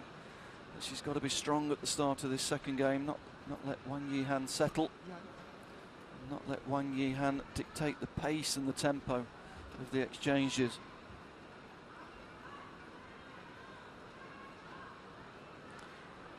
Well, During that interval, Ian, I noticed that Simon Awol munching on a banana, which I know in tennis matches that last 3 or 4 hours that players like to take on board some fuel, but very rarely do you see it in badminton. I mean, that opening game, 25 minutes. Second game. Maybe going to set a new trend in badminton. You see it very aggressive right from the onset. Wang Yihan stepping in, taking that return of serve early. I'm sure she wants to press Sina a little more, increase the tempo of the rallies.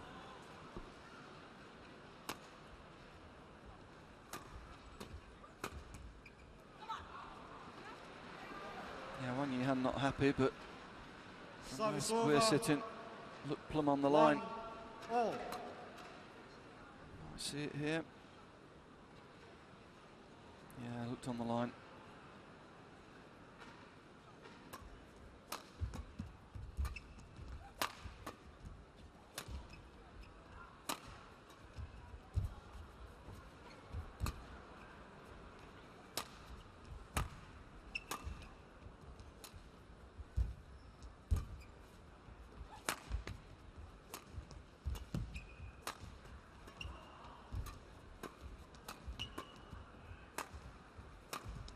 Rally.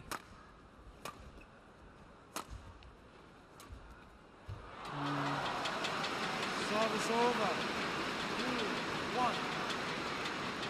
Yeah, that's a Wang Yihan classic rally, isn't it? Lots of tempo, lots of shots played fast into the rear court corners, keeping her opponent off balance. Waiting for the error.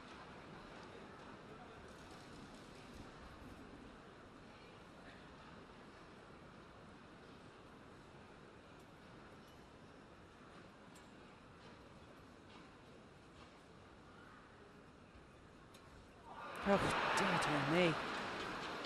Service over. Wasn't even close. That's what you get with Wang Yihan, isn't it? It was a super rally at the point before. Really positive, really aggressive, and then a really nervy serve, you'd have to say.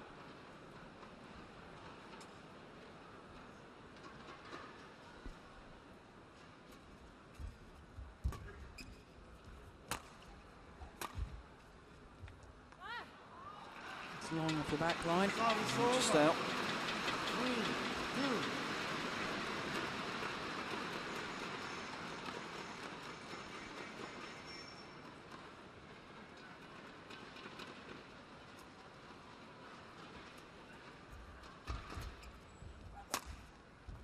Oh yes, that's nice. That's found the line.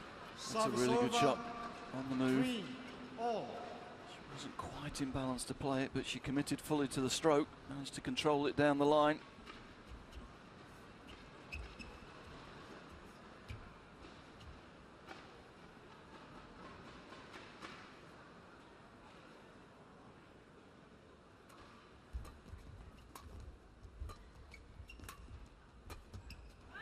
Oh, it's brilliant. Kept the base high at the court, didn't she? Anticipated it was a drop. Didn't worry about the space she was leaving in the rear court, committed to the front court.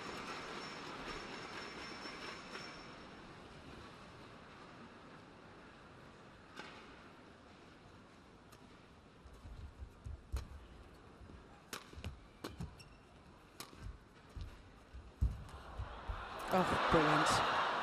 Well, that is precision on the net play from Sina Awol. Absolutely exquisite. It's been a feature of this game so far, hasn't it? She's played really, really well around the net. She's certainly had the advantage over Wang Yihan in that area. Great touch. Oh, that's a good slice. Comes down quick. Sina could learn from that, I have to say. Sina just tends to push those drops rather than hitting through them and bringing them down steeply.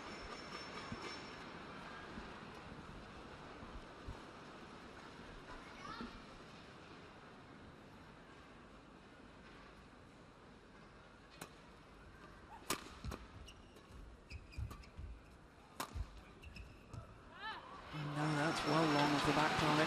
6-4.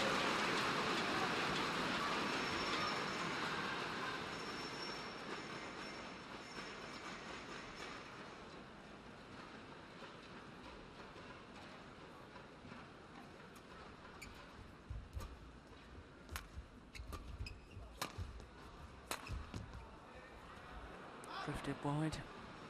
Every time I think that Wang Yihan is beginning to just sort of find her rhythm and find her tactics against Sina, there's an error and she allows her opponent back into it.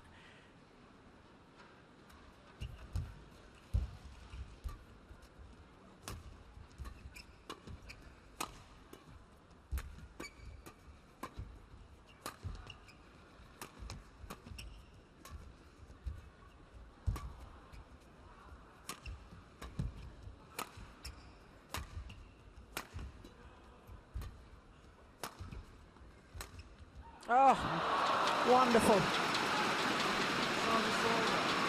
Took the shuttle late, and yet still had the accuracy. Look, she's only taken that just over shoulder height.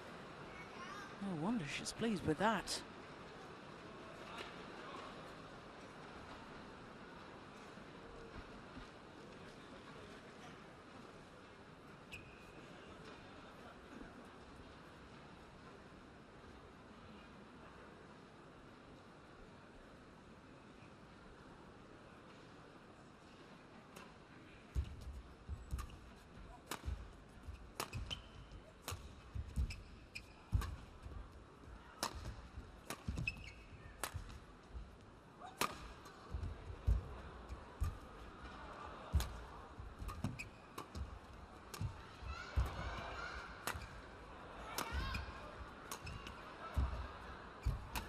Tempo of the rally's gone up.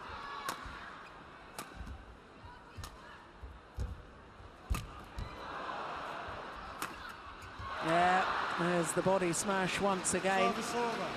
Yeah, set up again by a great touch shot at the net. Very precise net shot.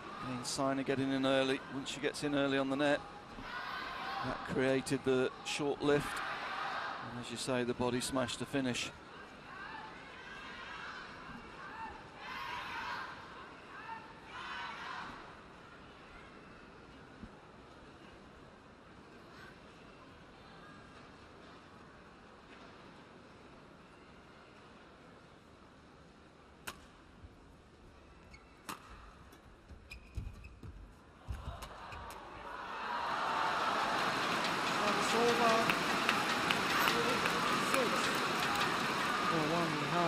Doing to her opponent, and her opponent has been doing to her earlier on.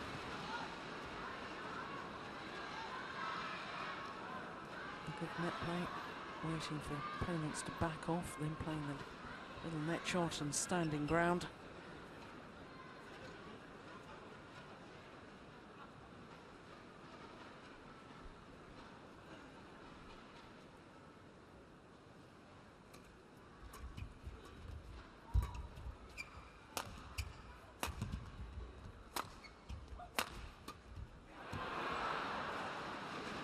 Service over. 7-8. Again, Sina sticking to a task. Good resilience. Trying desperately not to let Wang Yihan get away from her in the early stage of this game.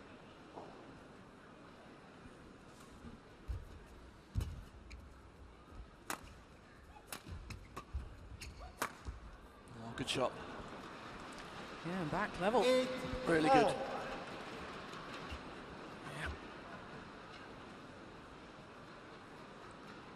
Exactly as we said, she needs to stick with Wang Yihan. Create a bit of scoreboard pressure. Wang Yihan often becomes prone to errors in that situation. Yes, does tend to become very nervous. Much better as a front runner. 8-all.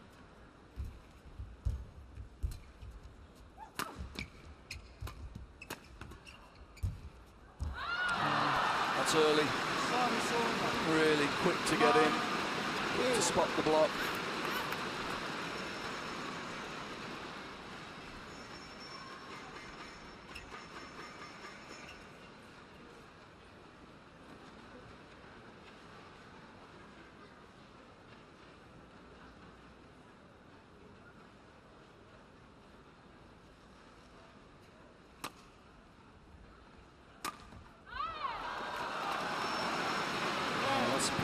she just changed her mind. Tried to hold the clear, or was thinking maybe of using a slice again, and then decided to go for the clear and completely lost control of it.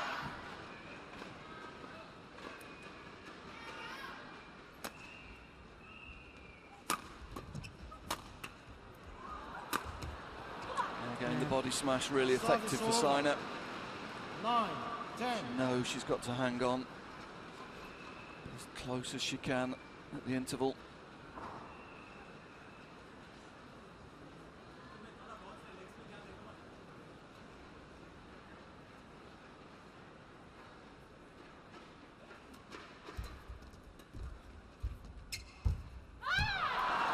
This one.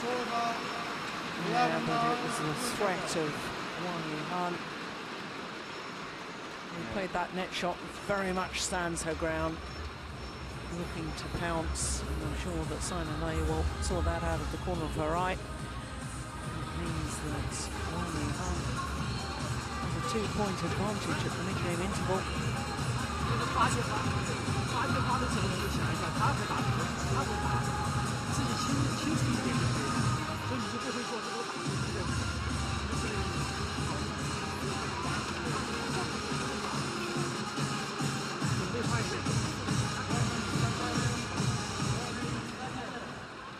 ，Yes。11-9, play.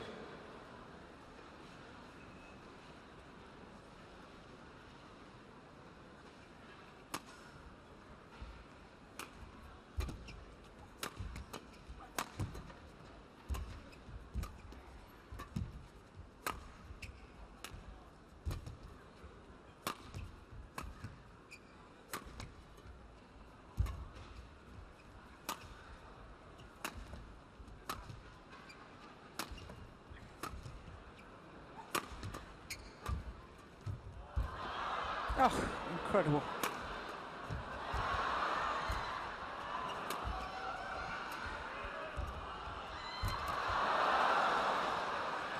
It's gone long. What a rally. 10, 11. Well, there's at least 2 net cords in that rally on net shots. Yep, Sina under all sorts of pressure there during that rally, but again, digs deep. Just to hang in there, closes the gap down again. That's what she's got to do.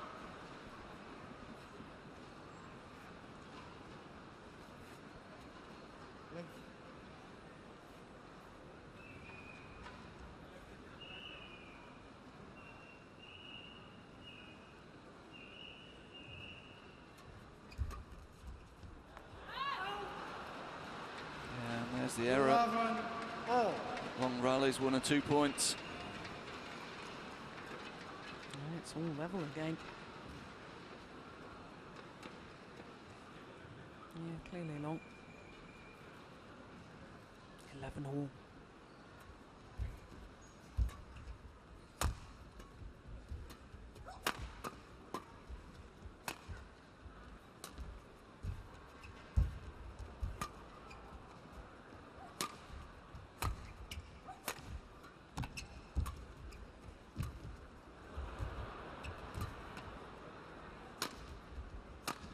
Oh, well taken. Good smash. Yeah, and I think she anticipated the clear again. Sina's been using that corner a lot, and this time she just held her base position back a little bit, anticipated the clear, and that gave her the time to use the straight smash.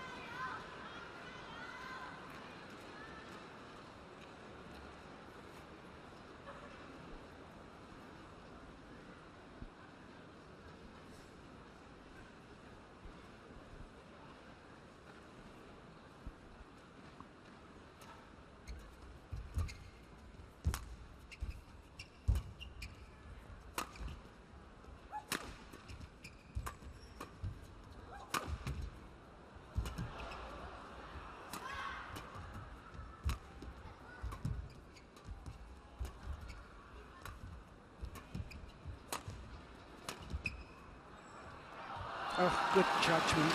It was just wide.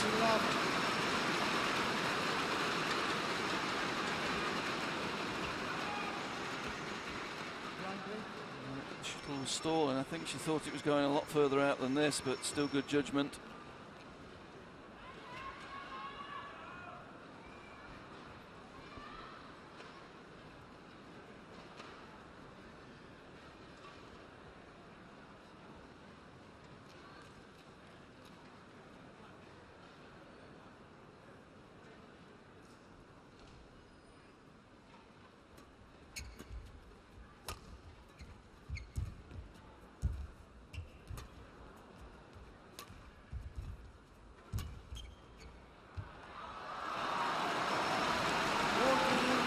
Sana having more trouble controlling the length off the net from this end. That's a few times she's pushed out the back of the court. Desperate there to get the shuttle in behind Wang Yihan, but just overdoing it.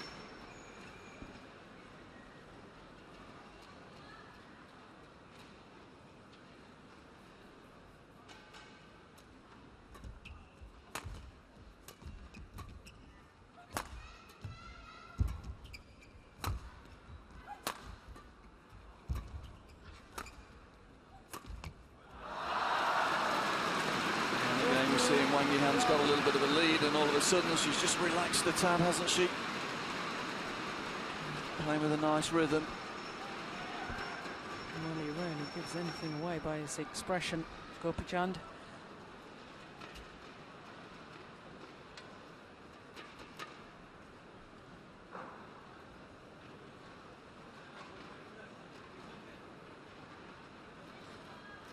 Opened up a 4-point cushion. Yeah, it's the first time in the game really she's had a lead. So normally in these positions she's very good. Yeah, never previously more than 2 points in it.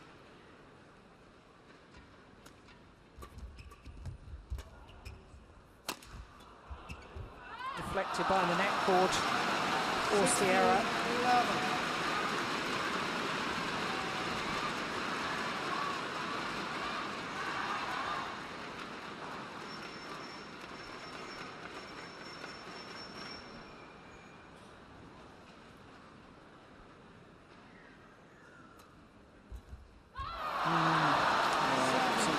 Somewhere, I mean, the rallies for a long period in this game was so intense. The first one to show slight signs of cracking his signer in this set. 1 or 2 errors, a few shuttles out of court. Missed a return. There we go again. From 11 all, 7 straight points. Wang Yihan's so dangerous. If your intensity goes down just for a minute or so, she rips points off you very, very quickly.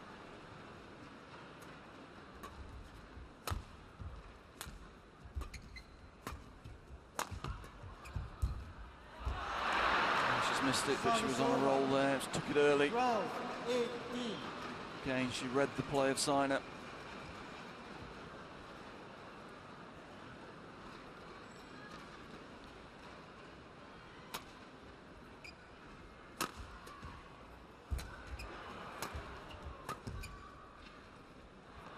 Good judgment. 13, 18.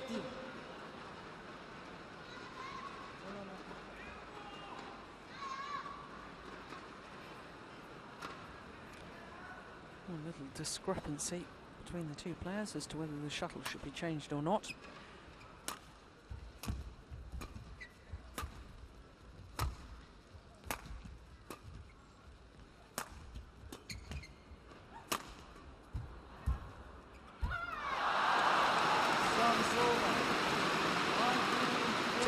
Away from the second game now, and leveling this final.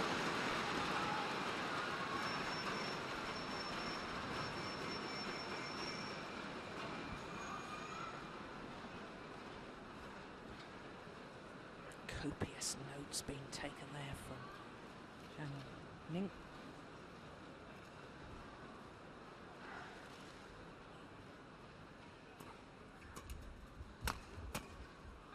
It's wide. and a little wild. And it means that Wang Yihan has 7 game points.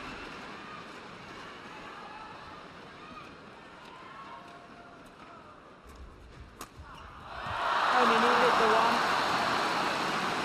Since that mid-game interval really has imposed herself on the game. 21-13. And we will be treated to a third and deciding game.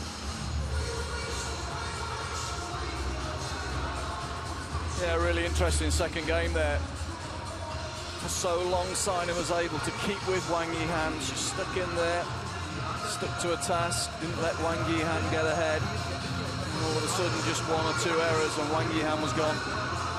Really took advantage of those little lapses from Sina, and that's what you can't do against Wang Yihan. You've got to keep your intensity so high the whole time. She let it drop just a touch. She takes points very, very quickly.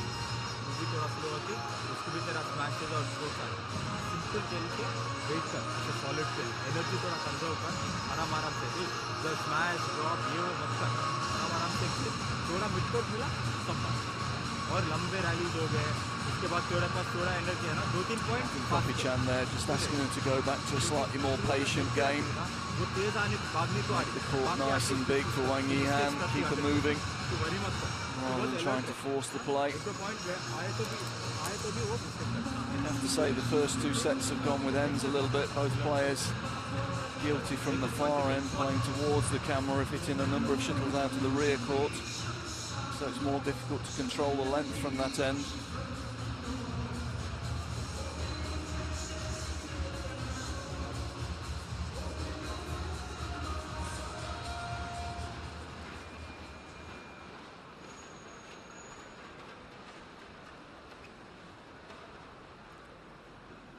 Well, the first of our finals this afternoon. It's gone the full distance. And it's an intriguing matchup.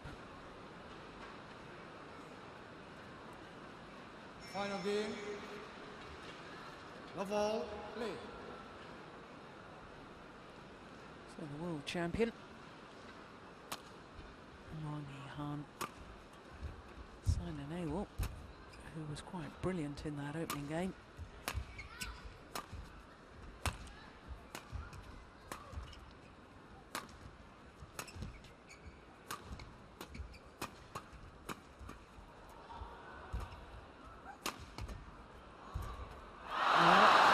You suggested, Ian, that Bulala Gopichan was saying to Sina, revert to a more patient style. Yeah, she started the rally off in that patient style and just got tempted into attacking a little bit more towards the end and eventually made the error. Wang Yihan's looking very, very solid now. Again, she's grown in confidence, having won the second game. Dangerous moments again. Sina's really got to stay with her early on here.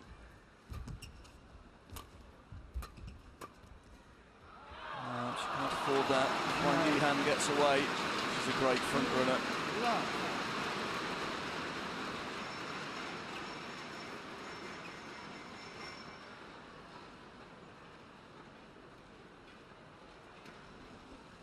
This time they agreed to change the shuttle, first time for a while. It's very much become a feature of badminton, hasn't it, Ian, with the players disagreeing whether to change the shuttle or not.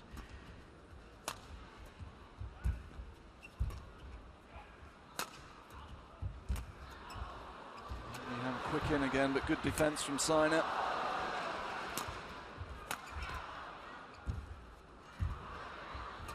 Great rally.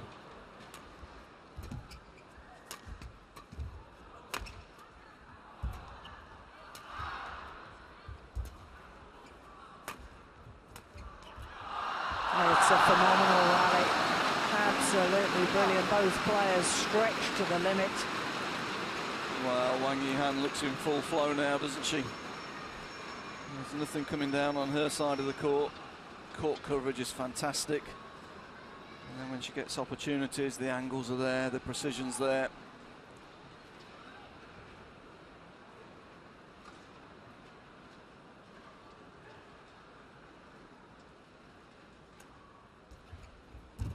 That's a good return, though.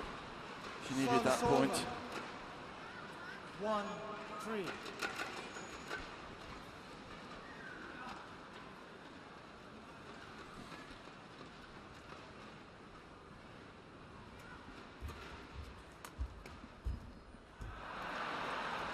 Two, three.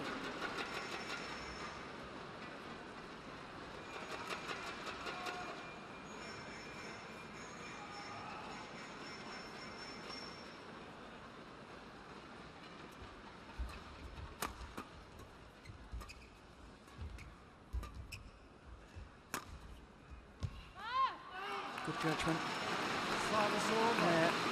Gets approval from coach.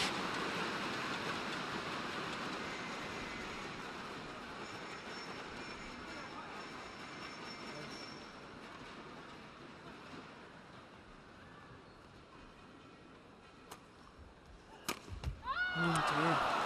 Cannot afford those errors on the return of serve. No. Dangerous moments, these.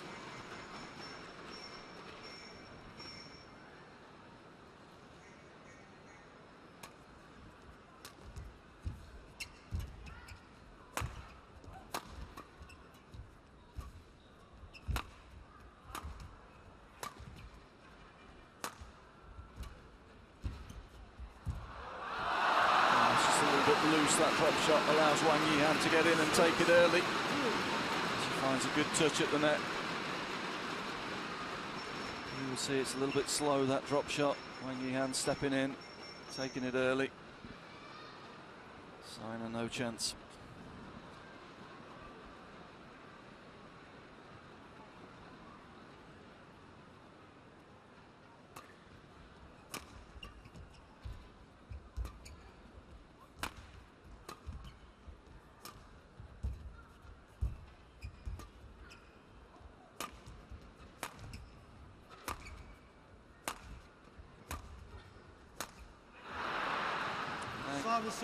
Better rally, more patience from Sina there.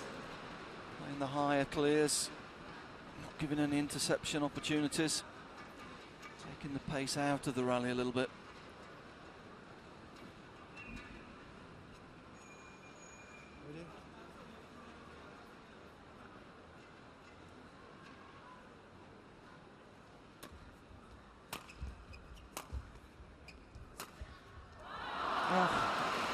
Time Wang Yihan's responded to it again. It was the higher clear, trying to reduce the tempo of the rally. That's a fantastic angled slice. You see it, it's not a bad length, but that's a great shot.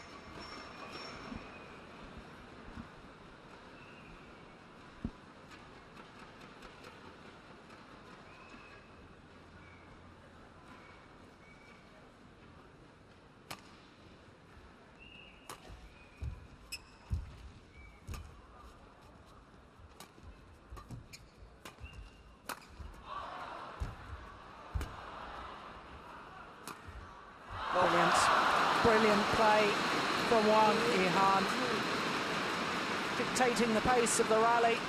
And the final shot, look, she takes the net shot early, moves back well, gets right behind it, and a crisp angled smash across court there.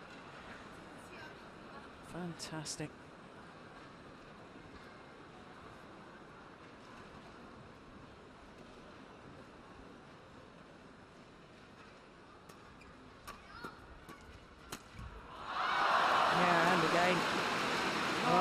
She's beginning to impose her dominance now on this final.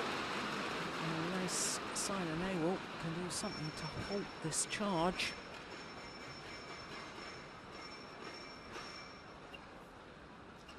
Sina Nehwal's good run will come to an end.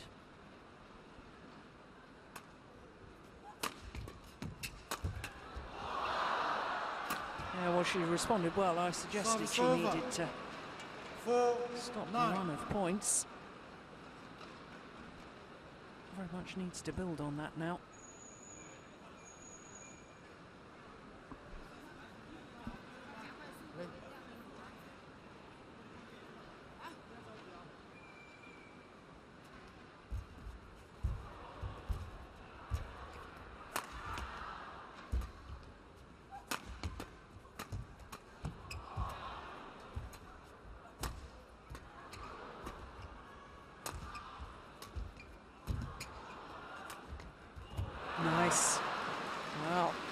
sort of sharp downward shots.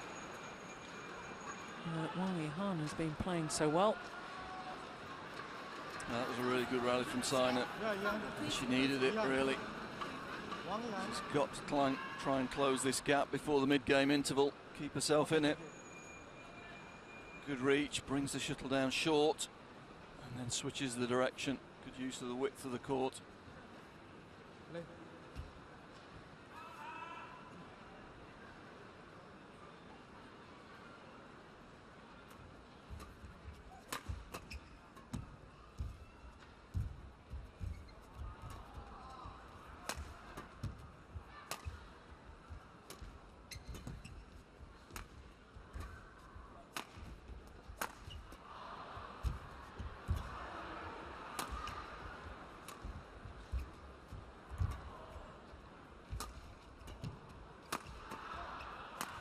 Missed it. Well, again, good resilience from Sina. She was under a lot of pressure for a lot of time of that rally. Needs to dig it out. She's clawing her way back into this set.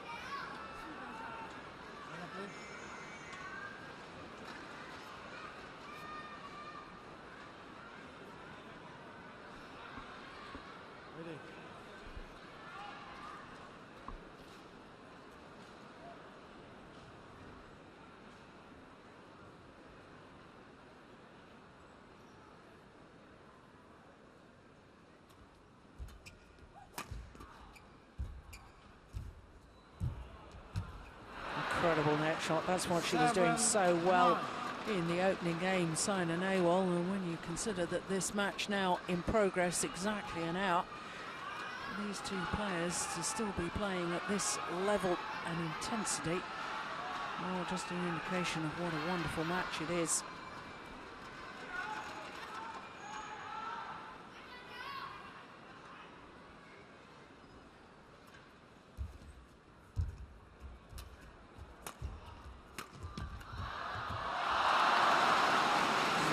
Nicely played from Wang Yihan.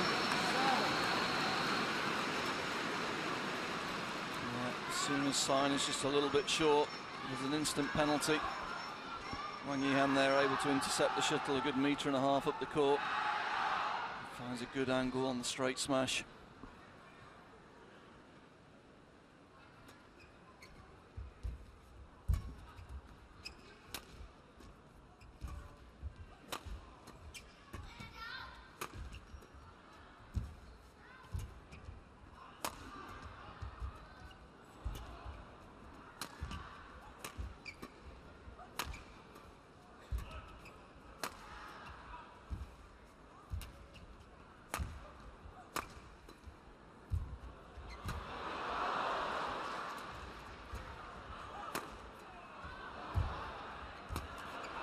Great defense. Oh, what a rally! The real hesitation from Sina Nehwal immediately turns and points to that forehand corner as if to say to herself, was it going out? Should I have played it? The upshot was, look, she's looking, suddenly decides she's got to play it, but it was a woeful attempt at a cross-court clear. Really invited the interception and the winner from Wang Yihan. And it means that the world champion has a 4-point advantage as they change ends in this deciding game. Oh my goodness, what a punishing rally.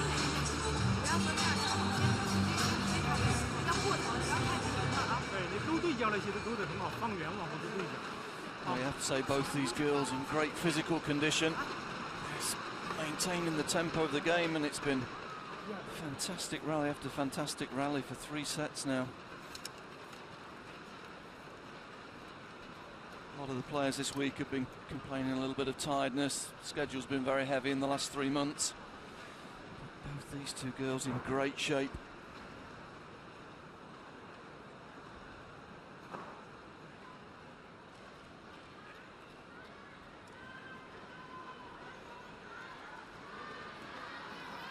(11-7), play.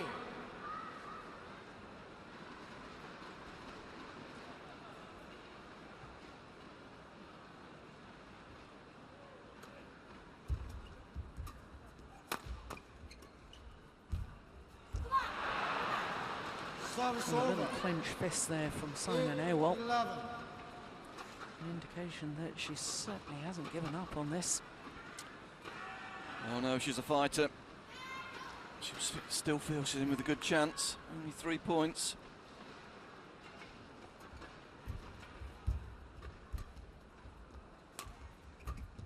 I remember her coming from match point down in the Commonwealth Games last year to win the gold medal. There's no doubt in her fighting qualities.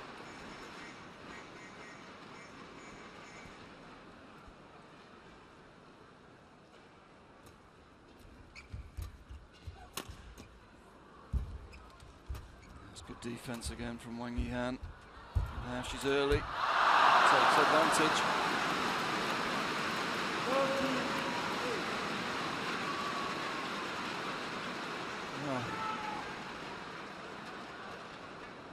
The umpire had a long, hard look at this. So he hesitated whether he was going to give fault or not. In the end, he didn't. Can't really tell from that angle, can we?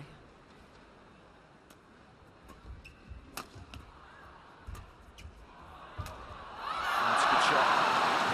Very easy to control that cross flick to the rear court, going left to right with the drift. She did it beautifully there.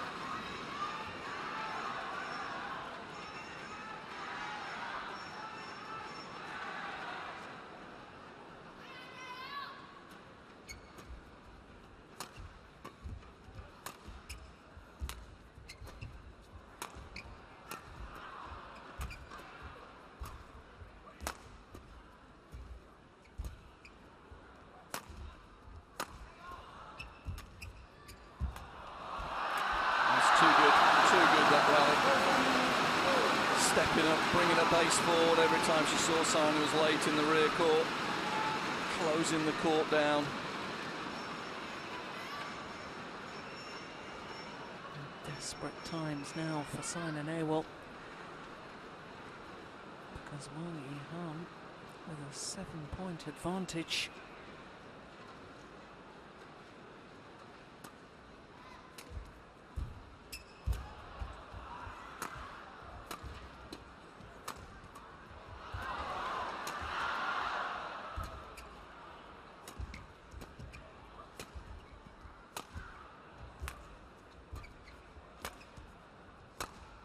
Yes, good clear. Punch clear, forced Simon Ewell to turn and play the backhand, and she made the error.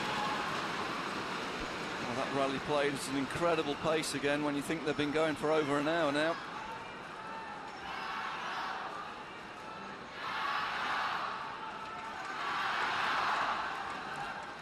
Well, the world number one has just won 7 of the last 8 points.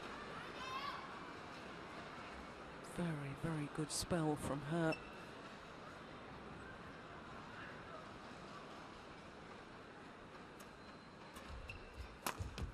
Make that 8 of 9 points.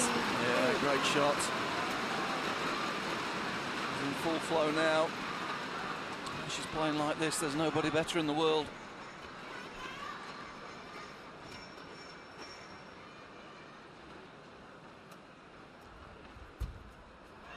That wide though. Yeah, just lost control of that one. Service over. Shuttle goes with the drift. 17.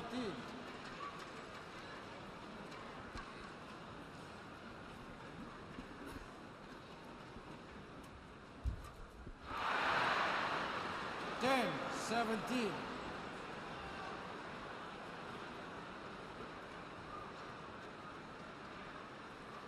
And once again, discrepancy. And the umpire agrees that the shuttle is fine. Simon Ewell didn't want it changed.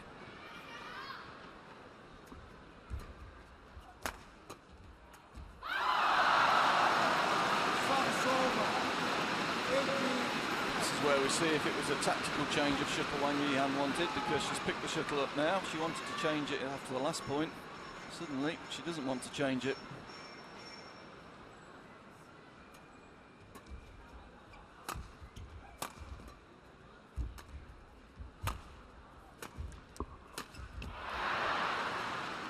Service over. 11, 18.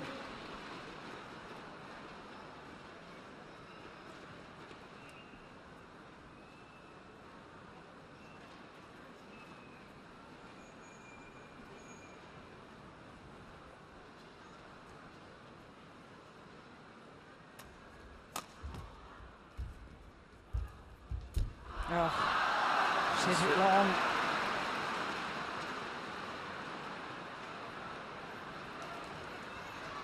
I don't know what she's asking the umpire for. Well, I'm feeling he may have called it a fault anyway. Okay. That's a long way out.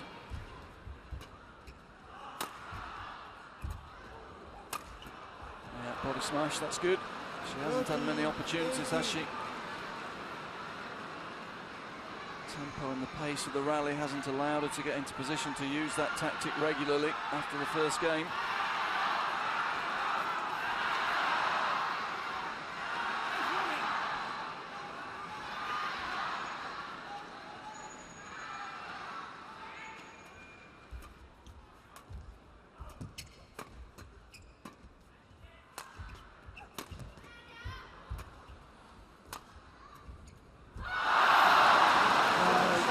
Sina Nehwal needed that point. She needed a couple more to put pressure on, close the gap, and now it looks comfortable again on the scoreboard for Wang Yihan, just 2 points away from the title.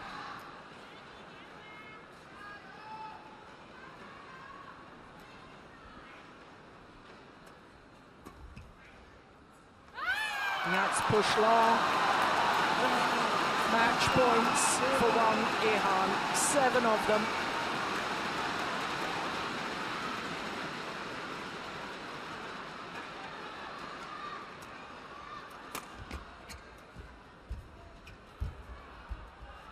Oh, lovely control. And she's done it. She's come from behind. And Wang Yihan, the world champion, adds the Super Series Finals title to her long list of achievements. Goes to thank her coach. She's absolutely overwhelmed and delighted with that victory. Sina Nehwal took the opening game 21-18, but what a response from the world champion. Over an hour and 10 minutes, because she came back 21-13, 21-13. And Wang Yihan has showed today why she is world champion, and in the words of Ian Wright, there is no player better when she's playing like this. The second and third game she was outstanding, and just look what it means to have won her 7th title of the year. Well, a great final. And of course, it always takes 2 to make a great final. So spare a thought for Sina Nehwal, who's had a wonderful tournament. I hope she's convinced some of the critics back in India that she is a class player.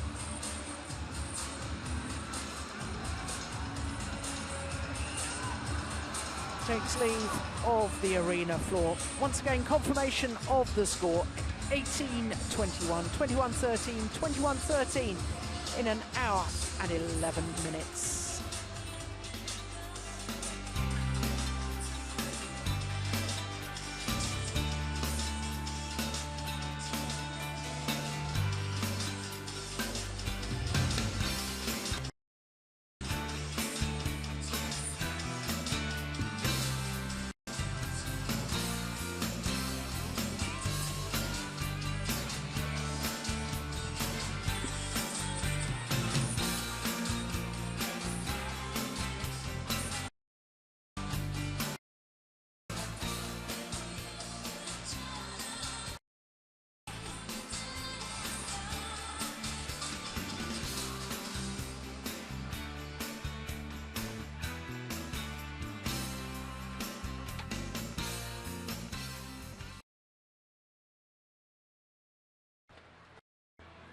Well, what a tremendous women's singles final that was. Well, that, in fact, confirms that China will win 4. So we've still got one more final to go, because it's an all-Chinese affair. Reigning world and Olympic champion Lin Dan against his teammate Chen Long. But before that men's singles final, we'll have the prize presentation for the finalists of the women's singles. That absolutely thrilling, tremendous women's singles final.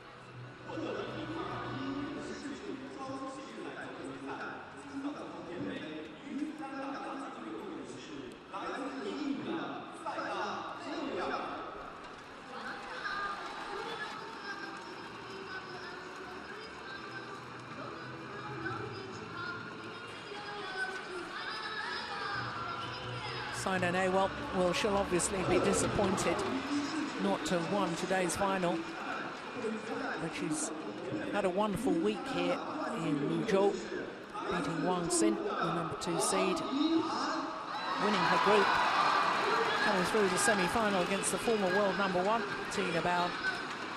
But this player, Wang Yihan, who started her campaign with a loss, lost out to Korea's Sung Ji-hyun in the first of her group matches. Well, after that initial disappointment, she's just gone from strength to strength.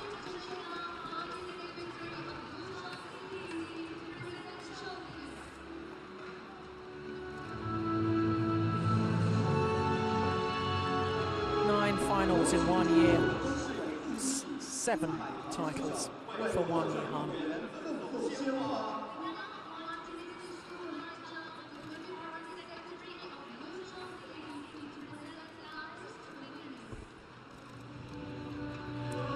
The trophies, the flowers, the checks,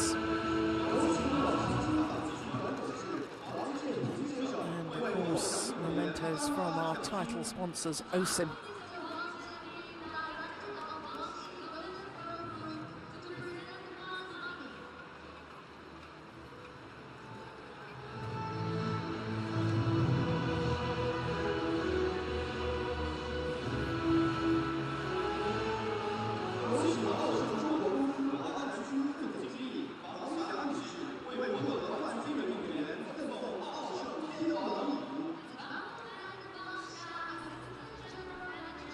Well, it's the best year that Wang Yihan has ever had.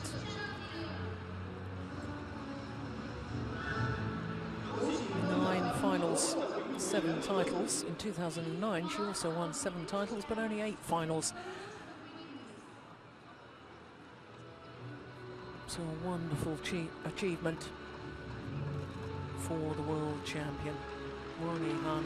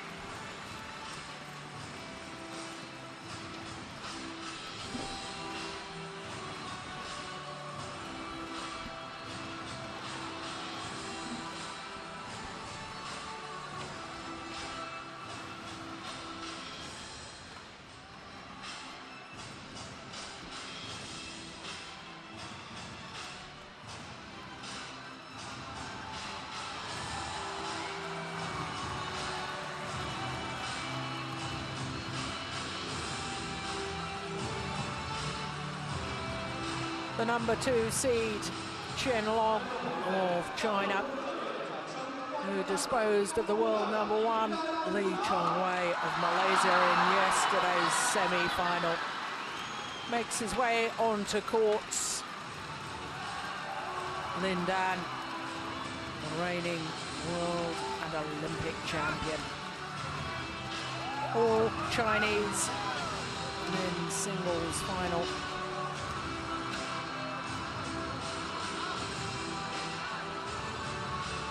Lin Dan, despite being world and Olympic champion, only the number 3 seed here.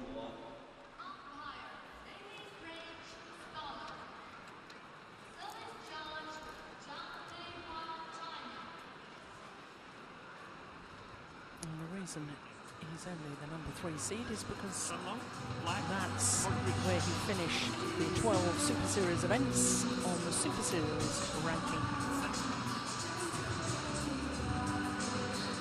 On the world ranking, Lin Dan is number 2. So the seedings for this end of season championship taken from the Super Series ranking, not the world ranking.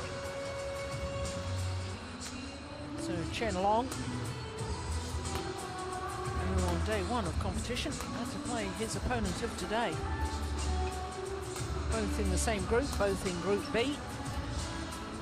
Played each other last Wednesday. Lin Dan won in 3 games in an hour and 1 minute.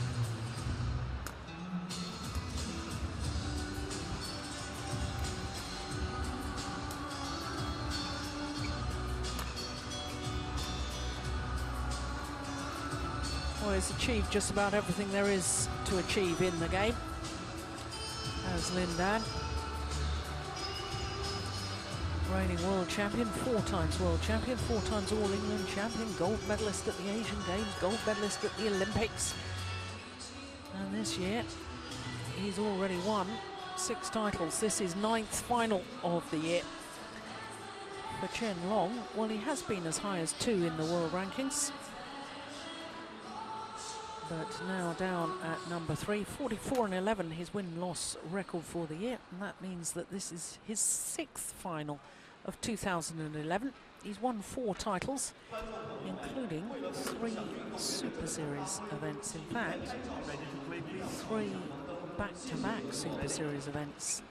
Chen Long winning the China Masters, the Japan, and the Denmark Open as well.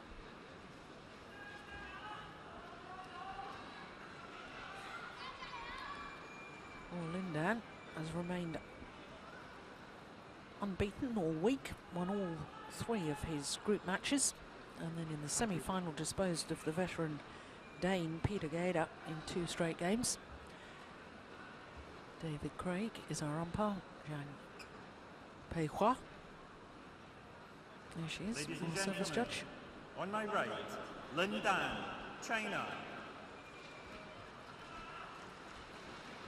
And on my left, Chen Long, China. Chen Long to serve, level, play. Well, including their meeting earlier this week in the first day of competition here at the Super Series Finals of 2011. These 2 players have played each other 4 times, and Lin Dan has won on every occasion. 1 love. But as with earlier in the week, Ian, Chen Long getting closer because went to 3 games on Wednesday.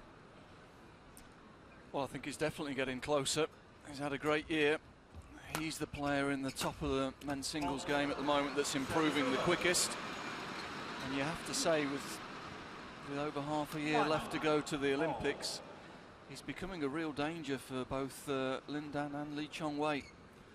So I'm sure in this match, Lin Dan will want to impose his superiority on him and try and keep him in order.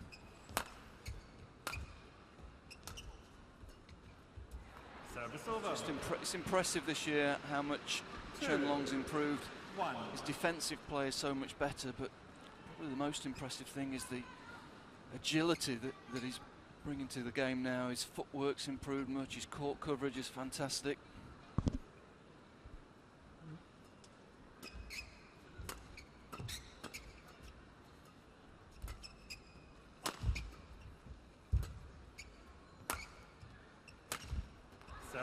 When he first came onto the scene, it was all about his big attack. When he got the attack, he was dangerous, but when he was in defense, he was getting into trouble. But now he's sorted that out, and he's got a nice balance to his game. He's not over-attacking, his decision-making's improved. And as I say, I think he's going to be a real danger in London, even for the top two.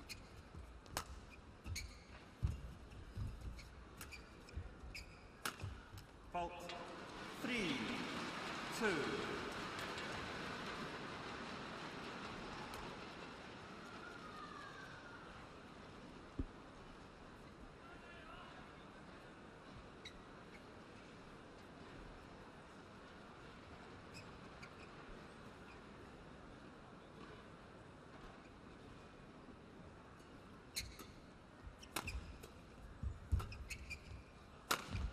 There we see it, that's the trademark straight smash.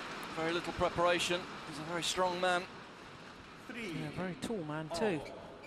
Yeah, see it here, he gets up really early. Nice cross block to convert defence into attack. Here he goes. That's a very powerful smash with a very small preparation.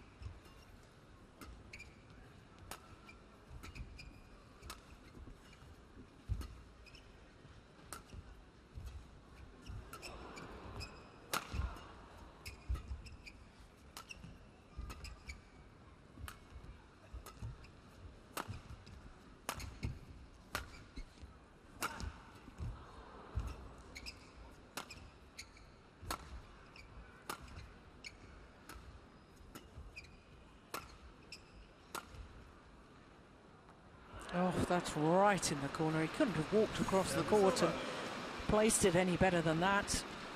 No, all week all the players have been having trouble up and down that line because there is quite a big drift in this hall. But not Lin Dan, judges it to perfection.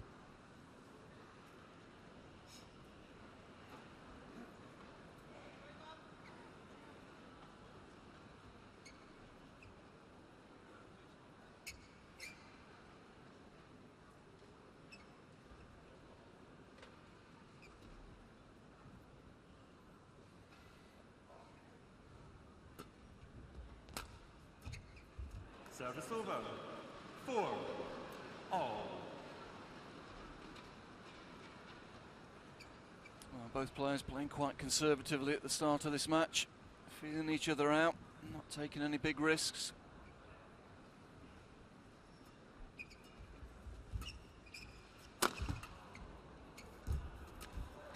Oh, how did he miss that? 5, 4. Did the hard bit, picked the smash up, got in quickly.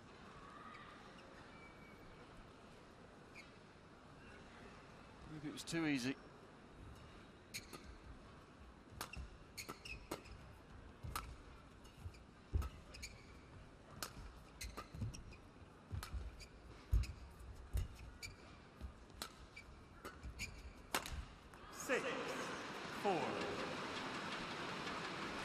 Packed arena here. This is the match the crowd have really come to see, wanting to see the megastar Lin Dan, and he is a megastar here in China, but they're strangely silent because of course they don't want to necessarily cheer against another Chinese player. It's just lacking atmosphere at the moment.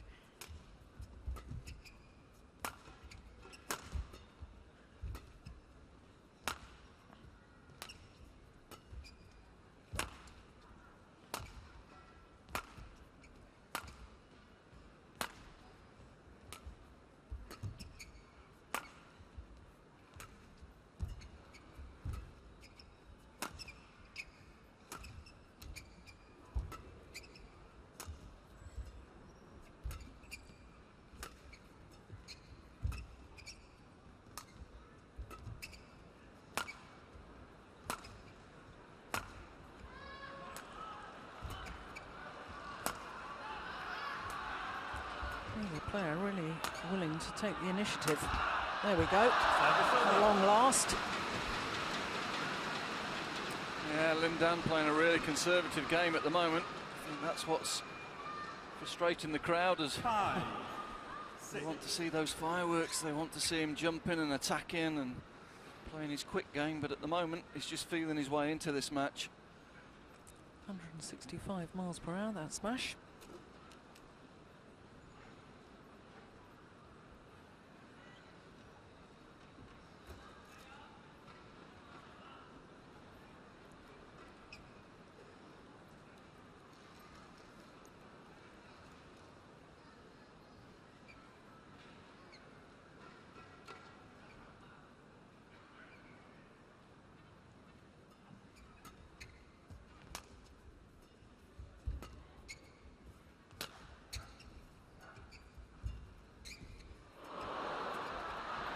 That shot, touch.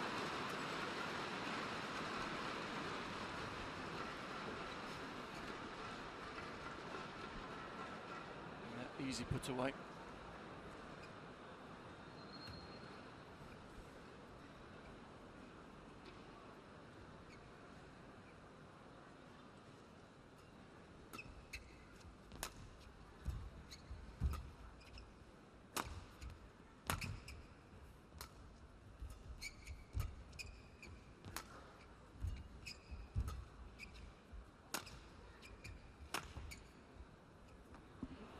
Well in. 7-6. Well in. Real misjudgment there from Lindan. Well in the back, well in the side.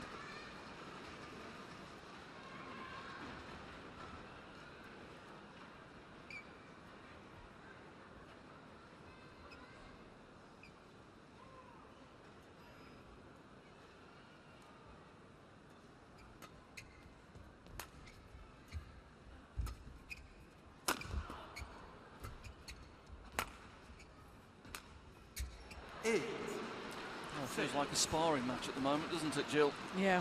Not really taken off. It's Lindan that seems to be deliberately trying to keep the pace of the game as low as possible. Oh, it's a run of 4 straight points for Chen Long.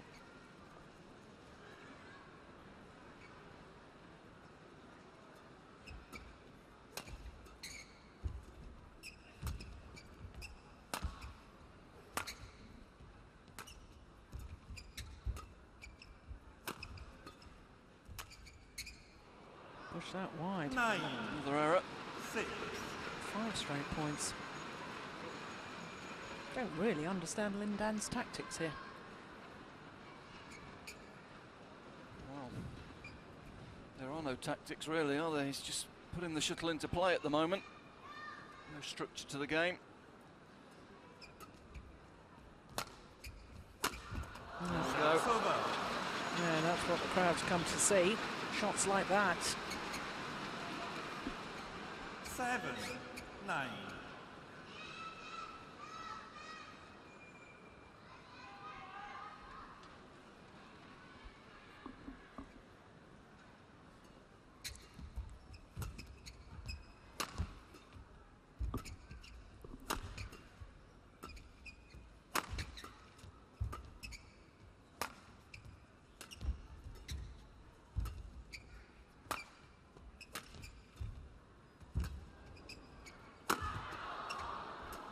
Defense.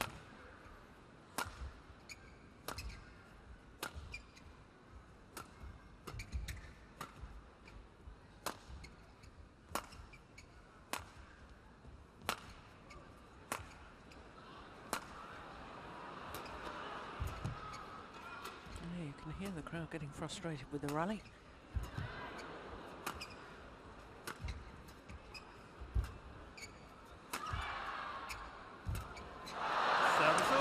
Good work from Chen Long, you have to say. Picked up a couple of good defensive shots there, stayed in the rally. Very, very patient play. 10. Eventually Lindan making the error.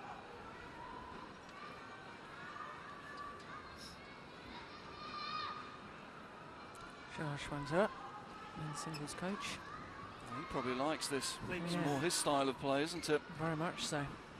No risks, high margins.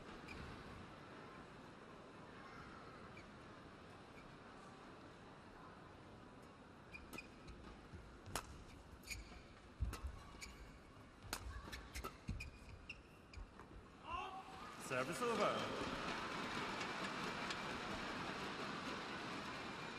8-10.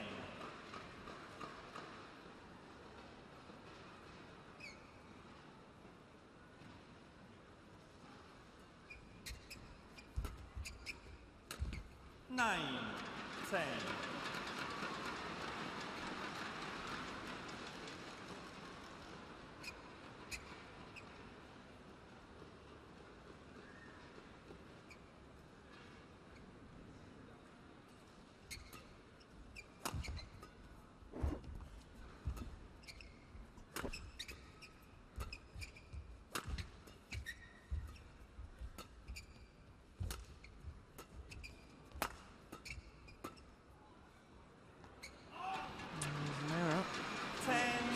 In a row from Chen Long. I guess from Lin Dan's point of view, he hasn't expended a lot of effort in this first half of the game, and yet it's 10-all.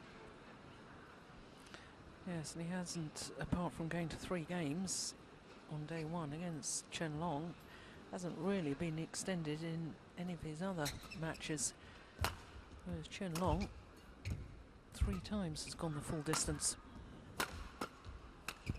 Including the semi-final yesterday against Liuzhou, but also in the group against Kenichi Tago of Japan. That was an hour and 11 minutes, so the accumulation perhaps of tiredness as far as Chen Long is concerned, and maybe Lin Dan has decided to really work him hard in the early stages. Yeah, but the rallies are so slow, I don't think it's taken a lot of energy out of Chen Long. Maybe it's frustrated him a little bit, but I can't see it's really hurting him physically at this pace. No. You'd have to think that at some stage in this game there's going to be a little burst from Lin Dan, maybe coming off the mid-game interval, just to establish a lead. 20 seconds. At the moment, he just seems happy to jog along and conserve energy and just stay in the game. Sure, there will be a burst of attacking play at some stage. It's just a question of when. 11-10. Play.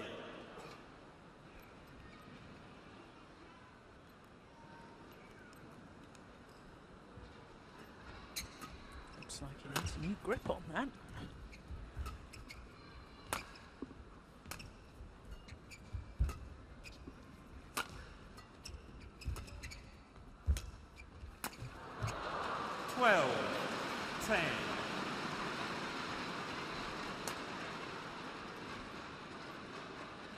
It's always been one of the strange things with Lin Dan. He likes to play with toweling grips, which not many players do now. And he likes that top couple of inches on the grip, free from everything.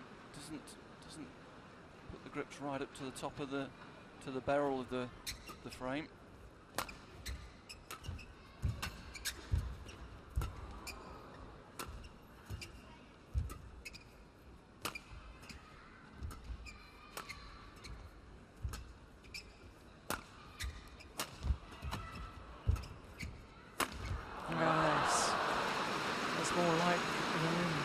We know and love.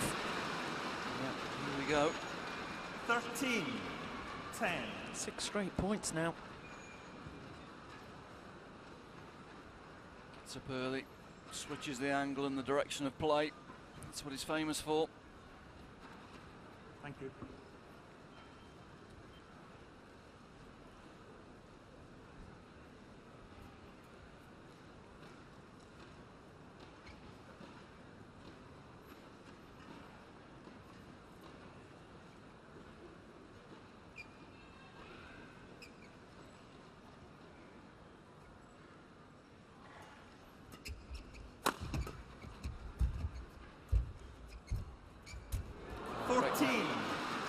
Chen Long thought he played a good net. He was going to get the defensive lift from Lin Dan, but no, Lin Dan able to control the spin.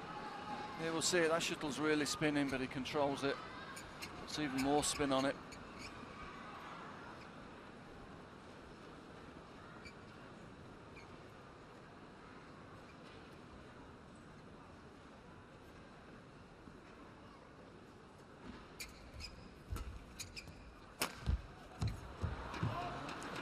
Yeah. 10. Oh, 8 straight points.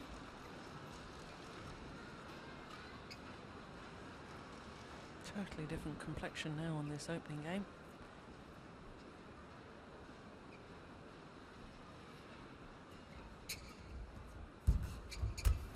Service over. Finally the run comes to an end. Chen Long's made a couple of mistakes with net kills, but that 11. one kept his 15. concentration. Didn't try and hit it too hard. Went to the middle of the court as well. Didn't take the risk of going to the sideline.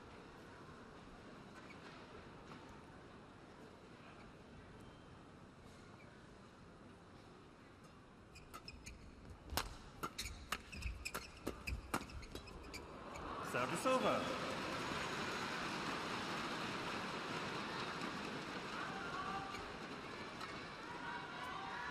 16. I have to say, he looks 11. supremely confident, doesn't he? Dictating the pace of every rally. When he wants to play slow, the rallies are played slow. He wants to change the pace, does so with great facility. 17. 11. Suddenly, he's away.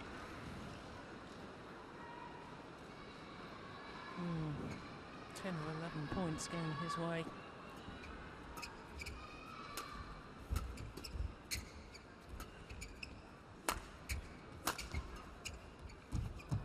Service over.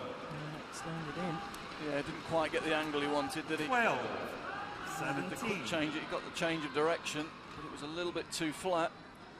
There we go, that gives Chen Long time to take it quite early. Lin Dan can't cover the diagonal.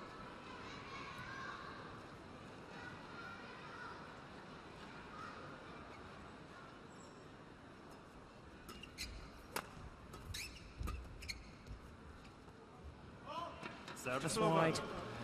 See that drift 18. out. When he 12. hit it.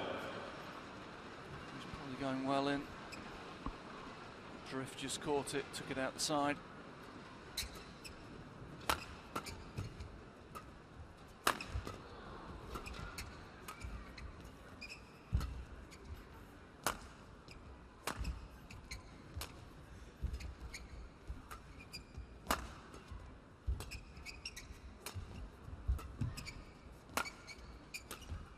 Nineteen. 12.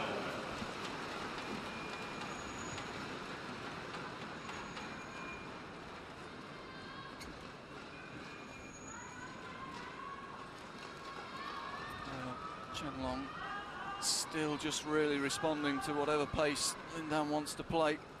Really, he's got to take 1 or 2 risks, go for 1 or 2 smashes, break the rhythm up a little bit, try and put Lin Dan under a little bit more pressure.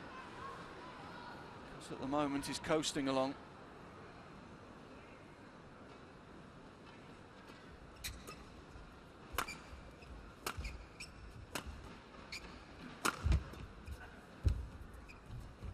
Oh, we saw that in the women's singles, didn't we? It's just that little hold, isn't 20. it? Game point. Takes the racket away from the shuttle, gives the impression he's going to put pace on the shuttle, and then just holds his position and brushes underneath. 8 game points.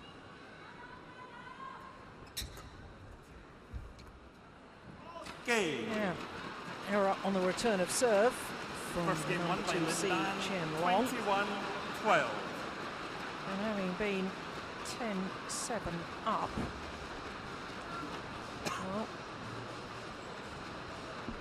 from there, Lin Dan just took control, 21-12.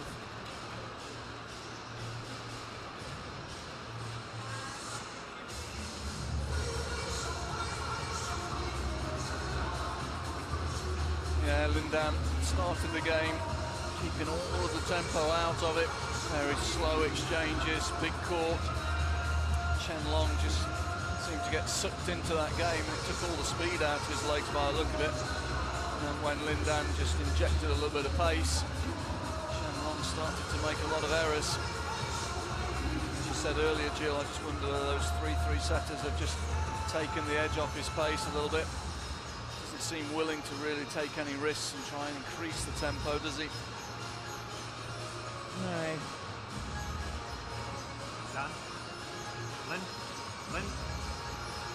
That's certainly what he's got to do in this second game, I think. To try and get hold of the initiative, take the initiative, be a little bit more aggressive, try some change of pace and direction himself. Ready? Second game. So Lindan, Level. having taken that opening game, 21-12, Play. from 7-10 down, winning 14 of the next 16 points. Somehow, Qianlong has got to do something a little bit different and break this run of dominance. Service over. 1. Lindan taking a little bit of a risk himself there. Attacking cross when he was a little bit off balance, and then again, couldn't cover the diagonal.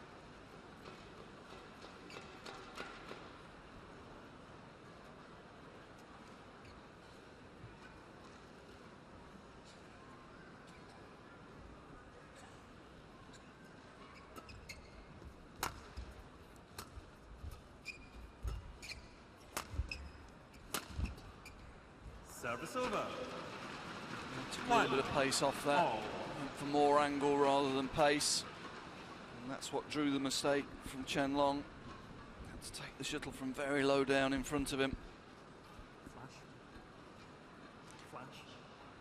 Well, Lindan just having a word with the umpire. The umpire telling the tournament referee that there's somebody in the crowd that's using a flash camera and it's disturbing Lindan.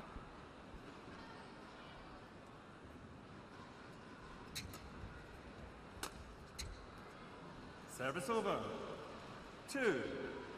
1.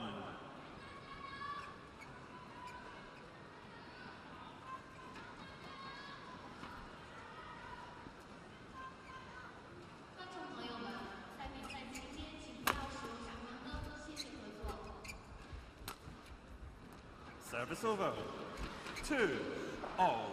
Well, I just wonder as well, Ian, the fact that Qianlong was obviously very delighted to beat Li Chongwei, the world #1, in yesterday's semi-final, and obviously he will have built himself up towards that match and, you know, desperately wanting to try and beat the Malaysian. And I wonder if, in a way, that was sort of his final. That had been the thing he'd been working towards, and, you know, is emotionally a little spent after that elation yesterday. Yes, that's the word I was going to use. There's no emotion in his game today, is there? There's no drive, there's no passion there at the moment. But as you say, he has had 3 very, very hard matches this week.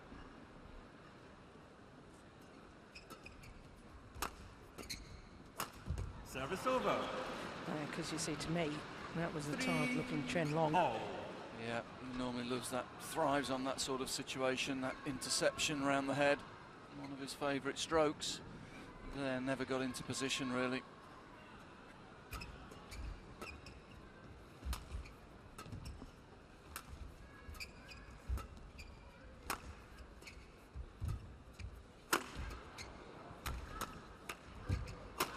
Good reactions there though. Was able to defend the quick attack from Lindan, convert it into his own attack. Good play. 4. That should lift his spirits a bit. Yeah. I do feel it's the key if he's going to get into this match. He needs to attack a little bit more, try and take Lindan's time away.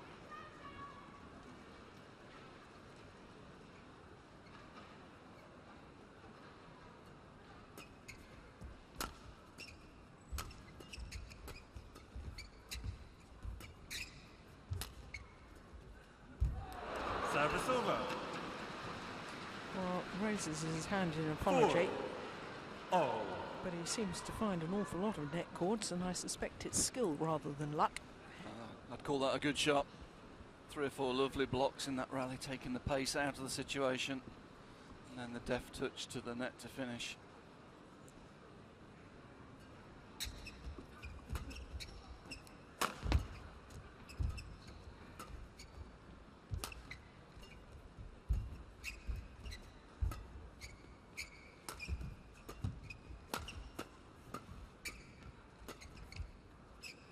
he's overdone it. Service over. 5-4.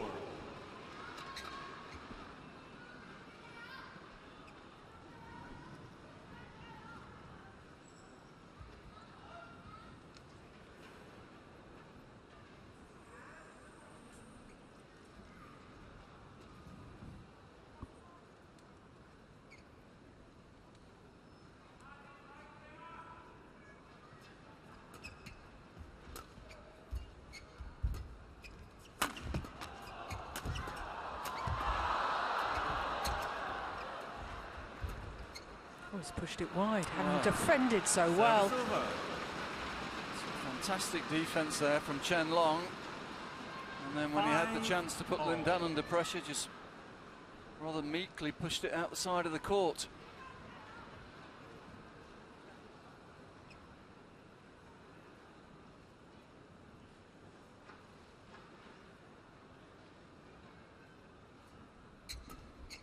Oh, that's good. Quick to get behind the shuttle. And the accurate smash down the line. Didn't give Chen Long time to get into a good defensive position.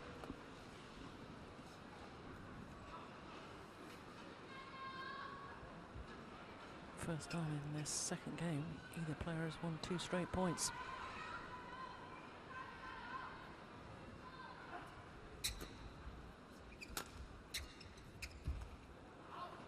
Angel.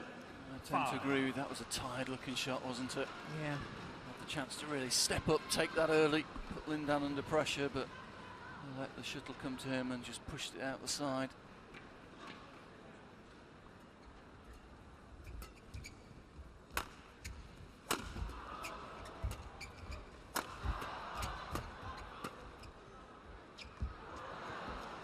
Yeah, 8-5.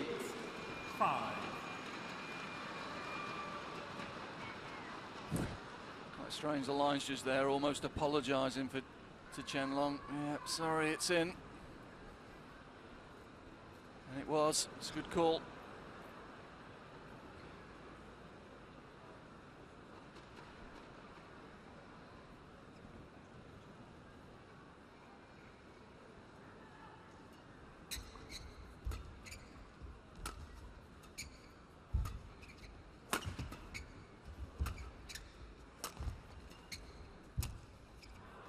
No, he's missed it. 9. Nice idea, stepped in, took that one a little bit earlier. Had to use the fast clip to the rear court, but just overcooked it. So 5 straight points now to Lin Dan.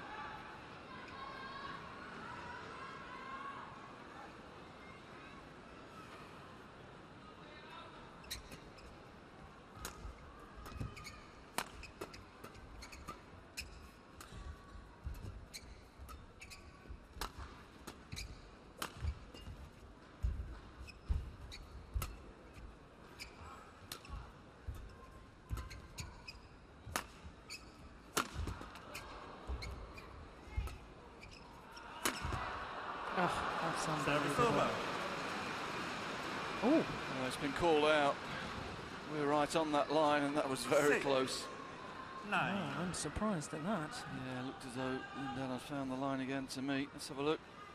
Well, Yeah, looks like it skidded on the line, didn't it? very much so.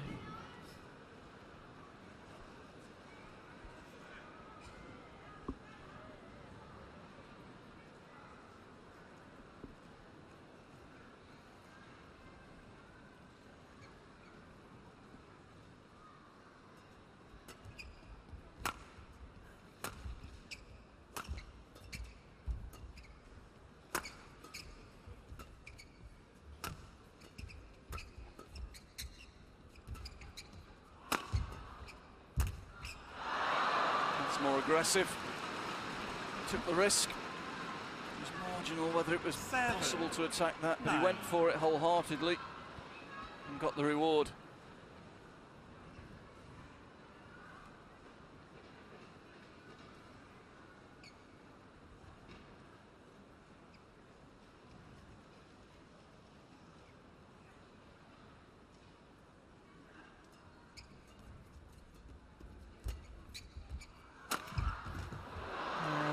Just off the top of the tape, got deflected and went well wide. 10-7. Yeah, net cord doesn't help him here. Just pushes the shuttle even wider. Thank you.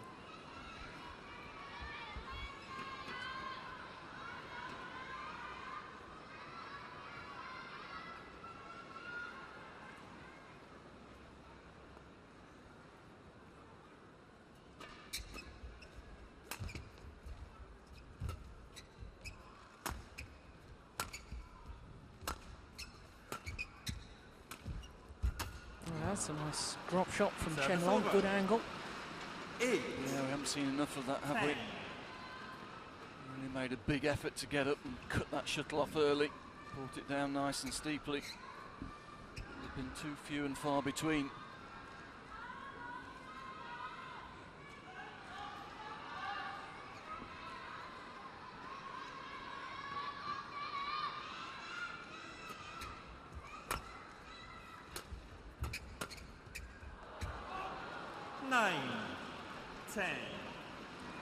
Well, he's doing what I thought he needed to do, which was very much close the gap before the mid-game interval. And it's all changed around again since that call that both you and I thought shuttle had probably landed in from Lindan. Called out.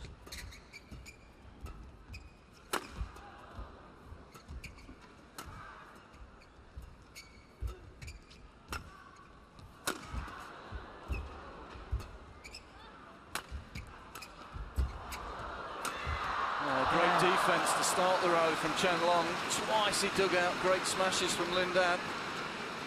Managed to convert it. Clips this down really steep, and that creates the time to get into position for the straight smash. Really good play.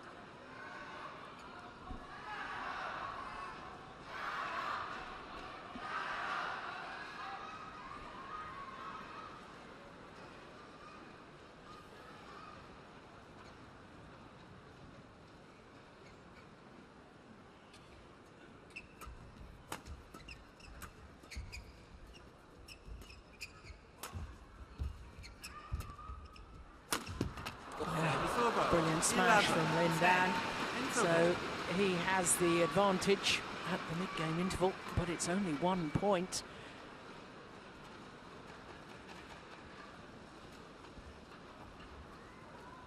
Yeah, Chen Long's defence has improved a lot.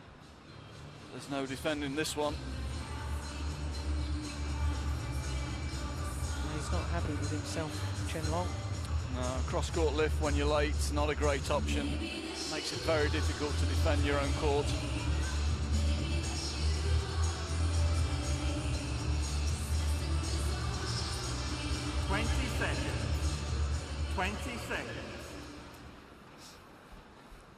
Thank you.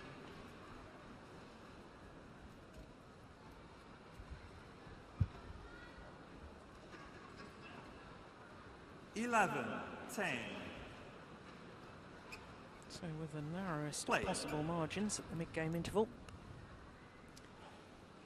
But one still senses that Lindan's got another gear, or maybe 2 gears that he can go to.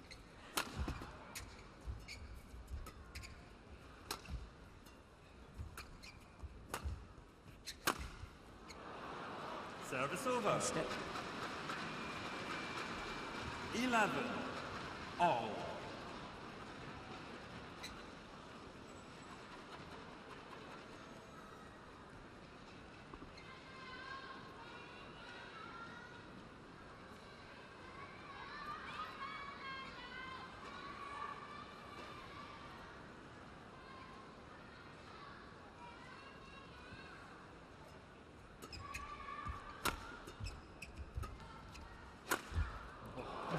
Service over.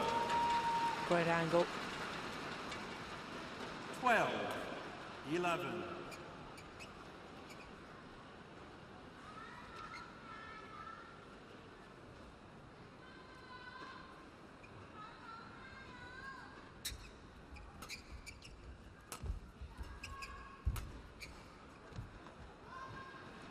He can't afford those. He's got himself back into this game. afford to let it slip now with easy errors like that, just pushing it out the side of the court.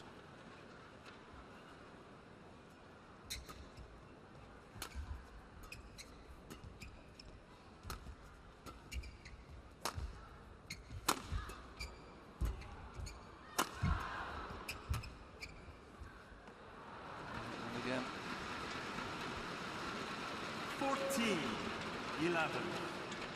Higher tempo rally. Looks as though Lindan's going to push on now after the mid-game interval. Try and put this one away.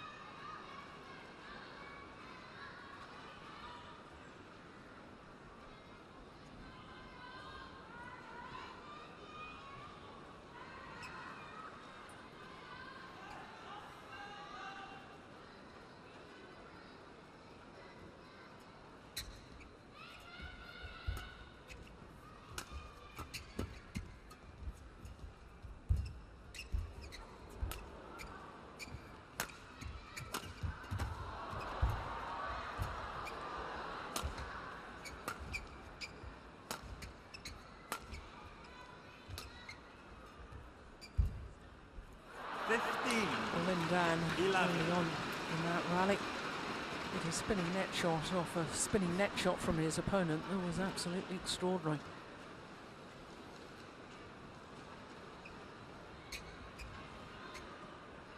And the body language of Chen Long looks as if he's running out of ideas. Yep. It's a long week. He's starting to feel it.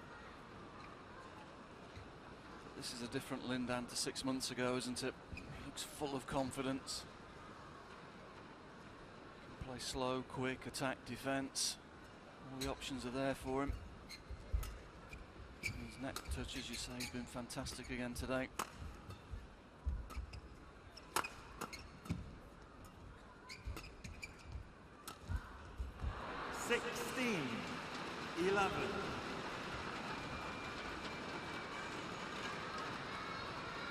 Five straight points at exactly the right moment.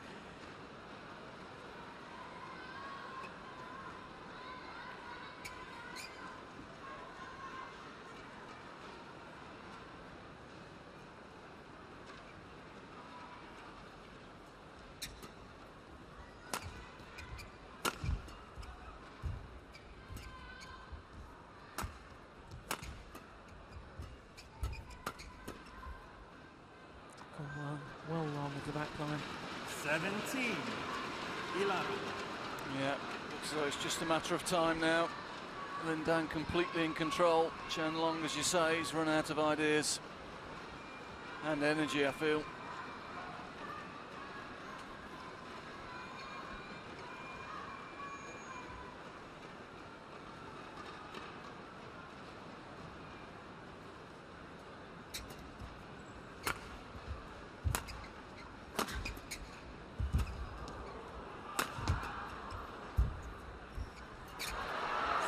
Not even Lindan from down there. 12-17. But it takes a net cord to beat him. He would have got it otherwise.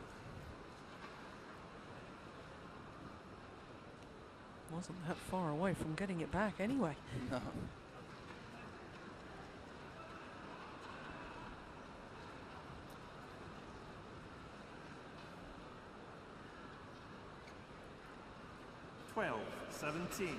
Play.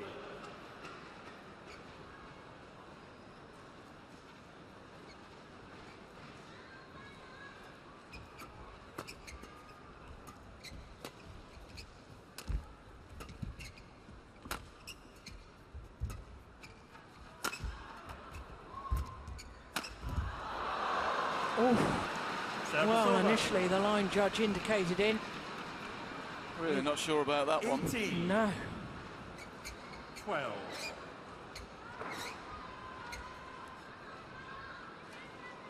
Well, very, very difficult to tell from that. But players certainly don't like line judges that change their minds. Decisive decision making. That's what the players prefer.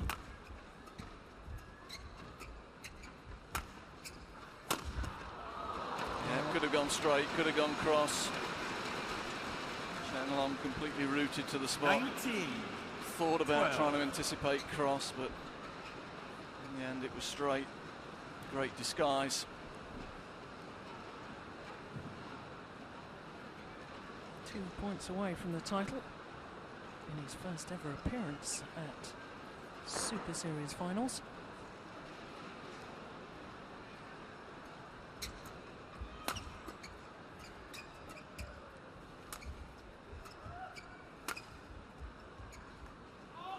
Service over. 13. 19.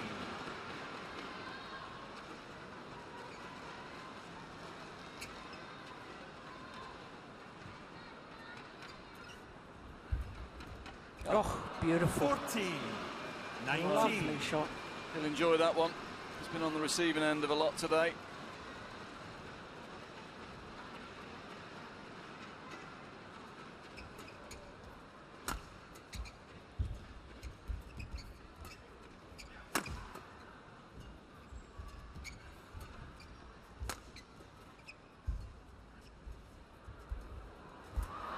There's another beautiful net shot from Chen Long. He suddenly found a great touch around the net.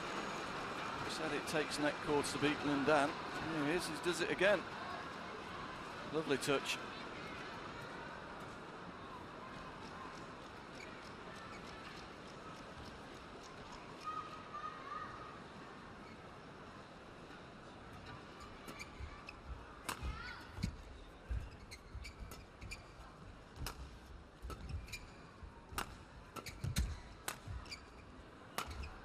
Going outside.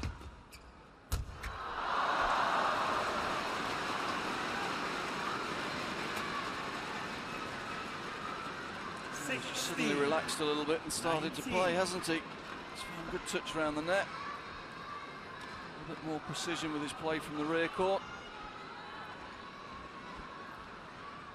Afraid it may be too late though.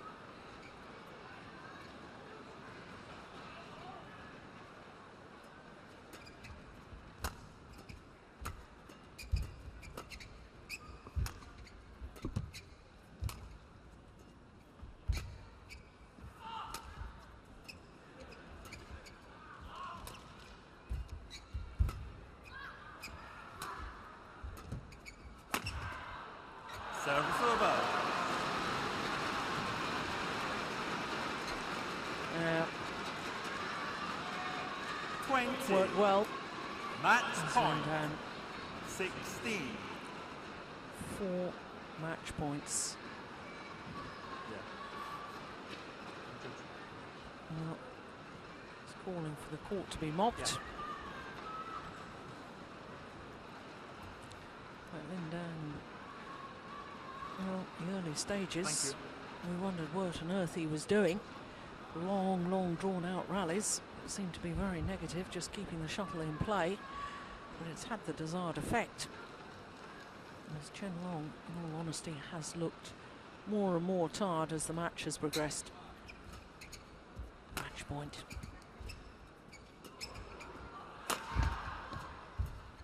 Game. And one will do. 2 straight games, and Lin Dan takes the Super Series Finals title. 21-12, 21-16.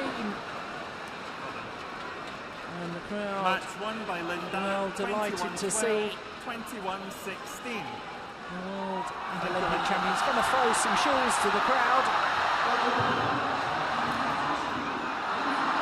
they really will have to be mementos because they've gone to different people.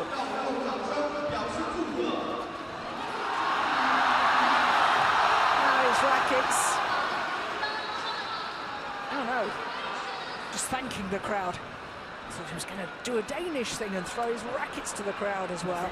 I think the crowd thought they were going to get rackets as well there, that's why they were shouting. Well, remained undefeated all week as Lin Dan.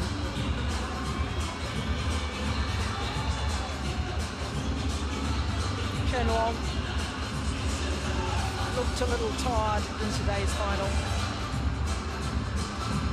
Lindan thanks the crowd for their support, and we have had wonderful crowds here all week in Liuzhou at the Li-Ning BWF World Superseries Finals.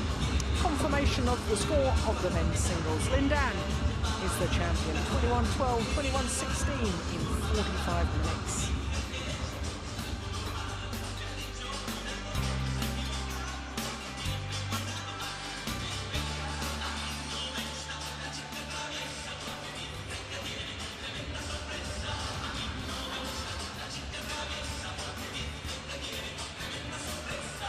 So there we can see what's happened today on finals day. Women's doubles, Guangxi, Li and Yu Yang retained their title against Ha and Kim from Korea.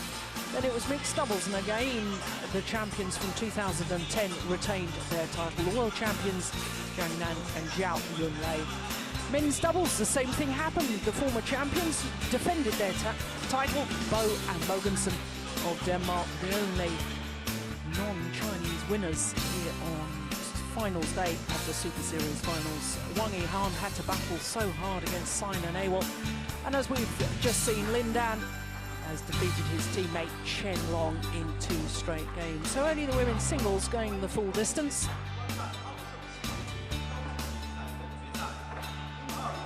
All started with women's doubles. Ha and Kim were just no match for the attacking style, the aggression, the good teamwork of Wang Xiaoli and Yu Yang. Very aggressive attacking style. Then it was mixed doubles, produced drama, produced excitement. But in the end, the world champions, Zhang Nan and Zhao Yunlei, retained the title that they won on the 2010 version of this event. Men's doubles, oh my goodness, Bo and Mogensen of Denmark lived dangerously in that opening game, had to save 6 game points. But in the end, in the second game, they were dominant, 21-7. Then it was women's singles, and Sine and Awol, well, she started quite brilliantly, taking the opening game 21-18. But Wang Yihan showing why she is the world #1, why she is the world champion, and now the Super Series Finals champion as well. And as we've just seen in the men's singles, as the 2 finalists are presented with their trophies, Lindan, his 7th title of the year in his 9th final.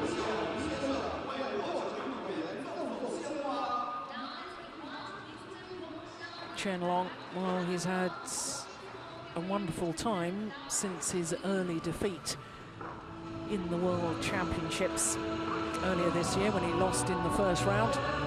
Since then, he's been quite brilliant. He probably won his next 3 tournaments, reached the final here as well.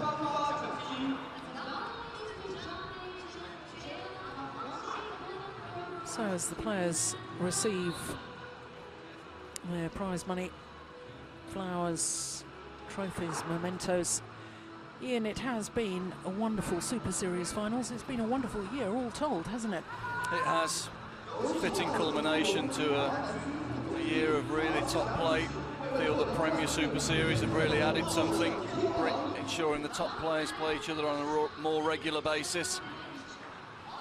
As for today's finals, I thought the ladies' singles final was absolutely exceptional.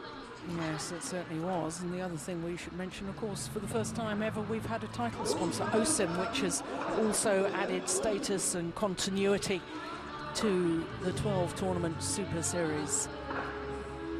Premier status, title sponsors, the world's best playing on a regular basis. And the result of that, Super Series finals that have been of the very, very highest quality. All 5 days of competition we have seen thrilling badminton. The world's best on show, and the world's best, in all honesty, have produced their best. It has been a tremendous year, which all started way back in January with the Malaysian Open. Well, not long before it all starts all over again, because, of course, in January, we will start the 2012 Super Series with a premiere event with the Korean Open. Of course, there'll be 12 Super Series again next year with 5 premieres. It really is an awful lot to look forward to. We've had a tremendous year. We've had a tremendous week here in Liuzhou. So from all of us here, until the next Super Series in 2012, from Ian Wright, all the crew, myself, Jill Clark. See you next year. Bye-bye.